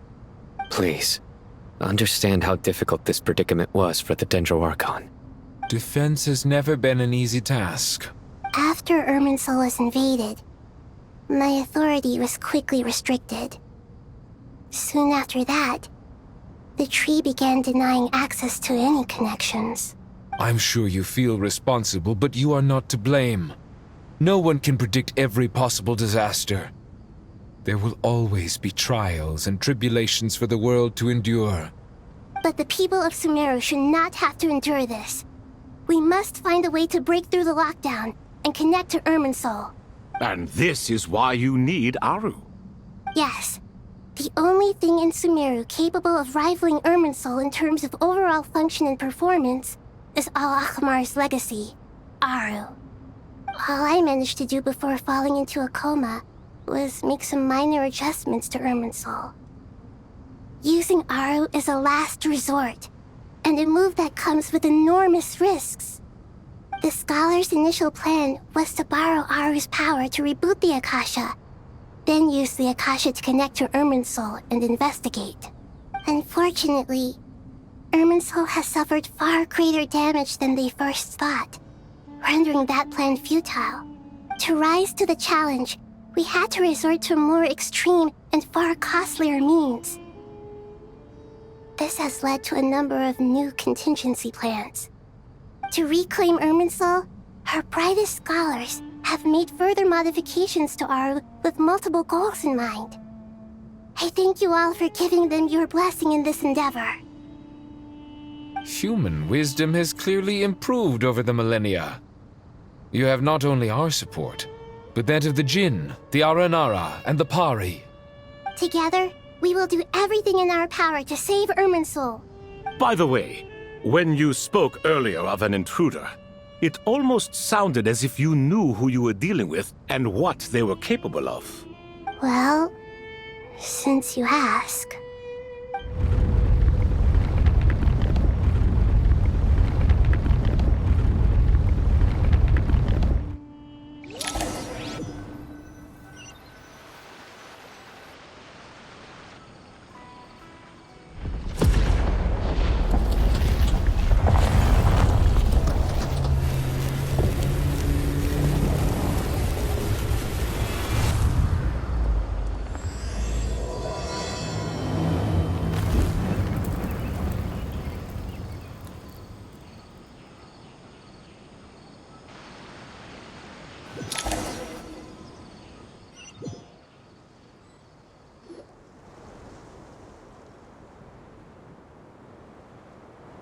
Master Tainari! What is that? Is this Irminsul? How did this happen? What's going on inside? Luckily, we managed to evacuate everyone. What in the world was that? That was terrifying! Oh my. I understand now, Dendro Archon. You make yourself quite clear indeed. Not once over the millennia has Irminsul been so terribly afflicted as this. Please continue, Dendro Archon. Irminsul's root system is what comprises the ley lines. In the past, it has always been hidden away, going unseen by the general populace. But now, an evil intruder is making it reveal itself. It has become a tree of unbridled greed. A clear sign that a deranged experiment has advanced to a new stage. Blasphemy. From where I stand, an experiment in the name of blasphemy sounds rather improper. But if we are to honor Dottores' will, this is what we must do. The birth of this tree proves to me beyond doubt that this incident is connected to him. But to explain the situation in full, there is someone I need to tell you about.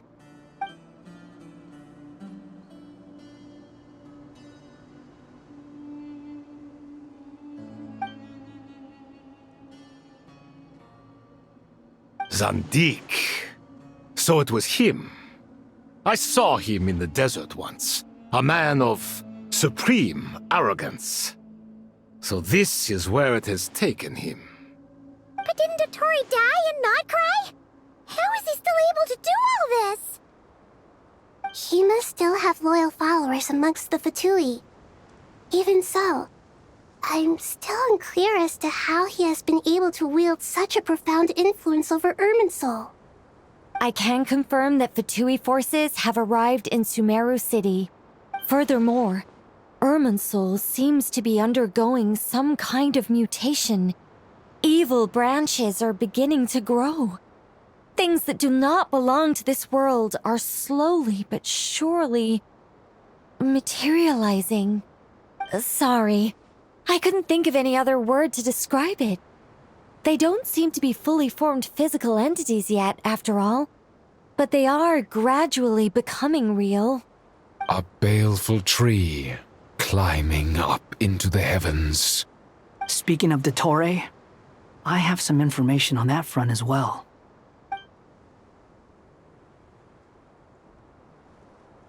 I didn't think it was wise to state this out in the open.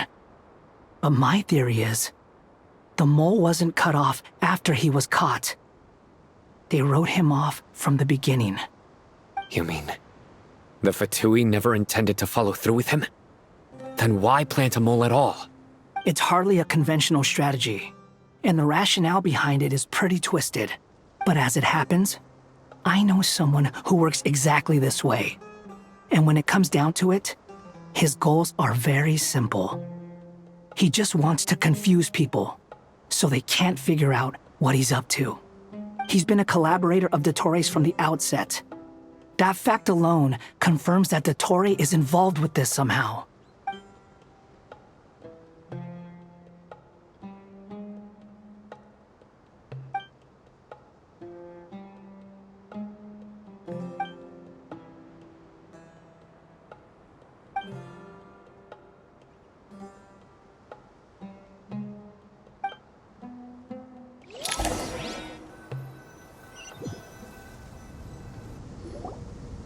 There is still much to be done. Everyone, please remember our core strategy. As per the discussions, the following groups must act immediately. Mr. Al-Haytham and Mr. Kave, the next phase of the Aru renovation project must begin right away. Godspeed to you both. We'll give it everything we've got. The plan looks feasible, but the implementation will require certain resources. General Mahamatra Sino and his team will help to procure the materials required for modifying the terminal. No problem. I've already spoken with Sethos and Hat Guy, and they've agreed to assist me. This kind of thing is best left to the fleet-footed, right? Hat Guy? If it's efficiency you're after, we're the right people for the job. Following up on the elemental energy amplifier we discussed, Ms. Dory, I assume you're the one most familiar with the status of this project. Aside from the Dendro Archon, of course. Yep, that's right. Leave it to Lord Sangama Bay. Got it. Well, I'd like Madame Farazan, Kale, and Nicole to support Dory on the technical side. You can count on us. Will do. Rest assured, I'll take good care of Kale.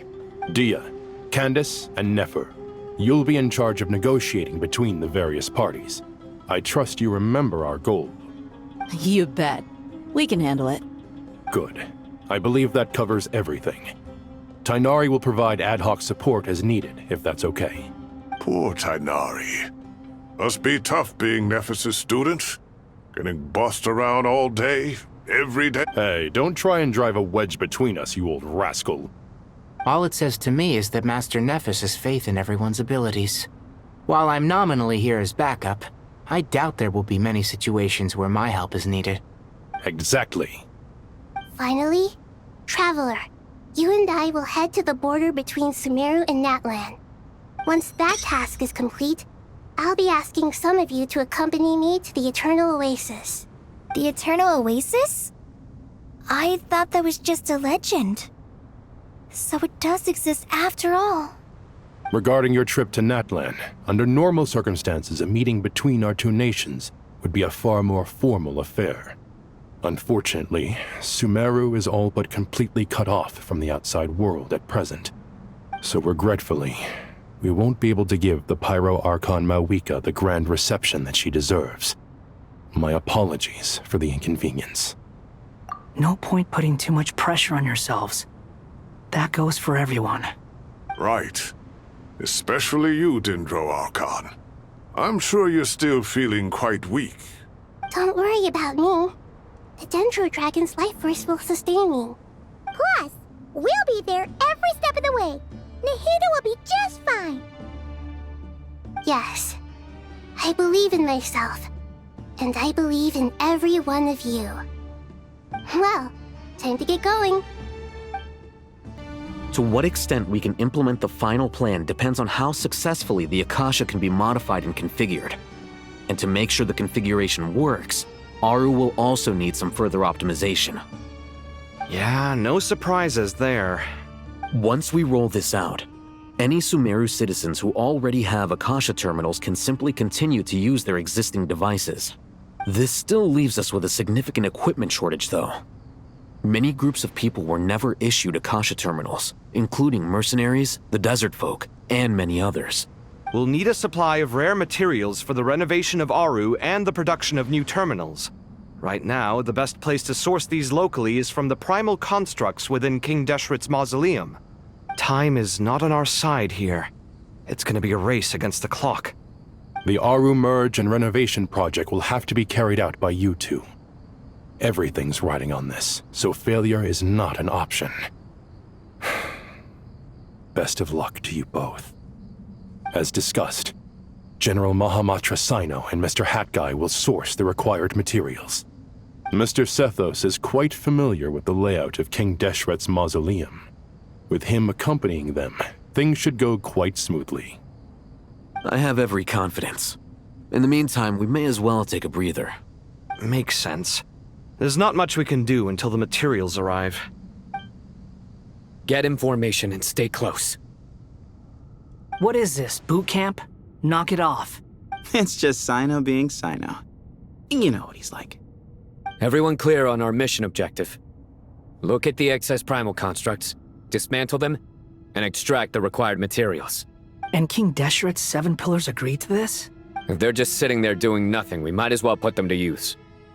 Thoth's words, not mine. How many do we need again? Enough to make an Akasha terminal for everyone who doesn't own one. I remember you telling me how revolutionary these Akasha terminals were. You've used one before, right? The Academia declared the Akasha to be the most powerful and comprehensive wisdom dissemination system in history. That should give you an idea of how powerful it is. Certainly sounds impressive. Neither Hat Guy nor I have ever had an Akasha terminal.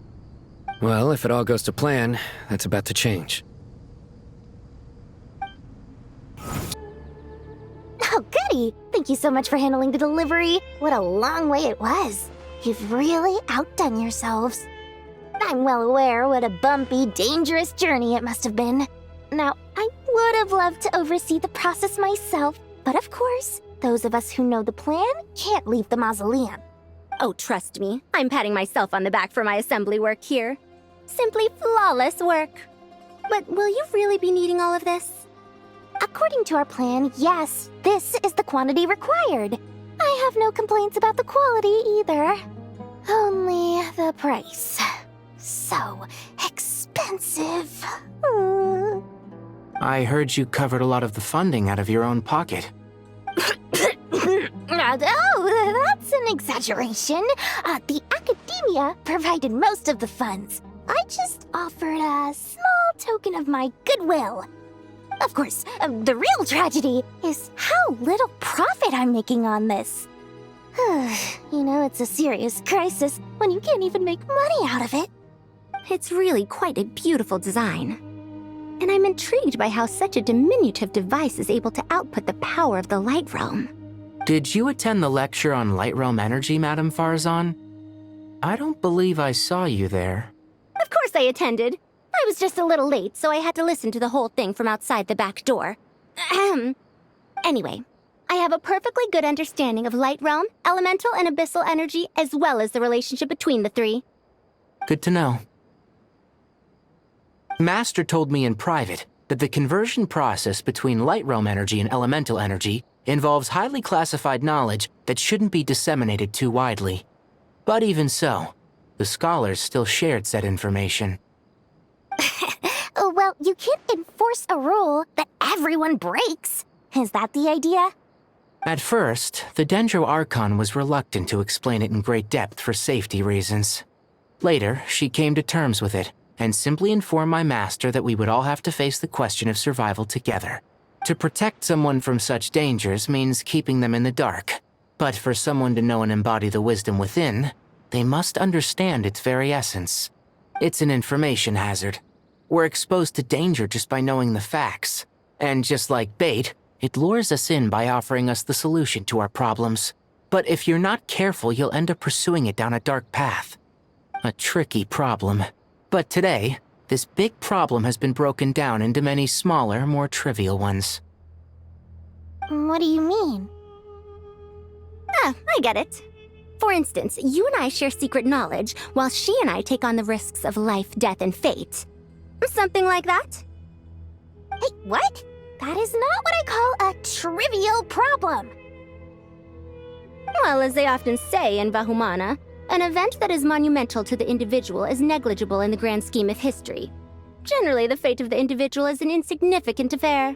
Being from Amorta, where the subject of our research tends to be a lot more personal, I have to disagree. It's hard to dismiss the individual as insignificant. In other words, the big problem of survival has been broken down into many small, interconnected factors, and each one of us represents one of those factors. When the same secret is shared with a group of people, the same fate binds them together. Most people would find this unimaginable, but to us scholars, this is the path that has always beckoned to us. Sharing knowledge is a good way to fight against fate. I will always believe in that. All right, I think that's everything. Thanks a lot. But don't go anywhere just yet. I'll still be needing you to calibrate the equipment. Okay, the materials are ready. We can proceed with the next phase. Alhaitham, how are you getting along? Most of the information in Aru is written in ancient desert scripts. Some of this is written in a tribal language, while other parts seem to be a variant of an Oasis script, based on the glyph forms. Oh. Not lost to history, I hope. Some are. All we can do is infer the meaning based on the rules of related languages. Although, this section actually fills in some of the missing historical record. I'm transcribing it so we can bring it back to the academia. After Aru started up, 2 more lines of text appeared here. Can you read them? Humans may not read what is written by the gods, except by not reading. Victory should not be easy to attain, for it symbolizes divine wisdom. Knowledge must not waver, for it has external borders. Is this a clue to solving a puzzle? Or is it being symbolic? You can't read it unless you don't read it. Victory is wisdom. Knowledge is confined by borders. Wait, I think I've got it. It's a metaphor, isn't it? It's talking about... a chessboard.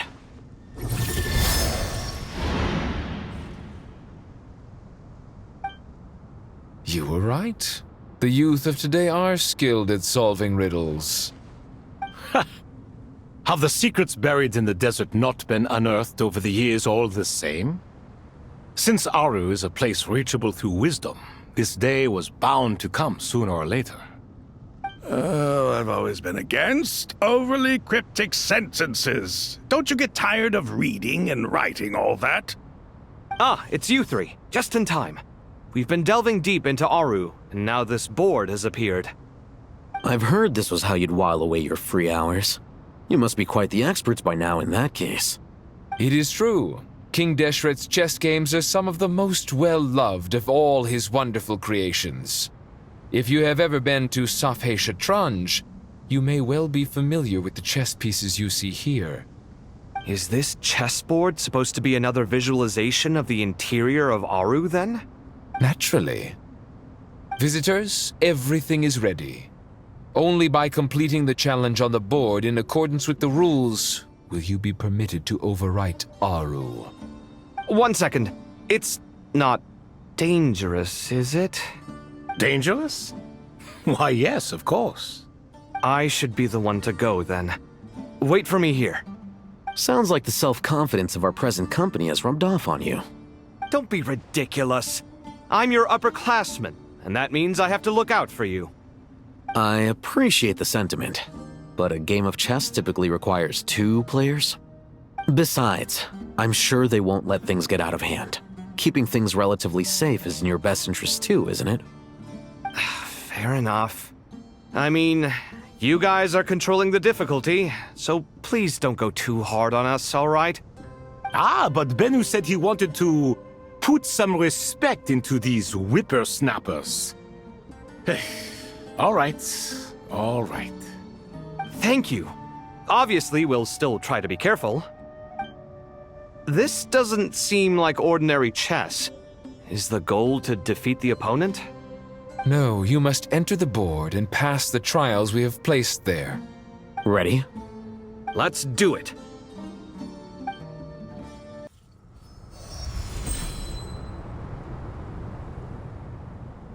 Done. Finally. It's over. But seriously, that was incredible. Standing on the chessboard felt completely different from standing on solid ground. And also... Oh, sorry. I'll save my thoughts for later. Thanks to the three of you for helping us out with this. Is it just me, or were you giving us quite a lot of guidance along the way? We made but a humble contribution.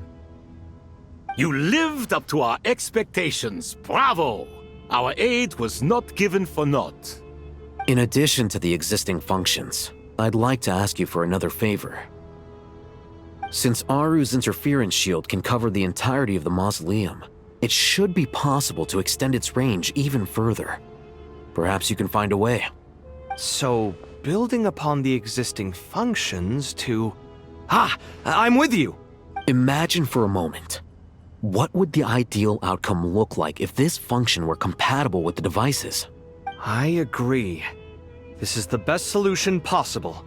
Please, everyone, we beg you to help us. Me, oh my! Well, since you ask so very nicely, I suppose... Goti? Kroko? What do you say? Naturally. There you are. Miss Nicole truly is an angel. She shows great wisdom in guiding others, and she has already sent word to Natlan on our behalf. She said that while the other members of the Hexen Circle are busy with important work, she is quite free, and she is more than willing to accompany the people of Sumeru for the entire journey. Oh, there's Nicole, all right. Always super patient and loves to help everyone out. She's the best. She is. So kind and enthusiastic.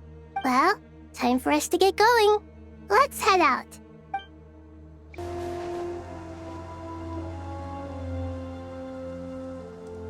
This should be one of the closest places to Natlan in all of Sumeru. There's the barrier Nicole and Nefer mentioned. It completely cuts this nation off from the others.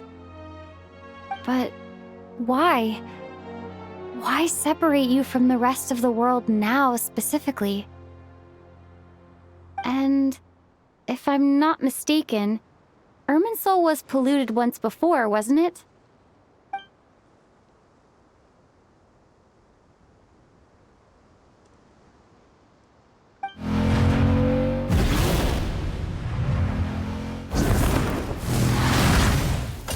Good question. I'm wondering the same thing myself. That voice. Malika, you got here pretty quickly.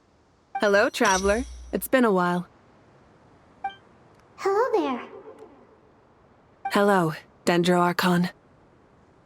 Malika, I apologize for asking you to meet at the border on such short notice. I also apologize for not being able to greet you in person. The form in which you see me now is one carried by the Traveler. The real me is inside the mausoleum of King Deshret, and I am reaching out to you with my mind from here. Irminsul has been infiltrated by the Doctor. We must be on our guard, as he can spy on information in the world from within the tree. Fortunately, there is no record of the Traveler in Irminsul, and you are still within Natlan's borders. My records will be preserved in the Night Kingdom, rather than the ley lines. As long as the Night Kingdom remains disconnected from the ley line cycle, the Doctor has no way of knowing my movements. Exactly. So by meeting each other in this way, the meeting essentially never happened. No wonder Paimon didn't come. You were concerned that her activity would be recorded by Irminsul. The Natlanese have heard about the situation in Sumeru. With the borders sealed off, merchants have been forced to stop their shipments. It's pretty serious, and you're the ones bearing the brunt of it. I'd like to address the question you raised at the beginning. I can offer a brief explanation, although it will sound rather cruel. I don't reach this conclusion gladly, but Irminsul predates the heavenly principles. It existed long ago, when the dragons of Natlan were at the height of their power. So even when the people of Sumeru became ill because of pollution, it was not a critical issue from the perspective of Irminsul itself. As long as it continues to function normally, the barrier will not be activated. But this time, the Doctor's invasion has directly affected the tree. That is what caused the barrier to deploy. The heavenly principles established a rule that when Irminsul is plunged into grave danger, a portion of power will be reserved to isolate Sumeru. That way, even if Sumeru is destroyed, the outside world at least has some time to catch its breath. We'd certainly need it. The heavenly principles created almost everything that exists in Teyvat today. To them, preserving the existence of the world and its inhabitants takes priority over protecting Sumeru. Meaning, protecting Sumeru now falls to you. Yes. My own power may be limited, especially compared to yours. But that doesn't mean that we're just gonna sit around and wait for the end. If necessary, I will utilize any and every means at my disposal. Nicole of the Hexen Circle didn't say exactly what this meeting was about. But after hearing everything you've said so far, I think I can guess where this is going. That's right. Nahida and I discussed it at length. We both know how presumptuous this is, but... You need the Pyronosis, don't you? Yes, you guessed correctly. Originally, I only intended to borrow it, but the situation is far graver than I foresaw. So instead, what I ask of you is to please give the Pyronosis to Sumeru. Why do you sound so nervous? There's no need to be shy. Surely a gnosis is pretty important to a god. I guess, but it's not as if losing it would suddenly render us powerless. But I'm sure you don't need me to tell you that. With all the nations you've traveled to, and all the gods you've met, you must have realized that by now. As far as I'm concerned, a gnosis is basically an elemental energy enhancer. But I don't usually use it. You know me. I like to think I'm pretty strong without it. Yeah. Not about to dispute that. So you see, you don't need to sweat it. Here, take the Pyronosis. Just like that? Just like that. To tell the truth, I've always toyed with the idea of giving it to someone who needs it more than I do. I know you accompanied Nahida here to try and increase the chance of success. It's a good thing you did, because your involvement is one of the main reasons you've managed to persuade me. Are you sure about this? Handing over your gnosis just because of me? I won't try to quantify it, but trust me. Handing over the gnosis to Tumaini is far from the craziest idea I could think of. Besides, even if you hadn't come here personally, I think I still would have agreed to Nahida's request. Irminsul doesn't just affect Sumeru. It impacts all of Teyvat. I know all too well how difficult it can be to protect the things you care about. So logically, morally, or however you want to cut it, helping you is the right thing to do. You don't need to tell me the specifics of your plan. Where the gnosis is involved, the tighter the secrecy, the higher your chances of success. Eureka! My heartfelt thanks go to you and the people of Natlan. Don't mention it. But now for the hard part. How do I actually give it to you? The Irminsul barrier is right in the way. I have an idea.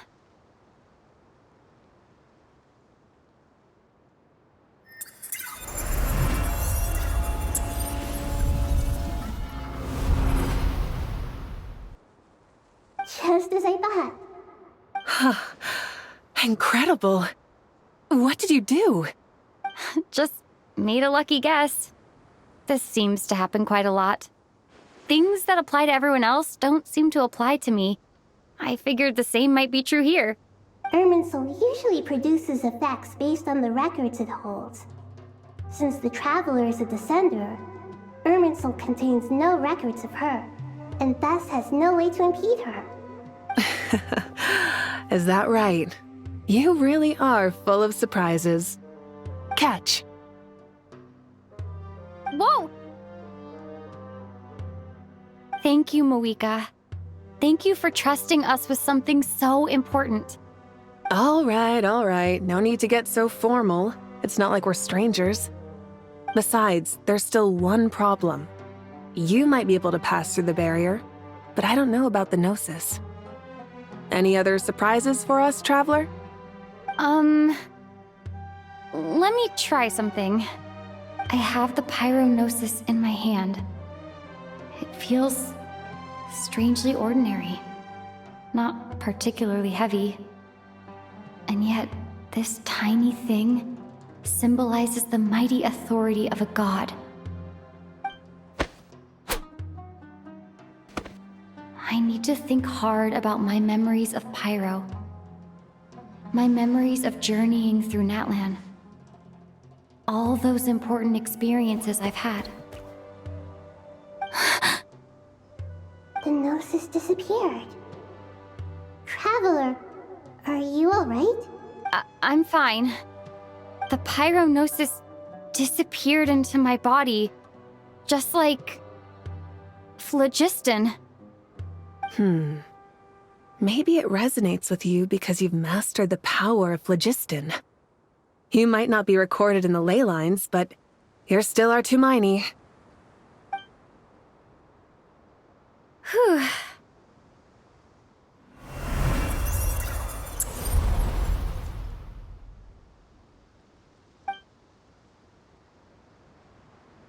Please allow me to express my gratitude once again, Moika. Pleasure. Well, I've given you all the help I can. The rest is up to you. Good luck. We won't let you down. Yeah, we aren't about to lose. Traveler, Paimon, how are you feeling? Paimon's a teensy bit nervous, but only a teeny tiny bit. Seems like she's gotten way braver over the last few years, huh? Of course. After all the adventures you've had with the Traveler, I'm sure you've gained a lot of experience and grown as a person. I'm doing all right. What about you, Nahida? How are you holding up? With the negative effects of Irminsul, I'm a bit like a piece of fruit that's been burrowed into by hungry insects and left to rot. I'd be lying if I said it was nothing. But please don't worry. We all know what we're getting into, and we've prepared as well as we can. I believe in everyone. I believe in you. And I believe in myself.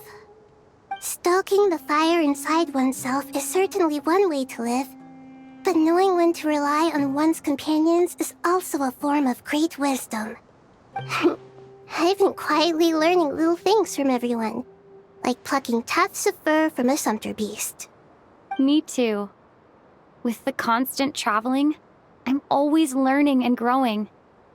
That's the journey of life. I think there's someone else here who would share that sentiment. Don't worry about what I think. I was just passing by and happened to overhear your conversation. What are you talking about, Hat Guy? This is the top floor. No one passes by the top floor. Says who? You can fly just like I can. I would have thought it makes sense to you of all people. I don't know why, but I feel a little more relaxed now. It shows that you feel comfortable laying down your burdens in our presence. It means that Sumeru is a place you can trust, where you know we have your back. And we feel exactly the same way around you. That's what it means to be friends.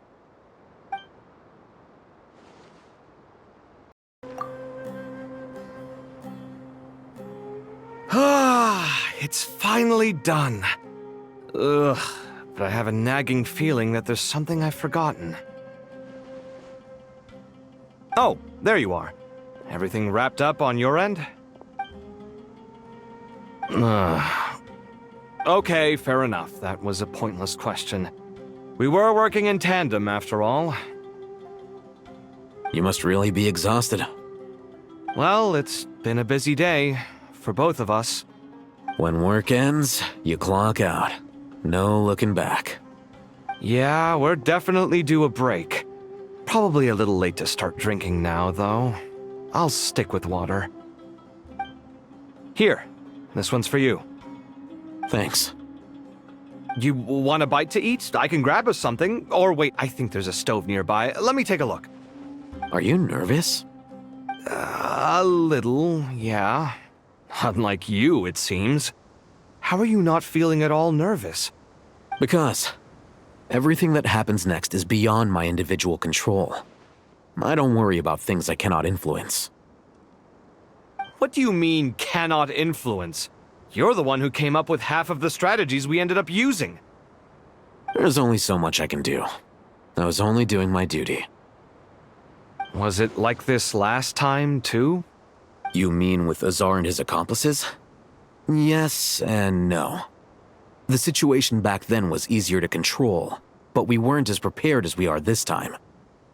So the enemy is stronger, but so are we. I still vividly remember the way you interrogated me in the library after the fact. Where were you when Sumeru needed you most? If your memory is so vivid, you might also recall that it was you who came looking for an argument. You're often the one who initiates these things, you know.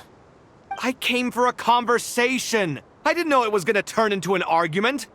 Anyway, at least I showed up this time. So, what do you think?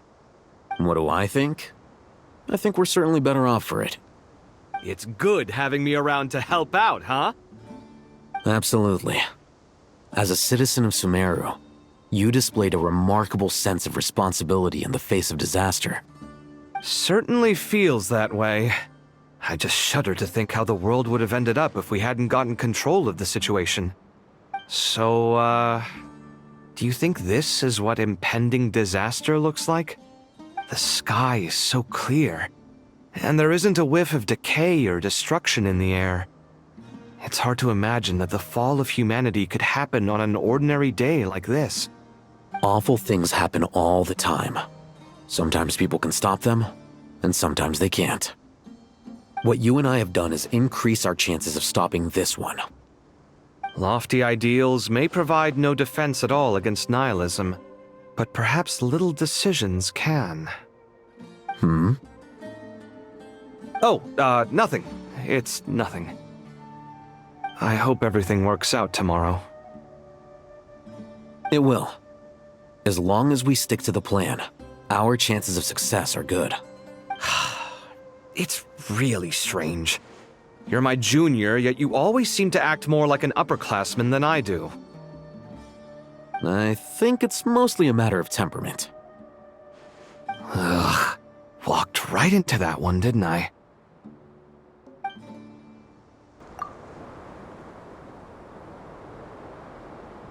Too bad we've got a fight tomorrow.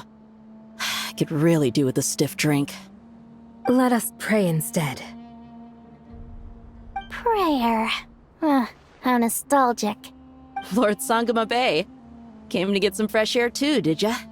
That's right. Actually, I was hoping I might run into you, Dia. I wanted to let you know that I've stocked up on that perfume you said you were so fond of. No, really? I'll take 2. Any chance of a friends and family discount? I knew you'd ask that. And I'm afraid to say that. Surprise! It's free of charge. That's very generous of you, Lord Sangama Bay. Does this mean you've made a fortune in Nod-Krai? Nope. Turns out, it's not that easy to turn a profit there. I even ran some assorted losses. But anyway, that has nothing to do with why I wanted to give you and Dia a small gift. Remember that merchant caravan you two rescued in the desert last month? That was transporting my goods! No way! I had no idea that was your shipment. Explains the, eclectic mix of goods, though. Lord Sangama Bay's investment in the desert and generous stockpiling of goods has helped many people over the years. The shelters you funded especially have made life a little easier for the children and the elderly. Wait, how did you know about that? Oh, I see. Nefer told you, didn't she? Ugh, that pesky lady. Aren't intel brokers at least supposed to charge for divulging people's secrets? She and Candace go way back. It's normal for close friends to share things you wouldn't tell to everyone else. Sure, but why did they have to be things about me? That's how Nefer shows that she cares. She wishes for all of us to know what a generous person you truly are. It must be hard trying to make a living far away from home. Just because we can tell what kind of person you are doesn't mean everyone else can. Well, maybe her intentions were partly good, but I don't think that's the full story. I'm sure she enjoyed knowing how much it would annoy me. I'm telling you, Nefer's got a mean streak. Definitely with you on that. Does praying help you stay calm? Defending one's home is a just cause. My heart is filled with a mix of anger and hope. Anger. You know, being able to get angry is a good thing. It shows that you're in touch with the real world, and that you have the passion to pursue something you believe in. Oh, my lady? What are you doing out here? Just taking a walk to clear my head. And look where I ended up. Were you praying just now? Yes, Miss Dunyarzad. Would you like to join us? Come on, it's fine. She won't mind who you pray to. Oh, then sure. I remember you, Miss Dunyarzad. You visited my shop before. If I recall correctly, the god you worship is the Dendro-Archon, correct? That's right. She is such a gentle and kind god. But to me, she is more than just a god I worship. I see her more as a friend. And so do many others. She's not some almighty god who reigns on high, but a genuine friend. Agreed. She's a wise teacher and a good friend. I spoke with several people during the evacuation. Everyone's aware that tomorrow's battle is one that ordinary people can join too. A battle to fight for our friends and our homeland. Oh, it makes me glad. I can finally do something for those who protected me. You've grown so much since we first met. Oh, a compliment? Ooh, more please. Thank you. My lady, you've always been a remarkably strong and ambitious person. It's indisputable. And that's not just a compliment. It's a statement of fact. What are you praying for? Our beliefs may not be entirely the same, but we both wish for the same thing. I pray that everyone will rise to the challenges ahead and return safe and sound. I pray for the safe return of all my companions.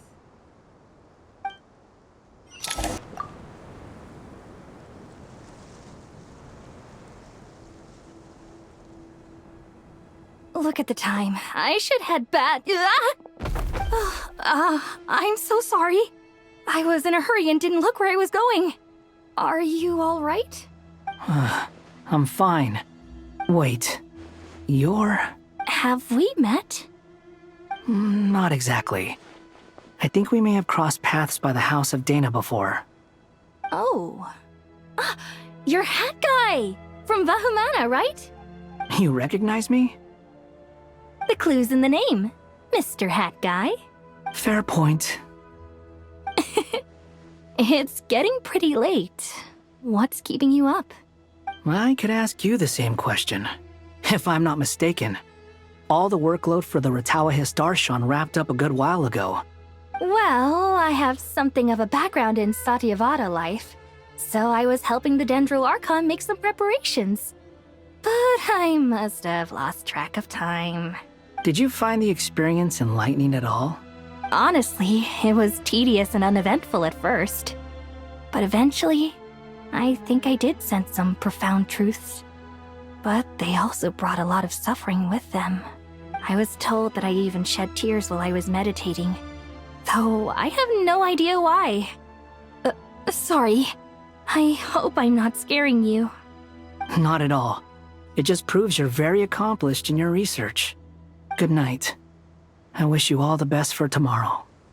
Thank you, sir.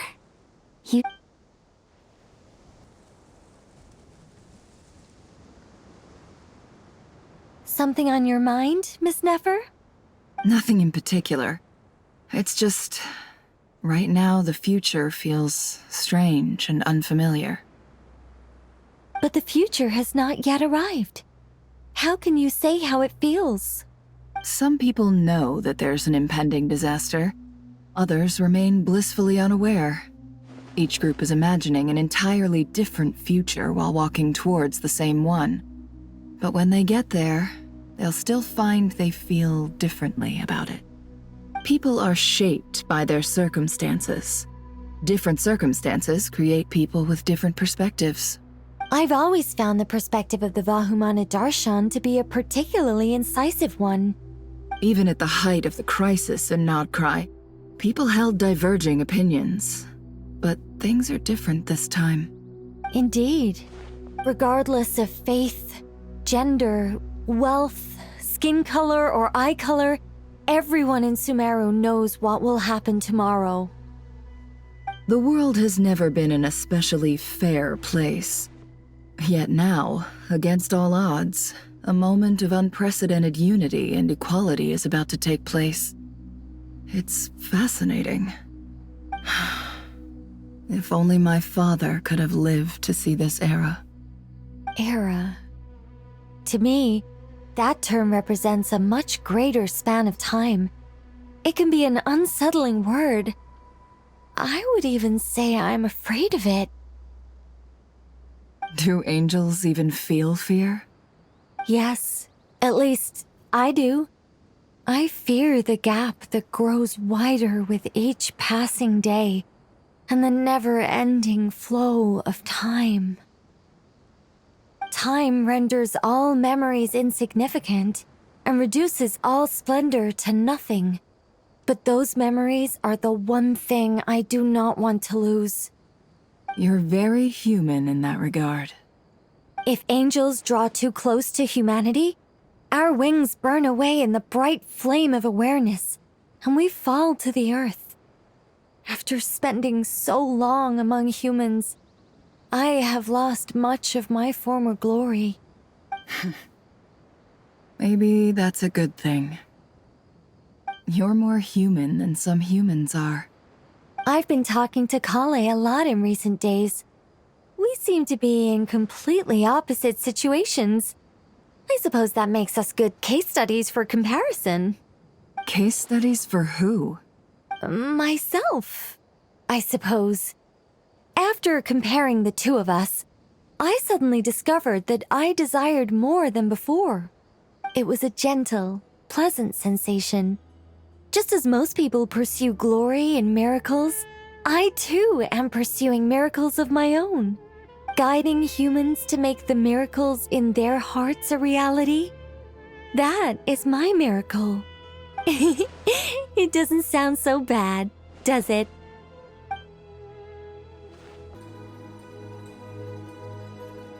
We'll make our move after sunrise tomorrow. Good. Is everything ready? As much as possible. That'll be enough. Don't let the pressure get to you. We'll take things one step at a time. That's how we've always done it. Master Tainari! Mr. Sino! So this is where you were. I brought some juice and some water. Would you like some? I know how easily you get dehydrated in the desert, so you should definitely have some water. In which case, I'll have the juice. I gotta ask, though. Who's on juice-making duty at a time like this? Madame Farazan said she was feeling a little nervous, so I told her about the automatic juicer my friend invented. She took it right off me and started making carton after carton of juice. A juicer? Did Sucrose send that to you? Yeah, I hadn't had the chance to try it out before this incident occurred, but I couldn't bear to leave it behind in Gandharvaville. The juice is very sweet. I think so too. Kale, how are you feeling? Physically, I'm okay, but it just still feels strange to me. Why would a great power like this come to someone like me? I know the feeling well. That same question ran through my mind every day as a kid. At least now, you have someone who can relate to you. All the more reason that you should apply for Spontamod. Tighnari fiercely opposes the idea, though. Those two things are completely unrelated. What are we all chatting about, Would anyone like any juice? Oh, you have some already. I had some earlier, ma'am. Maybe give the extra to someone else? Very well, very well. I shall be off then. There's this enormous power, and then there's little old you. You feel like there's no connection between the two. And that sense of dissonance is difficult to get used to. Yeah. But after all this time, I can't believe this stuff still gets to me sometimes. Makes me feel a little childish. Kale, just because we normally keep the conversation light doesn't mean we can't discuss deeper issues. I don't think it's childish at all. You were the victim of a terrible crime. It's normal to struggle with the fallout from it. You have absolutely nothing to be ashamed of. My professor once told me that no incident can be considered truly resolved until the victim says it's over. Your rage and your pain are completely justified. Thanks. Miss Nicole said that the same god remains which were once used to inflict so much pain upon me have now become a weapon with which I can protect everyone. It's like my own personal kind of evolution. Every innocent person who's been hurt needs time to realize that it wasn't their fault. I was the same, but it's all about to be over.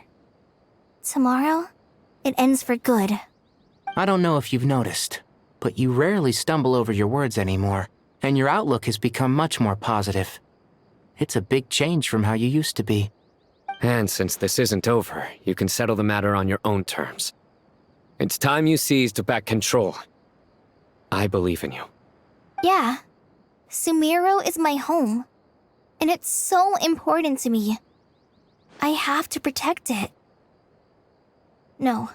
I will protect it. And once you're done, how about you come back and apply for Spontamod? Stop it with the sales pitch, would you? Hey, excuse me. There are still 3 unclaimed cups of juice here. Why don't you take one each? Ugh, my arms are getting sore from carrying them around everywhere. Madame Farazan, why are you... Here, let me take them off your hands. Thank you, Madame Farazan. Drink up and enjoy my handiwork. I think I'm going to make something else now instead. Please, try to relax, Madame Farazan. Your nerves are starting to get the better of you. I know, I know.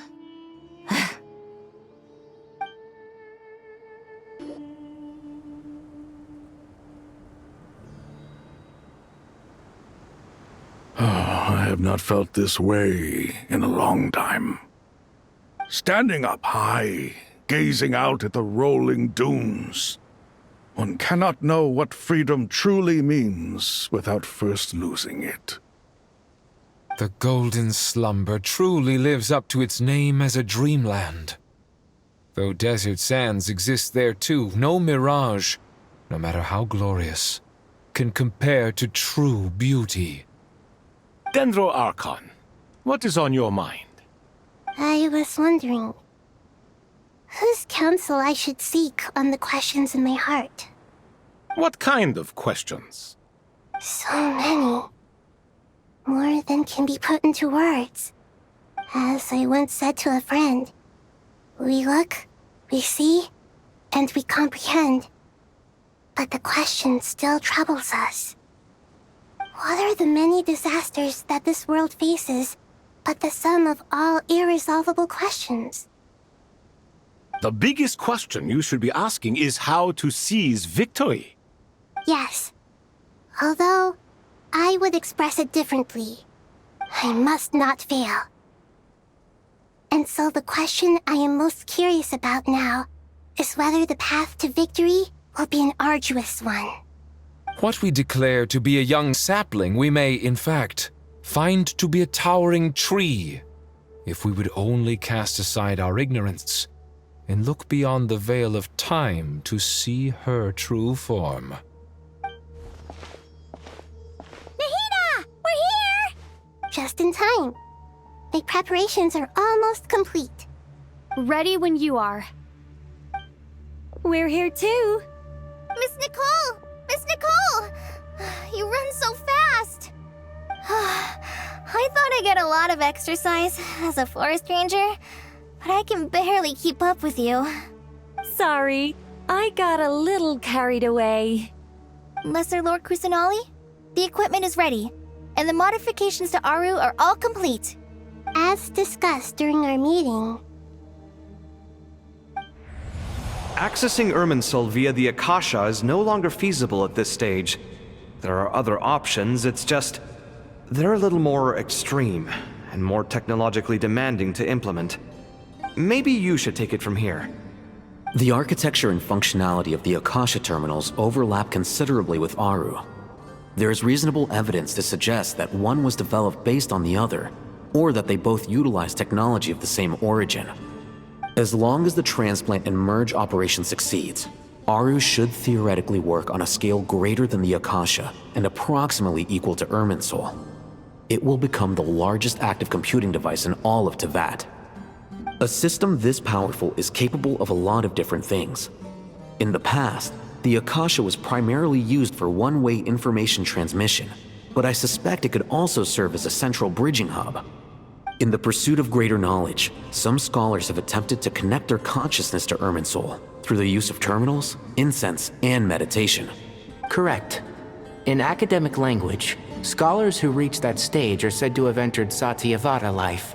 Hypatia has performed this practice many times in the past, and she was once under my care for a period of time. Right. And this at least proves that there is a zone within Irminsul that can be connected to. that's right. Providing wisdom to the people is one of the very reasons for Irminsul's existence. I think I understand where you're going. Please, continue. In that case, I'll skip to the conclusion then. We need to further modify Aru, merge it with the Akasha, manufacture terminals, and distribute them to every single person we can reach. Every person? Even the desert folk? Yes, everyone. I've already calculated the amount of raw materials we need. So you mean we're going to get new Akasha terminals? Yes, but this time the people of Sumeru won't be using them to acquire knowledge, just to connect to Irminsul. That's the key. When we evacuated the city, we brought all the important assets from the House of Dana, in case we ended up needing them. Fortunately, this included the Akasha system's main terminal. We've checked all the relevant records, and one thing is certain. Nothing like this has ever been done on this scale before, so... Everyone in Sumeru is part of the plan. Whoever controls the people controls the situation. Since this function of Irminsul was introduced, it has only ever been made available to scholars, who don't constitute a particularly large group of people. But by expanding the scale to include all the people of Sumeru, all the individual connections will stack up to create a significant load on the system. Under normal circumstances, Irminsul would be able to cope with the additional load. But with it already being under strain from other activities, its remaining capacity is limited. Thus, it might be possible to shut it down completely by overloading it.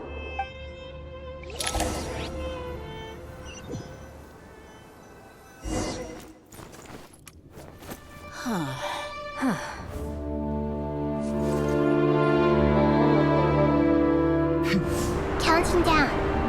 3, 2, 1. Are you ready? Ready!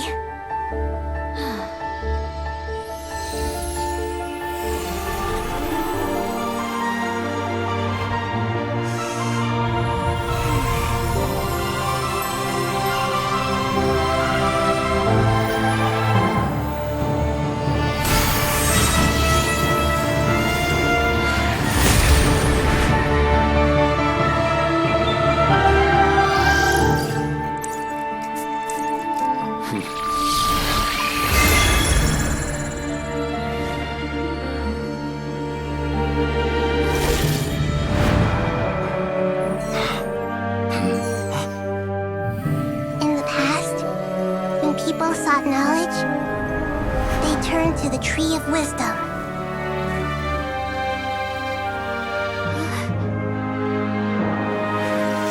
Today, we use it to save Sumeru and the whole world. These boughs that nurtured learning must not become tools for destroying the world.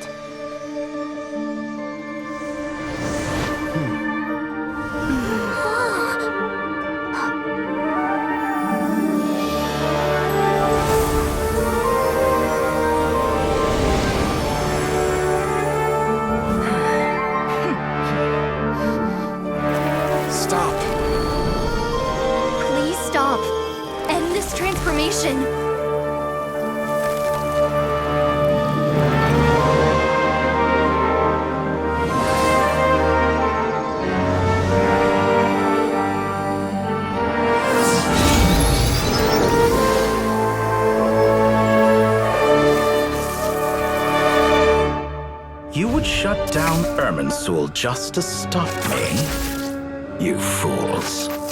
I have all the time in the world.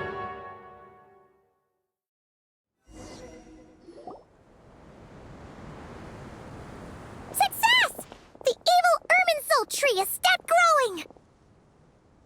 Great!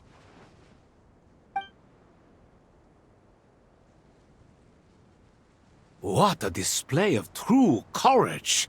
The courage to think and the courage to act! I never thought I would witness the shutdown of Irminsul with my own eyes. Perhaps this is human wisdom in action? Indeed, only humans could do such a thing. Gods are few and far between.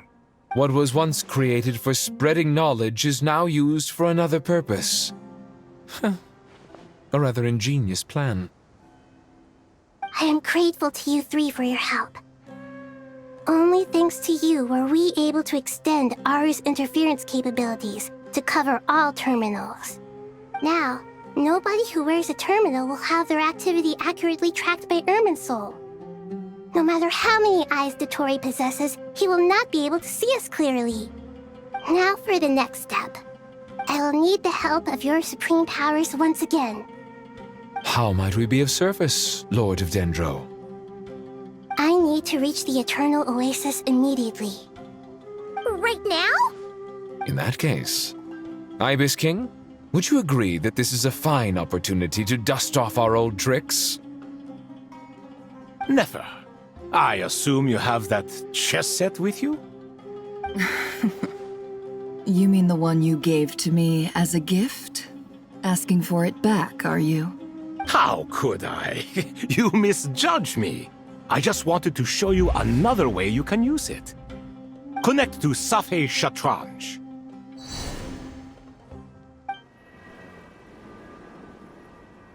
Safei Shatranj?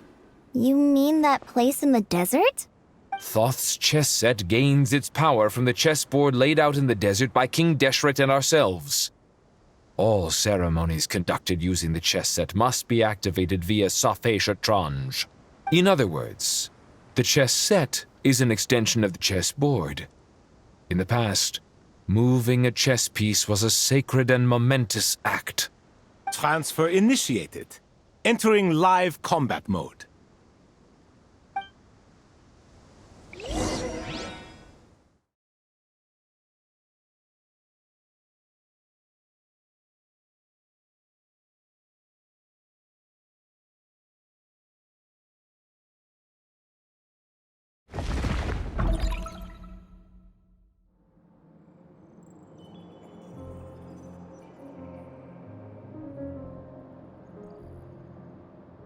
We haven't heard a single word from our spy in the desert. I'm afraid he might have been captured. Never mind. But we spent years turning him. And a lot of Mora. Nothing comes for free in this world, but the loss is not without its purpose. For a small price, we have wasted a precious amount of the limited time they have. Quite a bargain, if you ask me.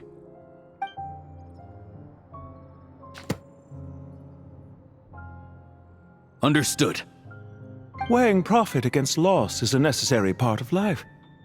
But to tell the truth, I have been operating at a loss since this all began. Since many centuries ago, in fact. For instance, why would a banker act as the executor of a will? If you hadn't deposited your personal belongings at Northland Bank, I would have no reason to be here right now.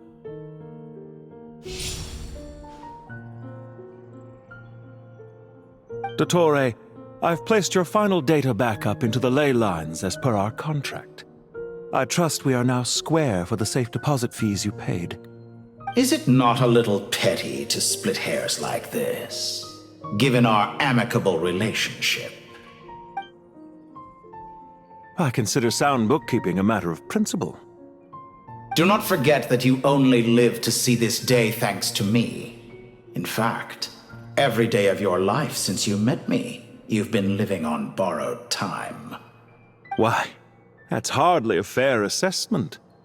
I will concede that my survival was perhaps at your whim, but I became a harbinger on my own merits. Managing money is not like other professions. Mine is not a role I could have acquired based on your recommendation alone, and certainly not one I could have lasted so long in without genuine ability. The information stored in the ley lines is quite comprehensive. Rest assured, I have not forgotten how strong your pride is. Well, I presume you have no sense of fragmentation while talking with me. How could anything possibly go wrong with such strict measures in place? The remainder of your soul was split in two, with one half sent to Nod-Krai and the other stored in the most secure vault of the Northland Bank. Though I must say, your disdain for the other segments is quite amusing. Zandik is you, and you are Zandik.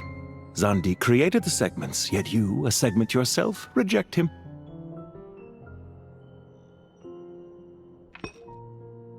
That is, Zandik, created segments of various ages in his later years. To achieve this, he had to freeze time and part with a portion of his soul. But as constructive as it sounds, it erases my uniqueness. If each segment is equally me, then by the same token, none of them are truly me. A soul living forever in the past inevitably holds different views than he did in his later years. The same thing that completes me also restricts me. You too might ask yourself which stage of your life you want to be preserved at. The day your business failed? Or the day you were framed by a gang and sold off to a medical lab as a test subject? We needn't dredge up the past. This undesirable plan was eventually scrapped. Lesser Lord Kusanali was quite right. I needed an opportunity to eliminate myself. And after that, I concluded that there was no more effective plan than directly splitting the soul. Once the soul is transferred out, you will find that creating a physical body is far simpler than creating a puppet. The other half of your soul suffered a crushing defeat in Nod-Krai, you know. And yet in the process, I obtained the information I always wanted, did I not? Because now we finally know where the best testing ground truly lies. I once thought your ultimate goal was to ascend to godhood, but as it turns out, that was merely one of your experiments. Experiments take many forms. Most people are too eager for success, too fixated on the end goal. They forget that the experimental process itself is just as important. A suspiciously vacant seat, a new face. I trust you can put two and two together. The reason it doesn't exist is because someone tampered with the record. What can I say? After all your efforts, you really did uncover the world's secrets. So, is the new world you promised a lie? No, it never was. I am glad to be able to control Irmin's soul from within. Now I shall attempt to create a new world inside the existing one. Almost everyone faces the prospect of death, but not a single person has ever been able to experiment unrestrained in the afterlife through sheer force of will. I am the only one to have overcome this enormous challenge. Would I not be letting the world down if I didn't make the most of the opportunity to experiment? Clearly, the dividing of your soul did not affect the magnitude of your ego. Out of all the versions of you that have ever existed, this you is the most insane and the most radical. Is that why you chose to work with me? Which was it then? My insanity? Or my radicalism? Could I call myself a venture capitalist without a suitably ambitious plan to invest in? Yours happened to fit the bill quite perfectly. Well then, I must say, while I am surprised enough that you showed up at all, what surprises me more is that you chose to present yourself as my former subordinate, and not as the banker Pantalone. Why make things harder than they need to be? Exposing my true identity in a situation like this would only serve to destroy diplomatic relations between Snezhnaya and Sumeru. I daren't imagine the consequences. Showing up in the name of the original antagonist gives you the recognition you rightly deserve, while also being sensitive to Snezhnaya's predicament. It was an easy win. As for why I'm here, if you're suggesting that your credit is in the negative, I won't argue with that. Many people say that about you. I'd argue that a significant factor in your willingness to cooperate is the fact that you have but a few years of life left after my death. Living and dying together has a way of binding two parties together rather closely. Is it not true that a relationship should be judged by both the positive and negative returns it yields? So some of what I said actually made it into your head after all. It's true that I hope you don't die too soon, but don't you find that a strange thing for me to say? After all, you've already had quite a long life, especially for a human being. Let's not pretend that you're any more innocent than I am. Are we not the same in this regard? We both despise the existing laws of this world, and neither of us enjoy being under anyone else's control. Is it really so greedy to want the world to operate by a new set of rules? Of course not, my dear friend. And as I've said before, mutual interest is the foundation for the most reliable of relationships. You can attest to that. I just hope there never comes a day when I have to work too hard to prove that. Read greater, sir. People have been spotted approaching Sumeru City. How strange. Despite your access to Irminsol's data, it appears the soldiers noticed before you did. They must have found a workaround. Well, Dottore, I trust you know what this means. The fact is... They're coming. They'll breach the city gates any moment now. But even so, I would say Irminsol is a wonderfully convenient thing on the whole. If you do manage to create a new world, perhaps you could plant one outside my office, too. I'll consider it. What do you need me to do? Stall them? The experiment will take time. Stall them for as long as possible. Very well. But you're really asking for the moon here. Have you heard this story? There was once a guilty man, kneeling in the center of a church while an angry mob outside waited to bring him to justice. He pleaded with the gods, begging them to grant him one final request, the chance to finish confessing his sins before he was sentenced. Many suns and moons passed, seasons changed, and still his confession continued, as if he intended to speak until the end of time. Are you suggesting I worship you as a god? Or were you hoping that I might confess my sins to you? Certainly not the latter. That would make my life miserable indeed. For someone who despises them so, you never seem to have any objections to me creating or becoming one. At first, I thought you'd be furious. Concerned I would terminate our partnership, were you? Not at all. You had reasons why our partnership must continue. Don't you find people's attitudes toward gods amusing? A god descends from the heavens and people worship it unreservedly, blindly following whatever rules are given to them. And yet, when they see an ordinary person gain godlike levels of power by virtue of their own hard work, they treat him with nothing but suspicion, even if he is a compatriot. Is that supposed to be a compliment? No. I was just thinking. I pity the man who would call you a compatriot. There's no need to be so self-critical.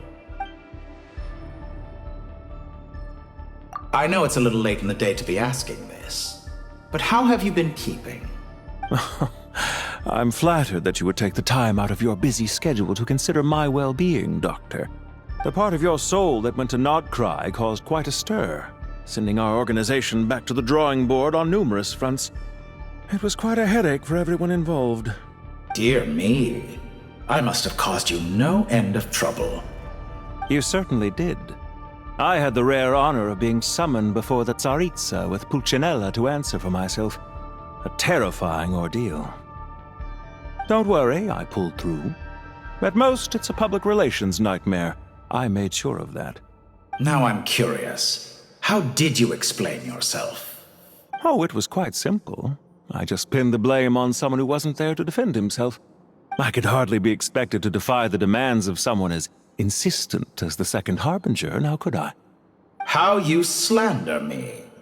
You know full well that I am perfectly amenable to reason. There's no question that you are partly to blame for the ruin of my reputation over the years. Do you have anything lined up for when this is all over?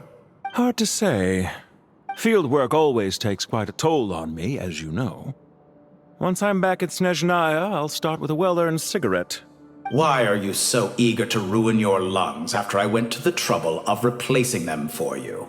If you have an issue with it, feel free to try to stop me. What's on your mind? The limits of humanity. It's a pity. Despite running countless calculations, I find there is simply no way to reduce any further the amount of one's soul required to sustain an individual. It's rare to hear you admit to being unable to achieve something. I beg to differ. For instance, as I've told you before, the original me was prone to motion sickness and couldn't make long train rides. Ah, yes, of course. One of the reasons you often sent yourself out on errands. What are you thinking about now? A new experiment. In the event that my soul was depleted, say we extracted my data from someone else's memories, yours for instance, and then combined it with your intact soul as the base material. What would we create? Such a scenario would be impossible. Oh? As long as your current soul survives, there will be no need to create a new individual. Don't forget, you were the one who approved of the present situation wherein only one Dottore remains. And if you ceased to exist, who would be capable of performing this experiment? Since the day I met you, you've always excelled at talking your way out of a quandary. Isn't it a little too early to be saying goodbye? Not that I wish to keep you from your business, of course. Very well. Let's leave the conversation there for now.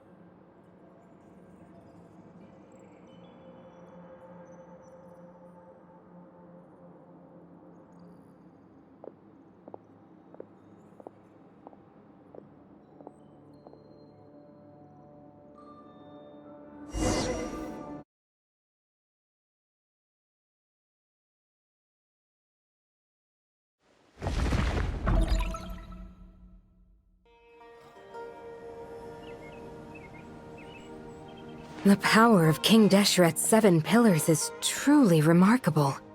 With just a chessboard, you can move an entire unit across the material plane. Yeah, sets us up for a much easier fight. Really makes my day. The last time we stormed the city, it involved a lot more running around. I wonder how many people can say they stormed a city twice in their lifetime. I was just thinking that. I've definitely had more than my fair share of unusual experiences in my life. This is my first time here, actually. We never usually leave Gandharvaville. I hope this will be my last time. Does everyone have to chime in? Can't we just fight? What an amusing comment, my dear lady. Yet humans often alleviate tension via small talk, do they not? Whoa! Why is Candace's shield talking? Because the image on her shield is one of me. And I, of course, can appear wherever I wish to. Well, la-dee-da. Isn't that fancy? Could I get in on this? You wish for your gauntlet to speak? Why, certainly. Ahem. I think you'll find that it is I whose image is carved hereupon. Thanks. Definitely feel stronger now. You're welcome, my lady. I am glad to lend you my power. Sino, what's the situation? There are troops stationed at every entrance. As we expected. A frontal assault will suffice. Everyone, stick to the plan. We'll take the main entrance. You head for the House of Dana's side door. Move out.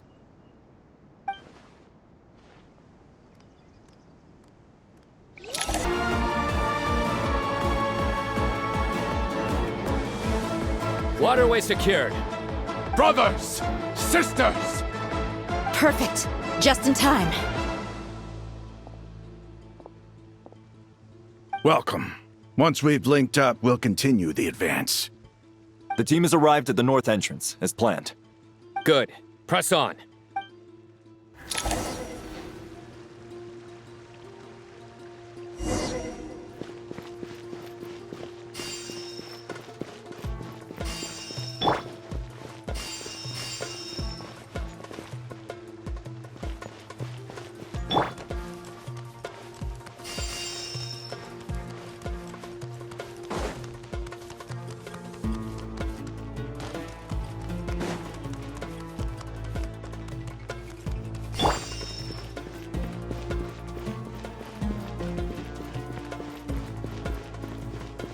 Are you here to play with me? Futile! Let me amuse myself a little. Gloves off!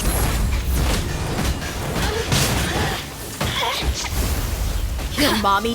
Grant us your blessing, please! Nowhere to run! Your sins weigh upon your soul. Your penance is due! You stand condemned! What a waste of time! Your penance is due!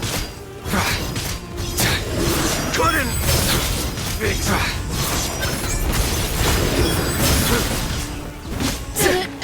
Took too long. Surrender! Too easy! Hear my prayer!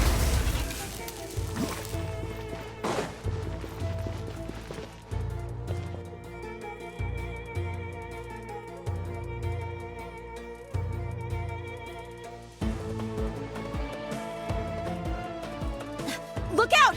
It's an ambush! Finally. We need to hurry. Take the middle road now. Mahamacha Sino, area clear. Don't relax just yet. More Fatui approaching from the right.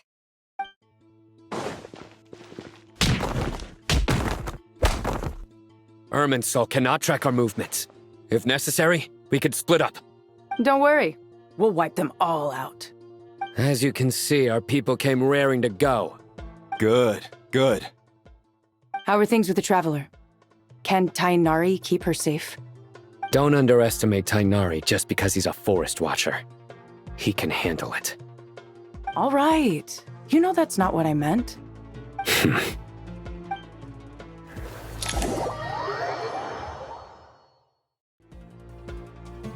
Sino and the reinforcements have drawn the Fatui's fire away.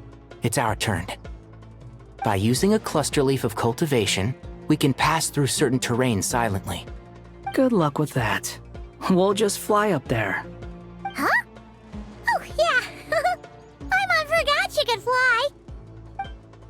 Ready? Ready.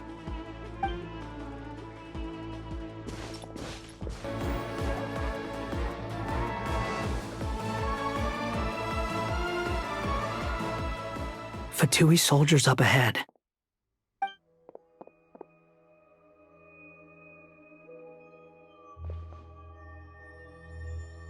Careful.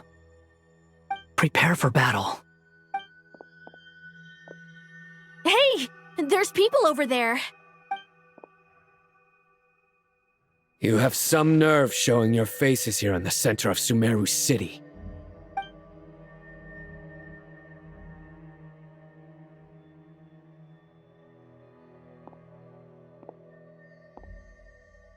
You're right on schedule. Well, this guy sure as heck isn't your average Fatui sergeant. They've stationed quite a few people nearby. It definitely looks like they were waiting for us. But something feels off. Everything about this guy feels too deliberate. I highly doubt he's just a subordinate of Dottores. And he's no mere sergeant. Whatever his rank is, it's high. Much higher than we thought. So you've been waiting for us. But it looks like you're geared up for a conversation, rather than a battle. Very clever, General Mahamatra Sino. I know you're the one in charge of this siege, and I look forward to making a deal with you. A siege? Sumeru City belongs to us! Historically, yes. But things can always change. We have quite a sizable force with us, you know. For instance... There's a Fatui ambush at the north gate. Can you handle him? We can for now. Yes, I'm quite sure both sides can hold their ground for the time being. The battle has not yet reached its climax. But what happens next? Do you enjoy watching bloodshed? Surely some of those here are people you count as friends. Once a war begins, some people must die. I doubt you wish that fate upon anyone you know. Wait a second. It's a trick. He's not even there. Silence! He disappeared. What was that? A ghost? Curses! He was never there to begin with. That was just a shadow projected there to lure us in. Enough talk! Attack! I apologize for being unable to accompany you at this crucial moment, but I am compelled to leave for reasons beyond my control. Please excuse me. Sumeru's General Mahamatra is quite ruthless. It's a good thing I wasn't there in person. Your illusion held them up for a time just fine. But now that they have seen through it, they will realize you were just a decoy. Decoy or not, what matters now is that they will be heading your way imminently. Not imminently. They are already here.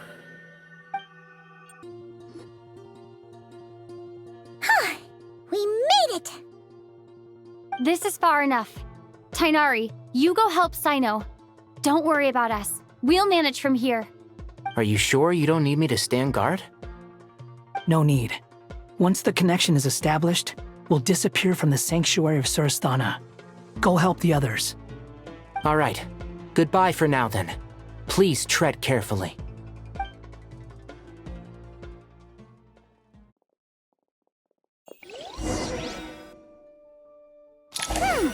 Now where's the interface Nahida mentioned? Come on, where's it hiding? Found it. It's over here.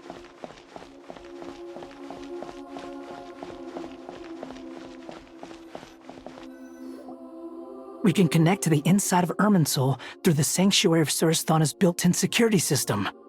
You should be pretty familiar with the process. Is it the same route as last time? For the most part. We don't need to adjust any of the parameters. Then I should be fine. And Paimon? Once you're both ready, we'll set off. Wait! The stakes are way higher this time, right? Maybe Paimon should stay outside and help the others. Then, you can focus on the fight without having to worry about Paimon! Huh? Why are you staring at me like that? It's nothing. I just suddenly realized how much you've grown. Hey, You've grown quite a lot yourself. Don't you two start getting into it again. Well, anyway, Paimon thinks she's pretty knowledgeable. Who's the best guide in Vatican? And don't forget, Paimon's a college student now. If we say Alhatham's not a weirdo, it's hard to explain how he came up with the idea of you applying to the academia. But for all that he counts, you're doing surprisingly well in your studies. Just goes to show how important it is to have someone supporting you. And Paimon's not the only one. Let's not forget that you only became a student because of Nahida's personal recommendation. That's fair. I have learned a lot in Sumeru. Oh yeah, did you ever come up with that ugly nickname you promised me? What? No way! We're friends now! Paimon gave up on giving you one ages ago. Anyway, isn't Hat Guy enough of a nickname for you? Fine. Suit yourself. We need to go. Paimon, if you're staying, look after yourself. Will do. Paimon's gonna link up with Tighnari and Sino. You guys are the ones who need to be careful. We will be. Bye for now.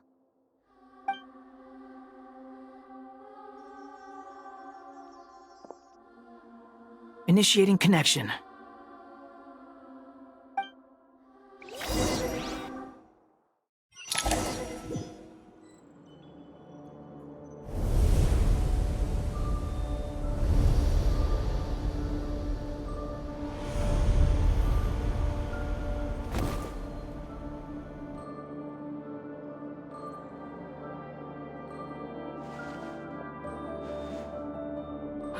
Well, here we are again. Come to think of it, I still don't even know where we're going. Thanks to our terminals, it should be impossible for Irminsul to read. I can... Don't tell me. Only you need to know. That way, whatever happens to me next, it won't affect your progress. Listen to me. Your safety is just as important as mine. Don't even think about sacrificing yourself for the greater good. We came here together, and we're leaving together. All right, if you insist. I won't argue with you.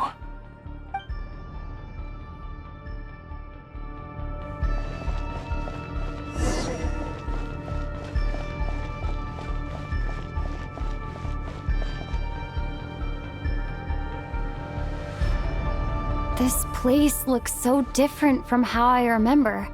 It's unrecognizable. It's a complete mess, like someone's turned the place upside down. Must be Dottoro's doing. Either he's searching for some information he needs, or... It's still changing. He has to know we've entered Irminsul. But luckily for us, he can't pinpoint our location. Be on your guard. Don't let him find us. The red parts have probably been corrupted by Dottoro's power. Don't touch them, or you might alert him.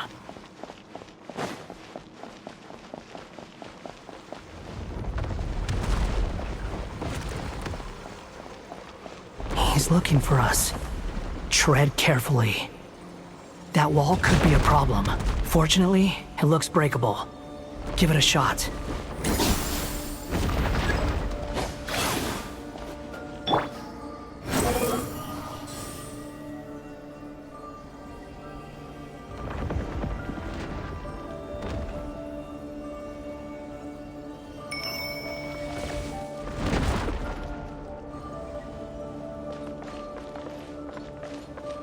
Squall Fury!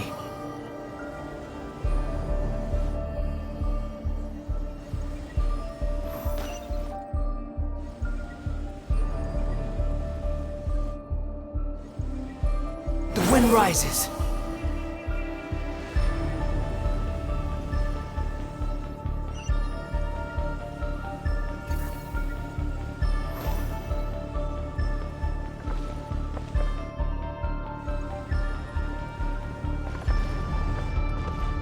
Behold!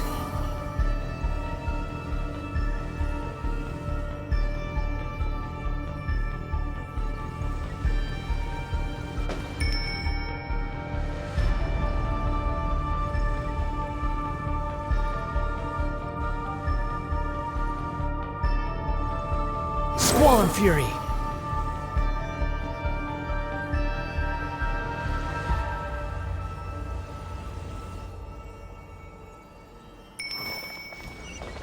The same old trick again? Are you kidding me? Let's handle it just like we did before. This cheap trick isn't gonna stop us.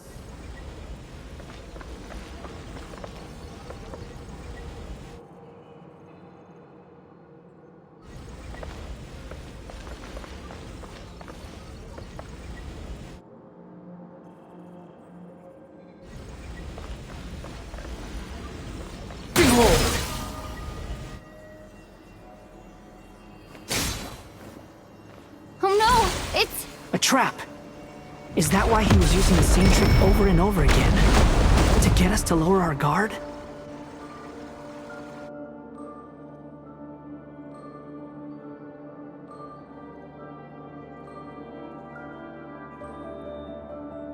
I'm trapped!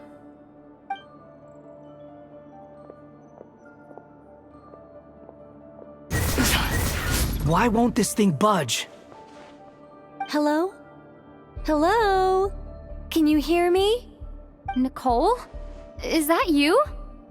Yes, it's me. I'm monitoring your progress from inside the Eternal Oasis, and I have to say, this terminal is simply marvelous. It makes tracking you so much easier. I couldn't see anything at first, but now that you two are inside, I can use your location with support from the terminals to get a partial view of the situation inside Irminsul. It's not the clearest image, but it's better than not being able to help at all. So, here I am. I can't intervene directly, but I can help to guide you out of the jam you're currently in. So please, just follow my lead. Dottore in his current form is a blight upon both Irminsul and the ley lines. Pay attention to your surroundings. There must be sources of his contamination nearby. The corrupted information is his means of manipulating the environment. Is that one of them? Precisely. Good work. But we're not done yet. Stay close, and let's see if we can find any others like it nearby. The wind rises.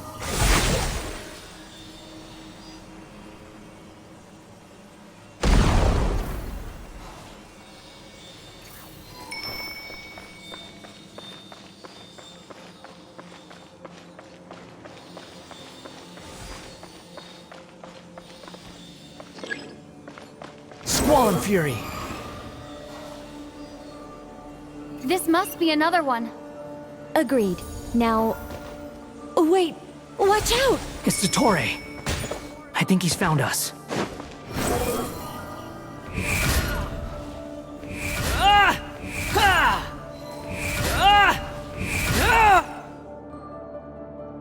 The seal is broken. Quick! Get out of there!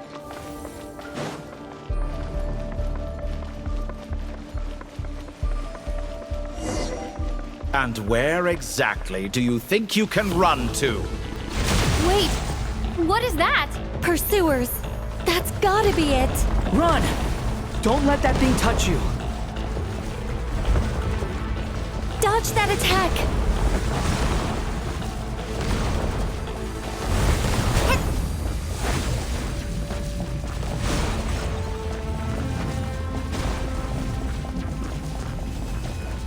There's more than one path. Which way do we go? To the left.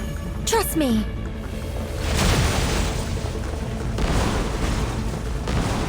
Fleeing like vermin. What a pathetic sight. Hey! Watch yourselves. Stay focused. There's a cliff ahead.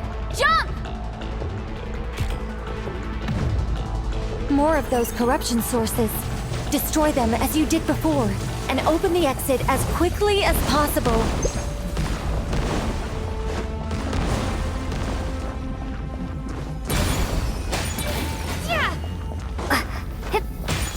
They're relentless. Is he trying to wear us down? You'll just have to destroy these two.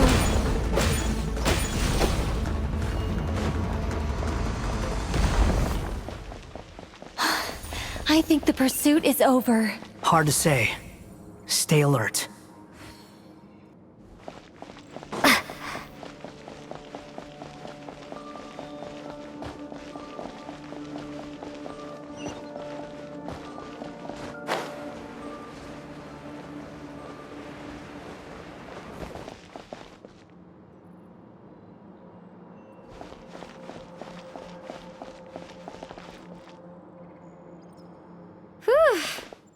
I think we've made it to relative safety. Phew, goodness. That was tough. You doing okay? I'll be fine. Don't worry. Take a short rest, and then... Nicole? Nicole! The connection's been cut. But that means... Look at you supporting one another. How very touching.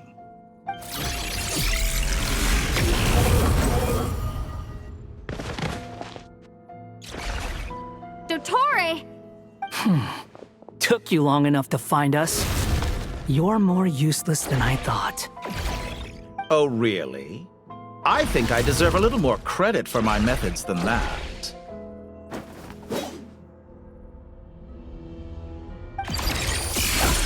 Rather than hunting you down, I chose to let you roam free. I indulged your presumption that I was unable to track your movements, played along with your clever little plan.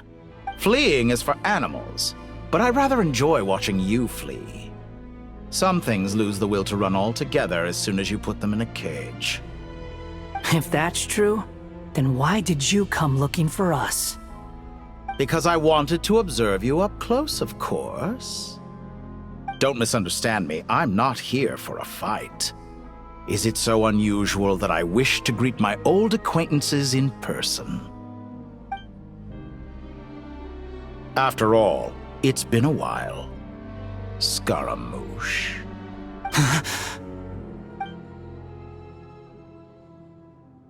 Why are you so afraid? I have done nothing unprecedented in discovering the truth. Nor did I go to any great lengths to uncover your story. You made a bold series of moves in deciding to erase yourself. And with the power of this great chronicling device called Irmin's Soul, you were able to achieve something quite remarkable. Once most people form an opinion about someone, it tends to imprison their mind. Yet you managed to erase every trace of your existence.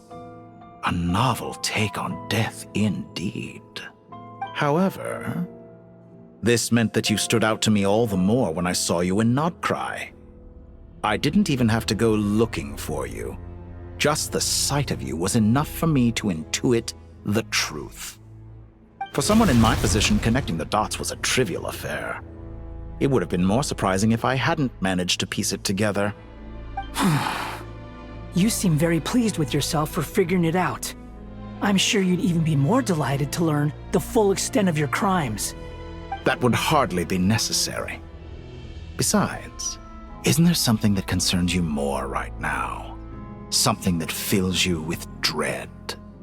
Let me put your mind at ease. I have no intention whatsoever of restoring any of the records you deleted. For one thing, it would be exceptionally difficult. But more to the point, I doubt that the prospect of losing your current life is all that frightening to you. Because in your case, the cruelest twist of fate is that you'll never again have the chance to make up for any of your mistakes. Isn't it? Dottore?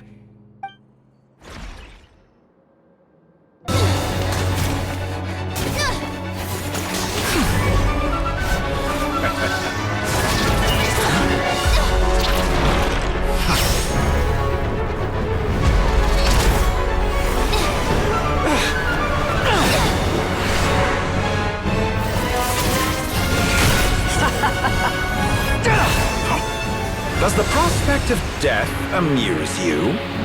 I could ask you the same question! I'll distract Dottore. You focus on the mission. Got it.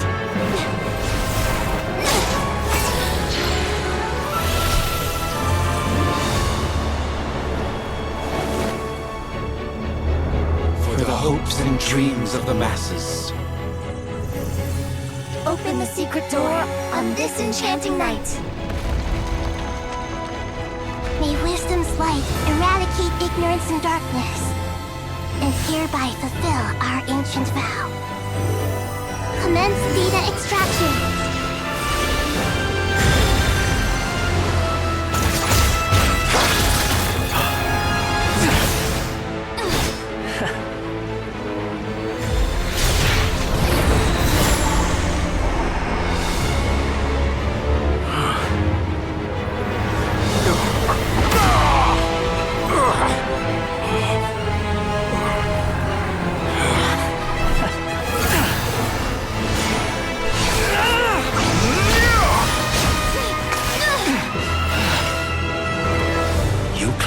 Outdated ideals and stand in the way of progress.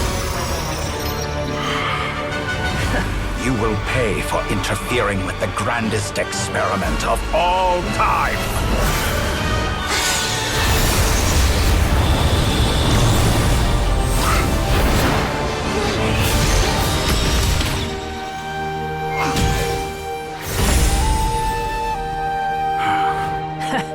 Good timing.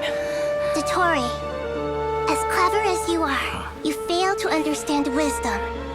Wisdom takes many forms, but the path you have chosen eschews them all. Huh.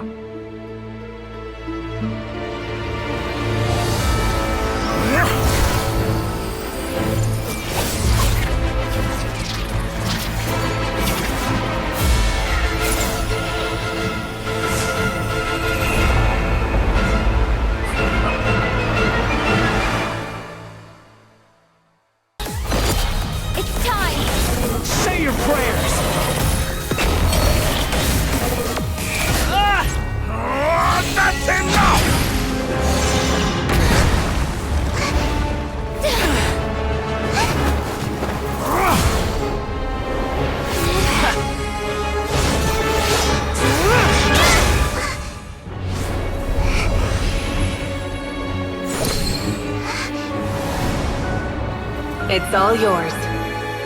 Do with it as you see fit.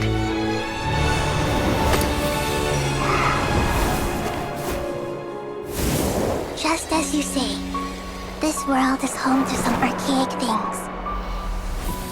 And as you suppose, you are a formidable opponent. You have long coveted the secrets of wisdom. So now, I will demonstrate true wisdom in action. I invoke my supreme authority as the keeper of Irminsul. Command me or condemn me. But give your verdict now! Blessed One of Wisdom, Mahakusaladhama, are you certain that you wish to exercise your authority to destroy Irminsul? It represents both your roots and your finest accomplishments. You truly intend to abandon the very thing you have always fought for? This is my decision. Irminsul has been corrupted beyond redemption. Irminsul is the original tree of Teyvat. It is the means by which the heavenly principles maintains fate itself. The 7 Archons should honor and revere it, for their authority was bestowed upon them by the heavenly principles. It is precisely because I honor and revere it that I fight for the humanity it exists to protect. Wisdom is knowing how to weigh the options and make the right decision. If you truly care about the fortunes of this world, then it is me you should seek to preserve. Planting a seed begins the chain of cause and effect. Since you have become a great tree yourself, why should the loss of another tree be anything to fear? Till we meet again, Lord of Dendro.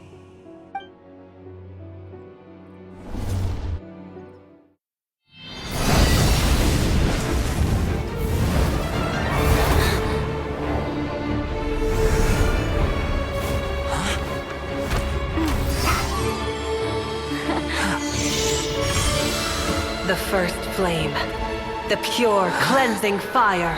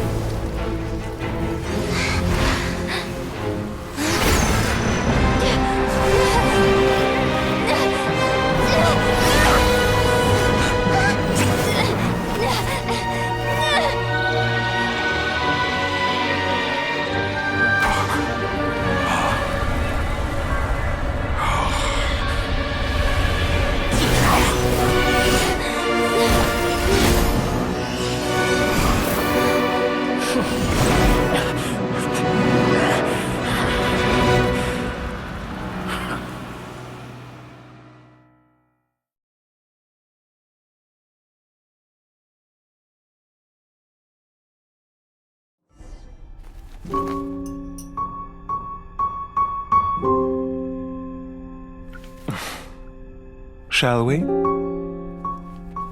Where were we? I was suggesting that you needn't perform when signing a contract. You're only sitting here because your bank demanded an evaluation of the trustee. So you told a story about a young scholar from a merchant family in Sumeru? I told a compelling tale, didn't I? The post-expulsion story is far more captivating. The human experiments or the elixir of immortality? The part where you die. Ah, yes. My favorite part.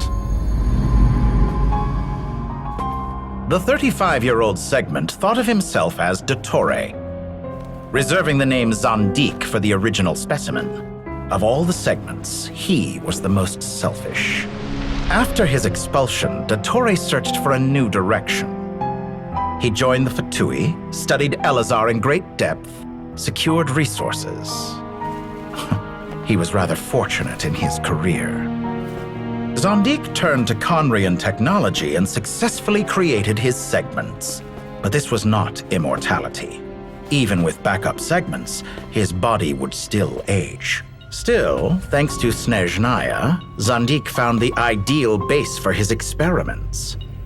Then a perfect partnership materialized at a crucial moment. The year that both parties realized they needed more time. Fortunately, Zondik succeeded. In a miraculous turn of events, he gained the extra time he needed. I seem to recall it differently. All right, it's true. No matter how much elixir he took, Zondik remained human and continued to age. Then, on the morning he turned 85... Help me up! Call for help! Surely he would be rescued, Zondik thought. But to his surprise, no one helped him. Zondik was too selfish for that. Don't forget, you're one of us. Yes, and we're all waiting. Waiting for me to die. Pantalone arrived for a meeting and happened to witness what followed. He found it unsettling. I never said that. But the Zondiks were unfazed. It was a rare opportunity for self-dissection.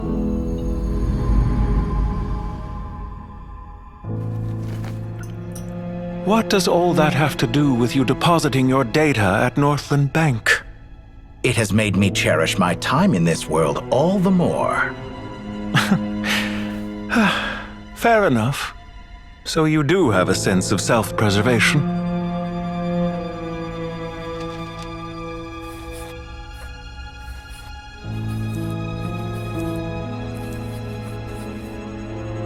What do you mean? You're hardly normal, and you don't cherish life. You just don't want to admit defeat in the limited time you have. Even so, don't I deserve an interesting ending? I'm counting on it.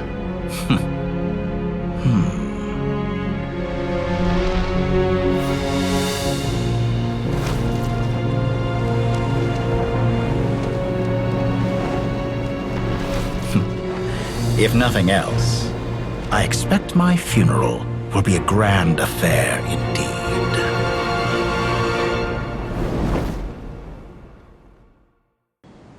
What a magnificent fire.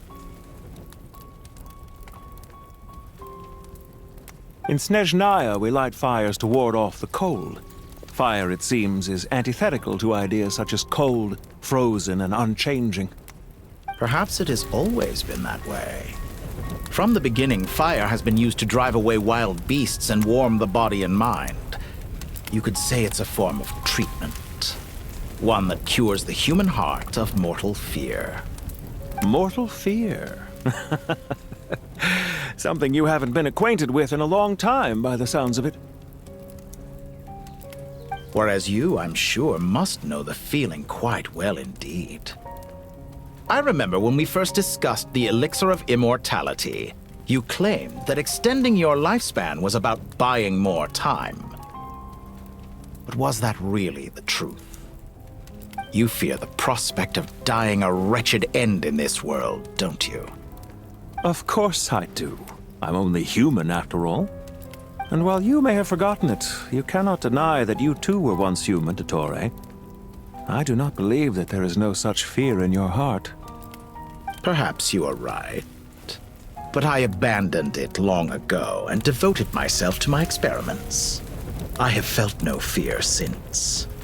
From the very beginning, I never thought you could win this game. But still you came, contract in hand, to honor our agreement. Because I am a reputable partner. And as we have discussed, experiments are about more than results alone. The process is equally important.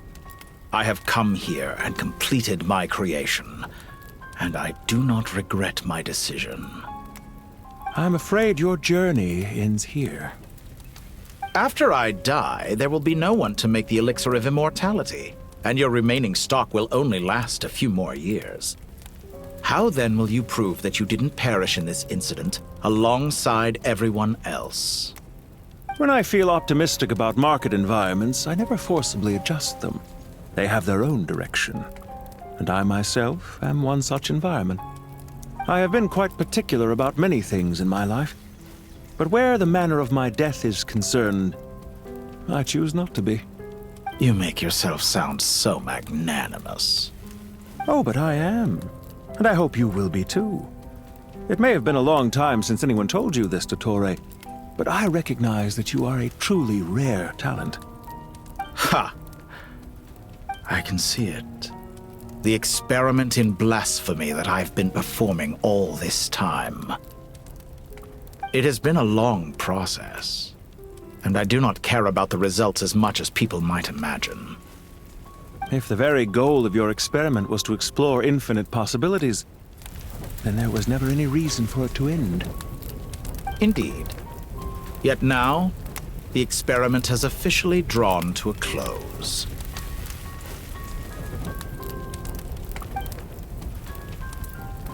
What should I call you? Zandik? Or do you prefer Dottore? Suit yourself.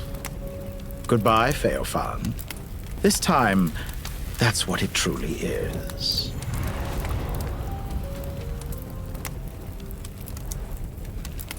And don't I know it? Goodbye, Zandik.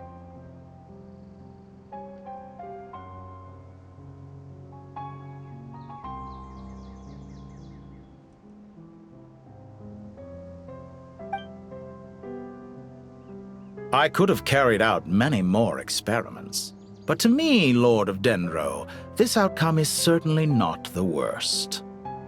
I believe you. But unfortunately, this is where it all ends for you. This experiment does not belong to you, nor do any of the results. Experiment? It sounds like you're trying to outdo me in my own field.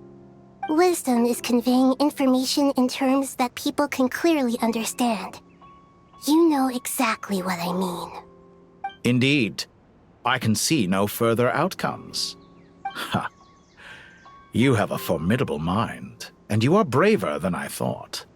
Setting fire to the very thing your survival depends on. Your previous threat was empty, but this time, it is real. When necessary, wisdom can be as fierce as an inferno. Some of the flames that incinerate you come from within yourself. Perhaps you are right. You see what lies at the bottom of the human heart, and that is your wisdom. Here is where your journey comes to an end.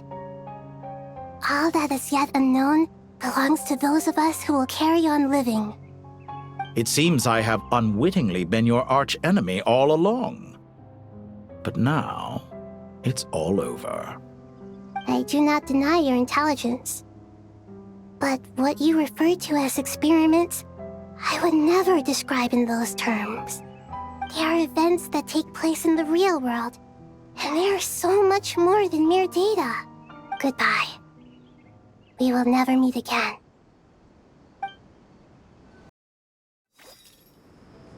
Well, that's the last of them. Everyone on the list is already back where they should be. It was a long, hard road, but we finally finished escorting everyone back. I just pray that we'll never need to leave again. I hope we can stay here forever in this peaceful paradise of our own choosing. Paradise. In the annals of the Temple of Silence, that word carries great significance. It represents the hopes and desires of the gods. Their longing for a place to rest. I wouldn't think gods need such a place. People always think they're the only ones who can lose their homes. They forget that gods too need a place to reside. As the Goat King once said, "A god without his people shall cease to exist." Gods need their believers every bit as much as their believers need them. Only we can truly understand how much the desert faith has faded over the centuries. But we still talk about the gods as though they're part of our lives. Given the myriad ways in which gods and humans interact, I'd say they really are. How else could Dunyarzad consider the Dendro Archon a friend? Well, that sounds about right to me. Describing them as friends sure makes us feel a whole lot closer. If you told me a few years back that I'd have this many friends, I'd have called you a liar. Belief is a choice, just like friendship. We've made our choices through battle. The right ones, wouldn't you say? I'll be heading back to the Temple of Silence. I heard the Goat King and the Ibis King decided to pay us a visit. How about you? It's back to Aru Village for us. Still plenty of supplies to distribute and people to help. Until next time, old friend. As long as you can find the time, you're always welcome to visit us in Aru Village. Right back at you. Make sure to drop by the Temple of Silence the next time you're free. Or it is that two of the other 7 pillars, Shezapang and Bennu, might also be dropping by. Since you're wearing the symbols of their power, it'd only be fitting if you came to see them for yourselves. Dropping by? That makes it sound like they're visiting a neighbor's home. Well, the temple was founded by Hermanubis, so I guess to them, that's exactly what it is. Guess that's true. All right. We'll make sure to find time to stop by. Stay safe on your journey home. I will.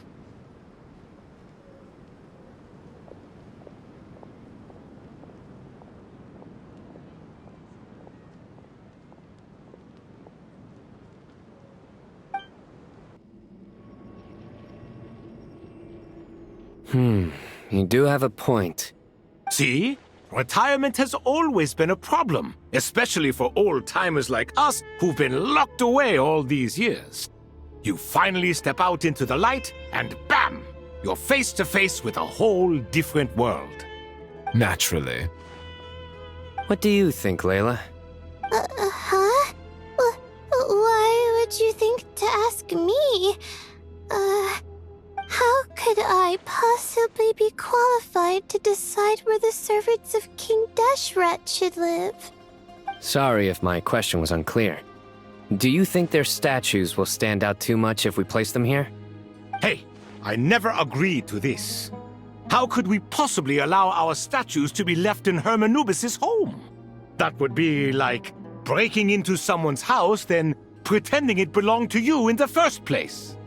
Different beliefs can coexist. We still need to respect one another.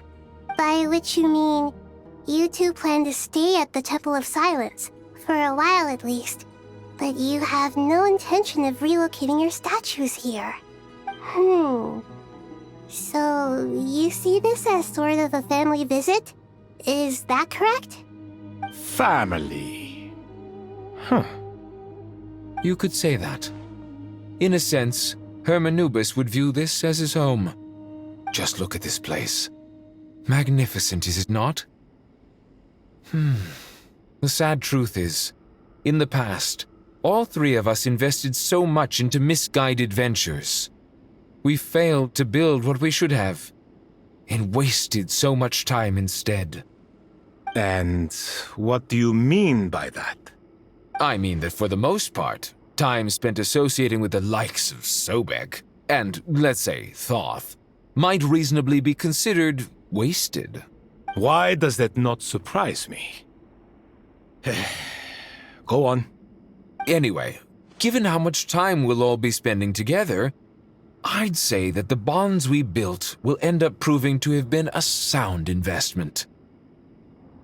Once Sethos, the current leader of the Temple of Silence, returns, you can discuss the matter of staying here with him. But judging by the expressions of everyone here, I imagine you'll receive a very warm welcome. This sacred ground houses untold knowledge, after all. What better place for the servants of King Deshret to appear in the mortal world? How about we share a meal together first? I imagine it's been many years since you last tasted fresh food. Oh, that sounds wonderful! After so many hundreds of years, I can only surmise that desert cuisine has become a lot more varied. Are we having a get-together? If you'd like, I can help prepare some food. After all, Lord Thoth, you helped me so much in the desert, and I still haven't properly thanked you. Oh, my, that would be wonderful. I'm touched that you still remember. How the times have changed! To the people of today, it seems the Ibis King has become a kind and passionate god. And you, Mr. Herreshoff? What kind of god do you wish to be? To be honest, I haven't given it much thought. How about you, Dendro Archon? Do you have any hopes for your future? Me? I'm very happy with my current life. Forgive my bluntness, but you do not seem to derive your authority from majesty and might, like Lord Al-Ahmar. Clearly your approach has its advantages, but also its dangers, don't you think? I do, but projecting a majestic front doesn't really suit me. Besides, my relationship with others isn't simply one of a god and her people. Not putting on airs might earn you more adoration. Exactly. Besides, I really like parties where everyone brings their own food, and we all come together to share. You should join us. I'm sure you'll find it fun. Last time when we got together for a picnic near the Avidia Forest, it was quite the occasion. Seeing as you're already here, how about we hold the next one in the desert? Can we do that? Wouldn't Tainari have to transport a ton of drinking water? Don't worry, I can help out. Layla, would you like to join us next time? Me? Sure. The more the merrier. That way we...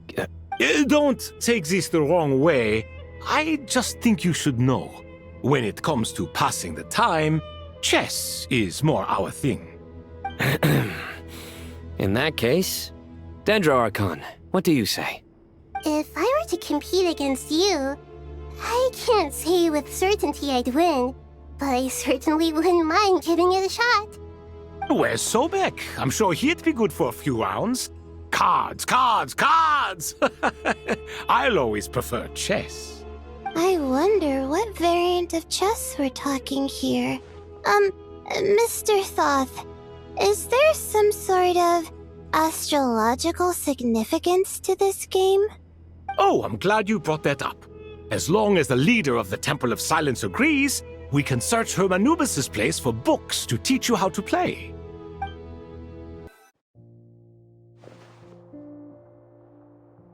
Such devastation visited on Sumeru City. So many houses destroyed or damaged in the fighting. Who could have foreseen this? Look at all of this. It's going to take me forever to tidy up. I suppose living below the academia doesn't always work out to your advantage. I would have thought a little appreciation of my sincerity and effort in helping to clean up this mess might be in order. Helping? Effort? This is your house! Of course you should be putting in the effort! If anything, I'm the one who's helping! So you see yourself as just a helper in this situation. I must admit, I'm rather shocked. If you're trying to say that since I live here too, I have an obligation to tidy up, fine. I suppose I do. Wait a second, stop changing the subject! Nevertheless, in the wake of a great storm, a missing roof is a predictable inconvenience. can you stop making it seem like I care more about this house than you do? Doesn't it upset you at all to see your home in this state? I won't pretend it's ideal, but that's no reason to be upset. This is the roof over your head, your shelter from the cold. The furniture is scattered, the paintings have fallen off the walls, the windows are shattered. Don't you feel even a little disheartened? The way I see it, these problems are easily solved. Ugh, this is precisely why I hate talking to you about sentimental things. It's like banging my head against a wall. You simply don't understand just how much work goes into making a proper home. It sounds like this is causing you a lot of anguish. You mean the house or the paintings? I mean your sentimentality. Oh, well, yes. But I'd rather not dwell on such things right now. Generally speaking, when anguish becomes the norm, people usually make an attempt to improve their situation. But there are so many people and things in life that are difficult to change. It's not like you can force them. Anguish can be a source of inspiration. And I'm not sure I could break my reliance on it. I'm glad you're able to make yourself think like that. What kind of a response is that? I was stating a profound truth about the very nature of art. Suffering is the cradle of all creation. Even you can't deny that. And I wasn't trying to. I'm just happy for you. Pure and simple. Can't you tell? Happy about what? Happy that you can always find an answer that backs up your views. You...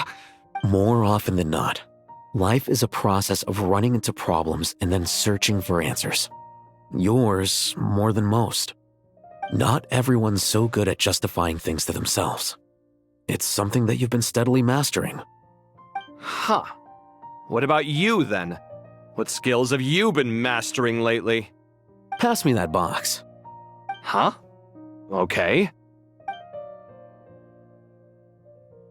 You may consider this my progress on the path to mastery. What? Wait a second. Isn't that box mine? Hey, it is! It must have fallen off that shelf! I'll hate them! Those are my paints and inks! Would you like me to put it in your bedroom for you? Huh? I mean, sure, if you don't mind. What kind of progress is this? Does he think he can bribe me? Not that giving me back my own things is much of a bribe. These books on the floor, they're a complete mess. And this one, didn't he say it was an out-of-print collectible? It's completely covered in dust, and some of its pages have even fallen out. Ugh, guess I should help him repair it. This one too. And this one. Local subterbeasts, imported goods, such a bright future ahead. I can picture the Mora just rolling in.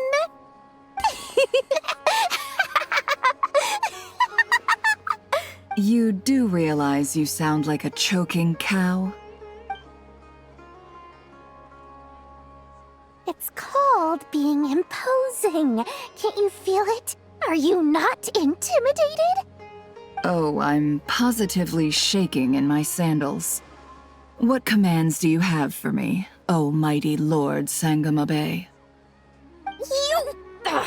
You've got a lot of nerve, Nefer. You went and told Candace and the others everything, didn't you? Seriously, do you have any idea how differently they see me now? Surely that's a good thing. I presume they're more disposed to actually like you now, maybe even view you as a friend. You traded my secret for sympathy! Thanks to you, I've lost every last shred of my mercantile majesty. How am I supposed to make anyone think I'm a big, scary investor now? The dark days of Lord Sangamabe are behind you. Why not take this chance to make a few honest friends? Speaking of friends, Since when did the notorious Lady Nefer gain such an admiration for holier-than-thou types? A moon chanter here, an angel there? Who'd have thought it? A coming together of fates, nothing more. No need to throw around accusations of admiration. Forget it. You're right about one thing at least. Making friends is never a bad thing for a merchant. So, I really took a loss this time.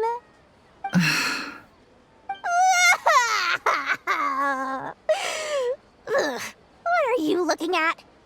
I'm trying to see if you're really crying or if those are just crocodile tears.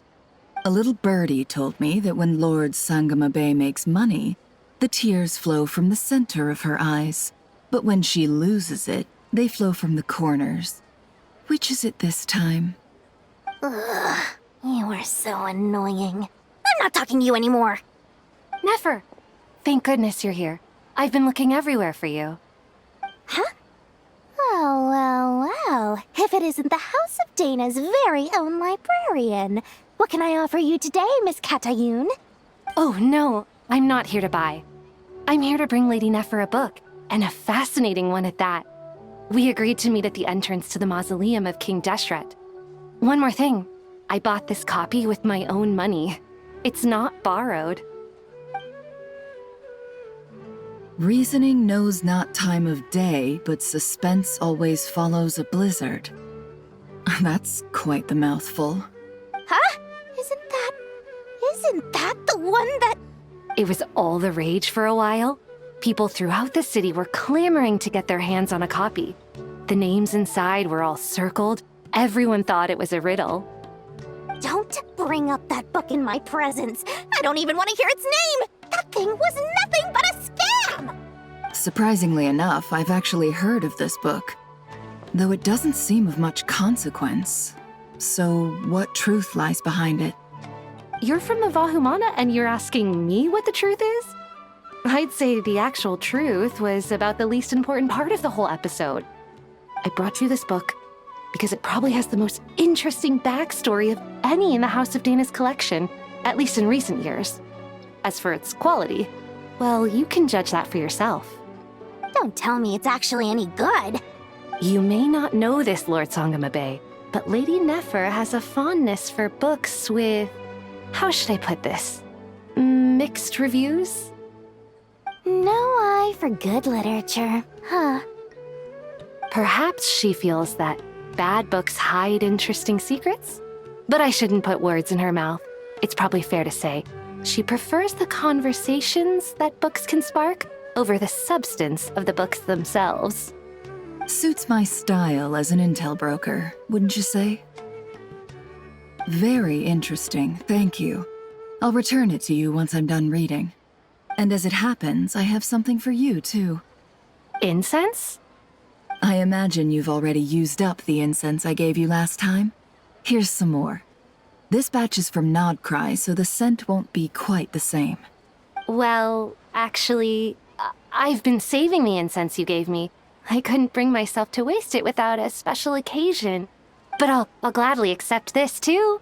And I promise I'll use it this time. Katayun, you haven't changed a bit.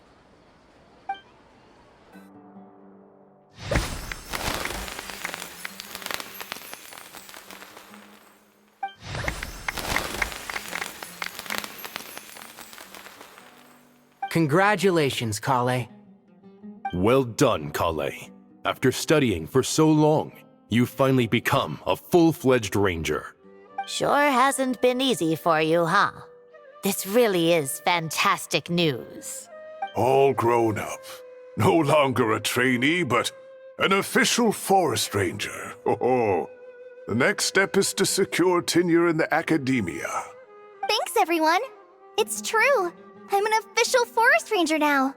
Master Tainari, thank you for your guidance and support. I wish Mr. Sino were here so I could thank him too. Sino had a matter to attend to at the Temple of Silence. I don't imagine he'll be back for some time. But don't worry, we can celebrate together once he's finished. I'm afraid the party will have to wait. Kale still has some matters to attend to first. Kale? Is everything all right? No, it's not what you think. There's nothing wrong with my health. I just have a few things I need to deal with. I've made plans with the Traveler and Paimon to visit Mondstadt. Master Tainari and Mr. Sino will be accompanying us too. Well, that's a relief. Let's get together when everyone's back. I'm sure you'll be doing even better by then.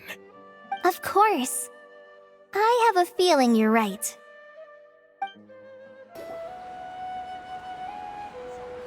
Phew!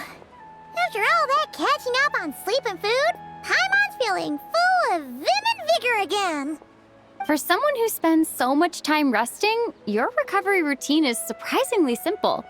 Hey! Paimon's been working her butt off too, you know. She flew all over the city helping everyone out. Don't worry.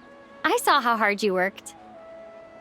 Alright, we all know you're the most hardworking person in Teyvat. As long as you're rested and full, that's what really matters. Paimon's been looking around the place, and it seems like the city's already on the mend. But Paimon's been wondering how Nahida's doing. We should check in on her.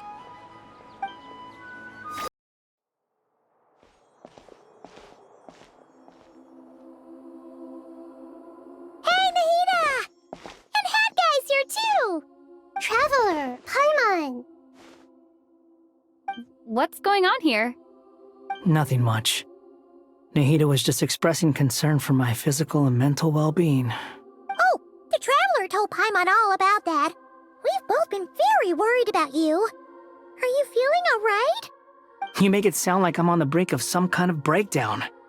Truth is, I'm doing much better than you might imagine. If we can just get to the bottom of Dottoro's intentions, we can minimize his negative influence. That's the sort of thing I excel at. Just listen to that newfound optimism. It seems like having you enroll in the Vahumana was a truly inspired move. I can really see the positive influence. Observe, a classic Sumeru specialty. Chalking everything up to education and learning. To be honest, even I can sense the change in you. Everything Dottore said to you was a way to manipulate your mind. Fortunately, you're no longer under his sway. Can someone as old as me really continue to grow? If it helps, just think of yourself as a late bloomer. It's all a matter of phrasing, and it comes down to what standards you measure yourself by. For a puppet, developing at such an age is perfectly normal. But if you choose to call yourself a late bloomer, it sounds more like you consider yourself human. However you see yourself, well done. Alright, I see what you mean. Anyway, what's your next step? What else can I do but complete my current courses? Everything else can wait. Anyway, that's enough chit-chat. There are still things in the city I need to help out with. I'll be heading there now.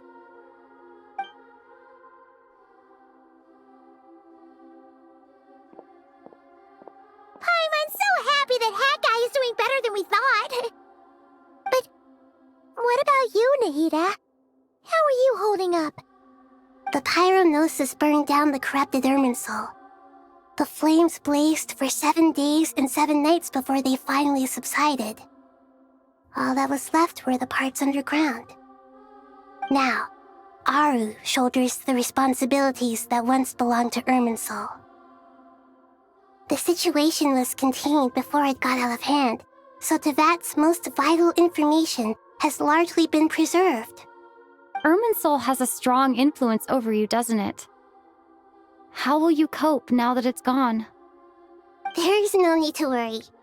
Thanks to Nicole's extraordinary talents, my connection to Irminsul has been severed and transposed onto Aru. Angels can do things like that? They can. Such abilities are precisely what makes them so powerful. The goddess of flowers, Nabu Malikata, once claimed that she too could perform feats beyond the reach of mere mortals. In my eyes, much of what she went on to achieve reached such transcendent levels. Her and Nicole really are both fascinating and magnificent. So, does that mean your situation is stable now? Correct. Just imagine that Aru has become the new Irminsul, and the essence of my existence has been bound to it. The wisdom of Sumeru has ultimately converged into a single, unified entity. Should we ascribe this all to fate, or is it merely fortune? Whatever it is, the important thing is that you're okay, Nahida.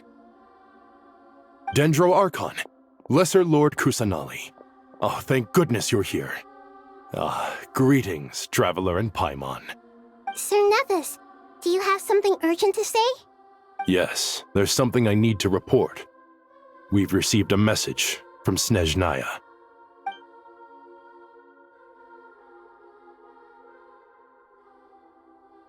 The Fatui Harbinger, the Rooster, sends us his sympathies, along with all the usual pleasantries.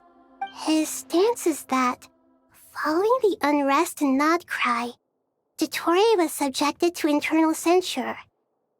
This madness was the act of a rogue element, one who cannot be seen to represent the Zapoliarni Palace. No less than can be expected. Snezhnaya paid a heavy price working to stop him. They even lost one of their own harbingers. The letter goes on to say that even so, Snezhnaya cannot claim to be blameless. Apparently, they will deal with Dottore's subordinates in accordance with Snezhnayan law, holding all those involved in his crimes accountable.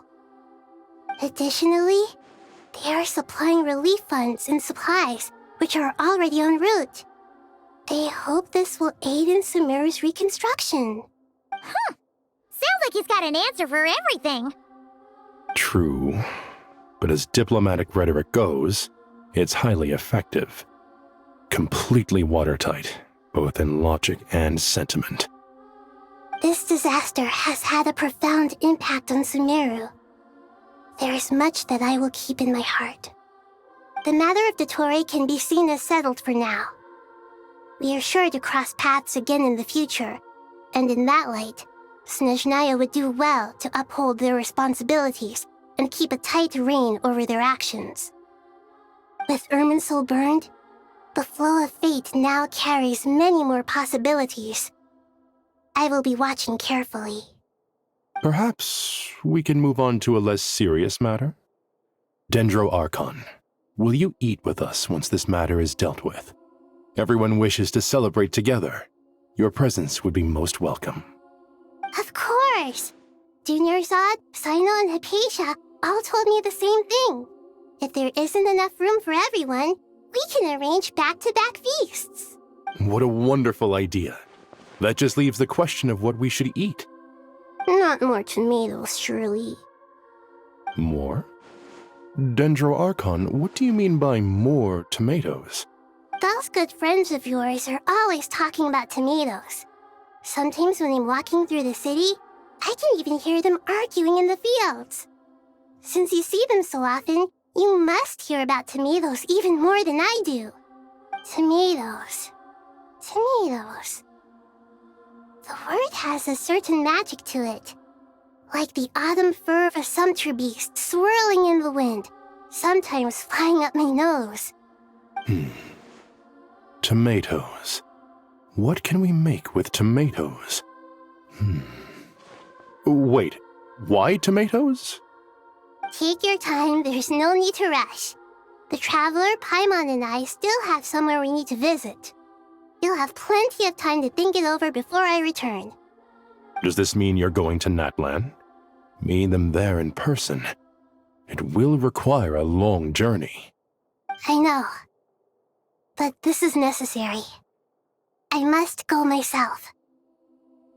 Traveler, Paimon, we'll set off as soon as you're ready. Is that all right? Sure. We'll be ready whenever you are.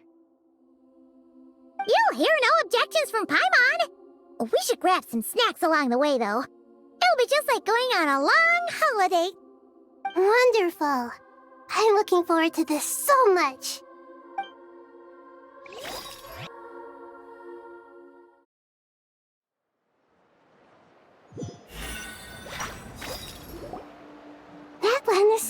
lively place.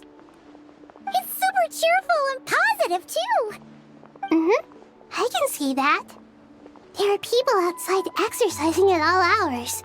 Such a healthy way of life. You came. Welcome, welcome. You must be hungry from your journey. Would you like something to eat? Oh, thanks, but no thanks. We've been eating the whole way here. We had a mushroom platter, Sab's meat stew, butter braised chicken, hot sour pudding. Paimon's positively stuffed. All right. No need for all that detail. I'm starting to get hungry myself. Maybe later then. We can wait till everyone's got an appetite. Then I'll head out for a meal together. Sounds like a plan. Let's find somewhere to sit down.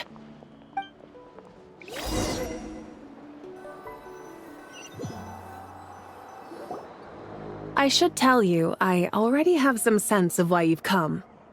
Why's that, Malika? To say thank you. Your senses are spot on. But on top of that, we also feel guilty. Because the pyronosis has vanished? I sensed its loss. Despite scouring through the remnants of Irminsul, we couldn't find any sign of the pyronosis. Not even any trace of it burning to ash. That's certainly unusual. Still, the potential fallout from Irminsul's loss is significant, to say the least. Perhaps the pyronosis's disappearance is simply a knock-on effect of the impact it's had on a certain strand of fate. There's no need to feel guilty. We were clear that this time, there was to be no returning, only giving. Pure and simple. Thank you really is a fascinating phrase. We use it to express gratitude for the smallest of things. Yet, when faced with a kindness too immense to describe, we use exactly the same words. It's not that we lack other means of expression. It's that when we truly need to express our feelings, the simplest and purest words are always the most powerful. You're right. In Natlan, we prefer simple expressions too. Companionship, friendship, support. They might not sound fancy, but the sentiment behind them is sincere. That's wonderful to hear. Sincere feelings are often a vehicle for the deepest wisdom of all. Irminsul's destruction doesn't seem to have done you much harm. I'm glad to see you're doing well. There's still a lot of work to do, but before we begin, we felt it was important to come here and speak with you. Partly to express our gratitude, but also because we felt that seeing you, in a sense, is like basking in warm sunlight. That's a nice way of putting it. I like that. To tell you the truth, though, I'm not a fan of somber meetings. So, since there's nothing more to say, why don't we go bask in some actual sunlight? The weather's beautiful today. What a great idea!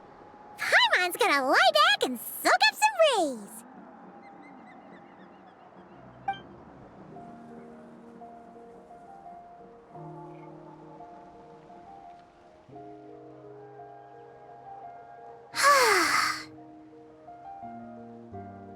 In that case, I think I'll lie down for a bit too before we head to our next stop. And where might that be?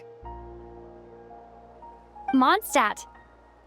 Paimon and I are gonna head back there with Kale and the gang. Long ago, I sensed that the god remains inside Kale had come from the goddess of flowers, but I kept it a secret. Those remains weren't hurting Kale, not as she is now. They simply exist. Besides, I could sense a deep yearning within her. A yearning for an ordinary life. A yearning to hold on to the hard-won happiness she now enjoys. With someone like her, I have a responsibility to keep her secret. She should be ready to face the truth by now. Whenever people meet, There is always the potential to create warmth and kindness. Every child grows up, but even as adults, they are still children in the eyes of certain people. Oh, just like how Paimon sometimes sees Nahida as a little kid. Is that so? Well, anyone who's friends with a kid is probably a kid themselves. Of course! And there's nothing wrong with that. When we get back, we'll actually be hanging out with another of our friends who happens to be a kid. Or more like looking after, in her case. Anyway, we'll always be there to watch out for our friends. Dear Sucrose, when you receive this letter, I'll probably be as busy as always. But busy with wonderful things. That's because I'm no longer a trainee. I'm now an official forest ranger. Impressive, right? Sino said that official rangers sound much tougher than trainees. Though he did say it was already pretty tough to start out with. You probably heard that something big happened in Sumeru recently. Don't worry, it's all been taken care of. We're heading to Mondstadt soon, so if you're free, maybe we could meet up? Plus, it's not just me. A few of us are going. Hey, do you still remember that time we all got together? You know, when we all went to the Windbloom Festival? It'll be just like that.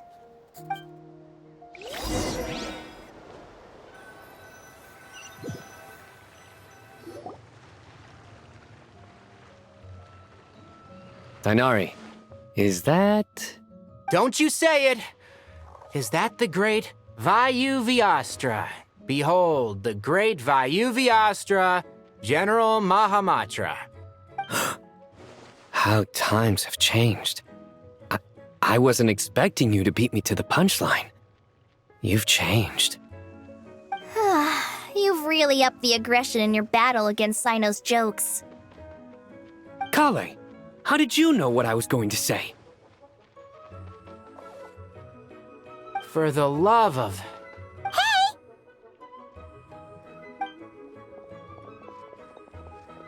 Traveler! Paimon! You're right on time! I hope we haven't kept you waiting. Kalei! Sucrose! It's been so long! How have you been? I've been well. Everything's going great. What about you? Are you still busy? Not at the moment. Oh, right! That juicer you gave us works amazing! Farzan loves it. Seriously? That's wonderful. I don't suppose you drew up a detailed test report. Oh, what fruits did you use? How's the texture of the final product? Sucrose, you might want to try asking your questions one at a time. Albedo! Paimon didn't see you there! It's been a while since all of us were together like this. How about we follow the same plan as last time? Good idea, my friend. You never disappoint. So, what are your identities this time? Don't remind him. First things first. Allow me to introduce our very own official Forest Ranger Kale. The rest of us are simply her humble travel companions. This sounds like one of those mushy stories that gets people hooked on some corny, heartwarming premise. Oh, is our story not heartwarming? If I recall correctly, there was even a scene like this in King of Invocations. Besides being heartwarming, our story's also about tough, impressive-sounding job titles. At least that's what I think.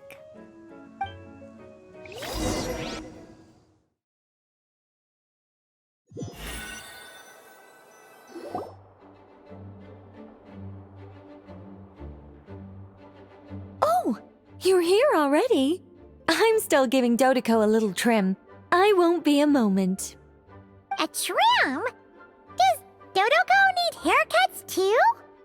Of course. It's important to know how to take loving care of the apples of your eye. All of these trivial matters get left to me. It's because I'm an angel, and angels are, in a way, the guardians of all Teyvat.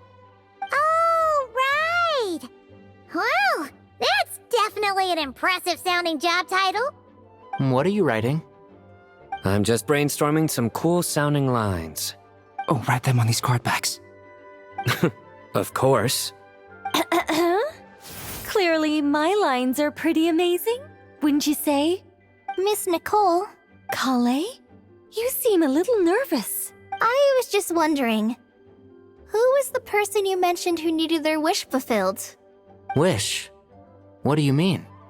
Miss Nicole asked if we could meet up in Mondstadt once everything was over. She said a friend of hers had a wish that needed my help to come true. Well, you never mentioned that before. All we knew was that you'd arranged to meet in Mondstadt.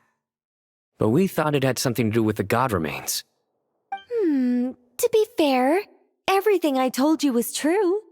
Anyway, my friend is waiting. Come on, let's pay her a visit. Huh? You're... Surprised?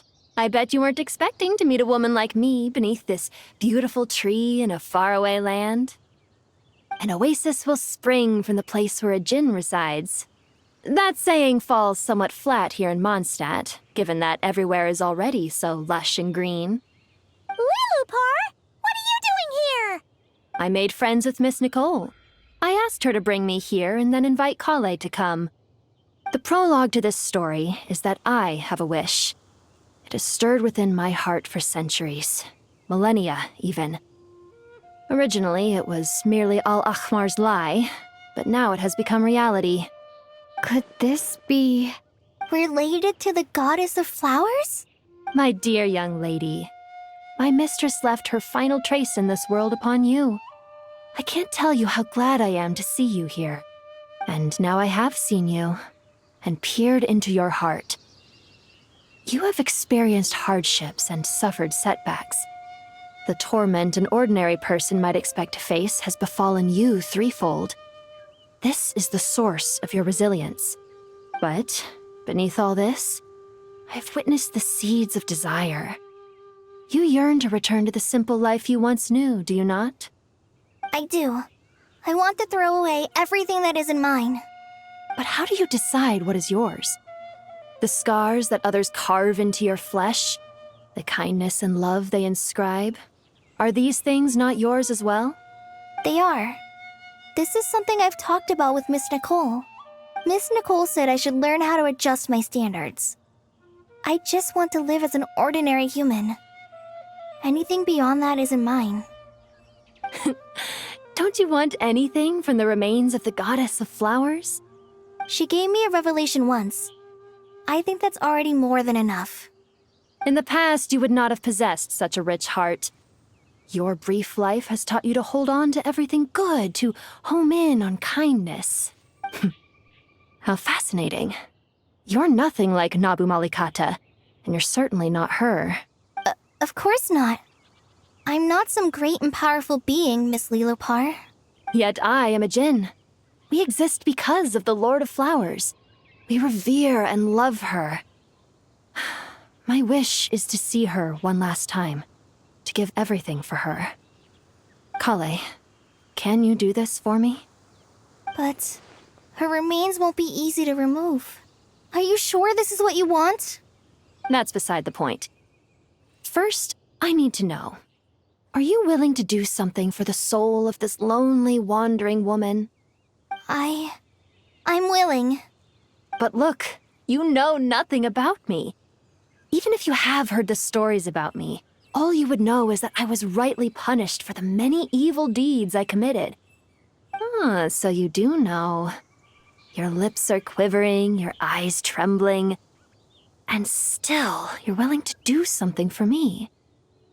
Life has been cruel to you, and yet you've learned to be kind.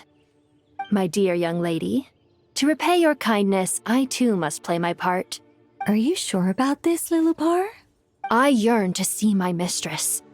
For this moment, the world can burn to ashes, the universe be engulfed in flame. I care about nothing else. And you, Kale, I can give you a gift.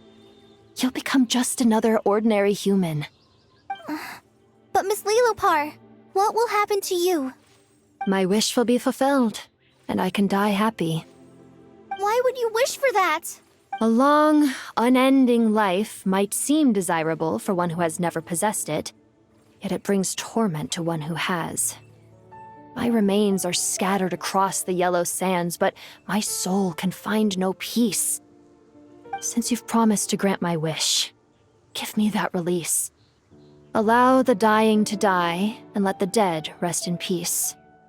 You have my thanks. Kale, there's no pressure on you. What she said, it's all true. A wish is a genuine desire, after all. It's as if you want to use the last of your life to give me a better future. Nothing's so selfless. We'll be using our futures to fulfill each other's wishes. This is a noble act, a beautiful and secret transaction between two women. I understand. Miss Lilupar, I'm ready. Close your eyes, Kale. Then open your soul. From there, I will embrace my mistress. The downpour of flowers is your touch, like returning to the very beginning, like surrendering to your grace, my mistress. People say that devotion is beautiful, yet filled with pain. How foolish of them.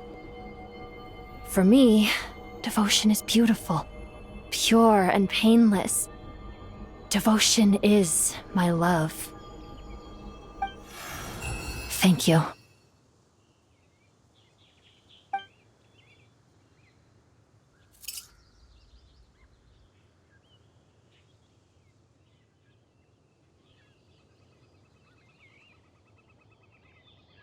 Lilupar! She disappeared? She left, carrying the blessing of flowers. Kale, are you alright? I'm fine. Now that the remains are gone, I don't actually feel any different at all. Those remains weren't hurting Kale. Not as she is now. They simply exist. Besides, I could sense a deep yearning within her. Kale must have already received what she was yearning for. I'm doing fine. I feel relaxed. There's really no need to worry. Then my wish has come true, too. To become ordinary? That's just one of my wishes. Actually, I have a few more. For instance, I want to protect the people I meet and help them find happiness. That sort of thing. So between Miss Lilupar and me, you fulfilled 2 wishes already, and protected 2 people. Wonderful, isn't it? I feel so fantastically happy. I guess that settles things here. So what's next? What do you want to do when we get back to town? Clay, look who I've brought to see you. Hey, Kale! I heard you guys were holding some kind of secret event. How come you started without me? Huh? Oh no, it's nothing like that. We were just saying goodbye to an old friend. Really? Who? Me. The old me. So that's what this is all about. Did you come all the way to Mondstadt for that? Because we knew the old you so we could witness the change? Exactly. The old me is gone. I puffed her into the air, and she became a fluffy pink cloud, floating into the sky, before disappearing forever. Do you think, maybe up in the sky, she has friends waiting for her with test tubes, flasks, and bows? Oh, when you put it like that, it doesn't sound so bad after all. What do you think, Miss Nicole? I think maybe that's right. At least, if it were up to me, I'd consider that a happy ending. Dear Sucrose, even though my childhood ended long ago, these past few days have really felt like growing up again. I've become stronger, and I feel like I can finally accomplish things by myself. Surely someone as mysterious as you will find a friend like this fascinating? Always growing, always thriving like a plant. I came to say goodbye to my old self. I know that after this, she'll be gone. Thinking about it makes me feel a little lonely. I I know the weakness that kept me company will one day leave me too. But somewhere in my heart, I feel a great sense of joy. It feels like I've always wanted to take this step, to walk towards the new me.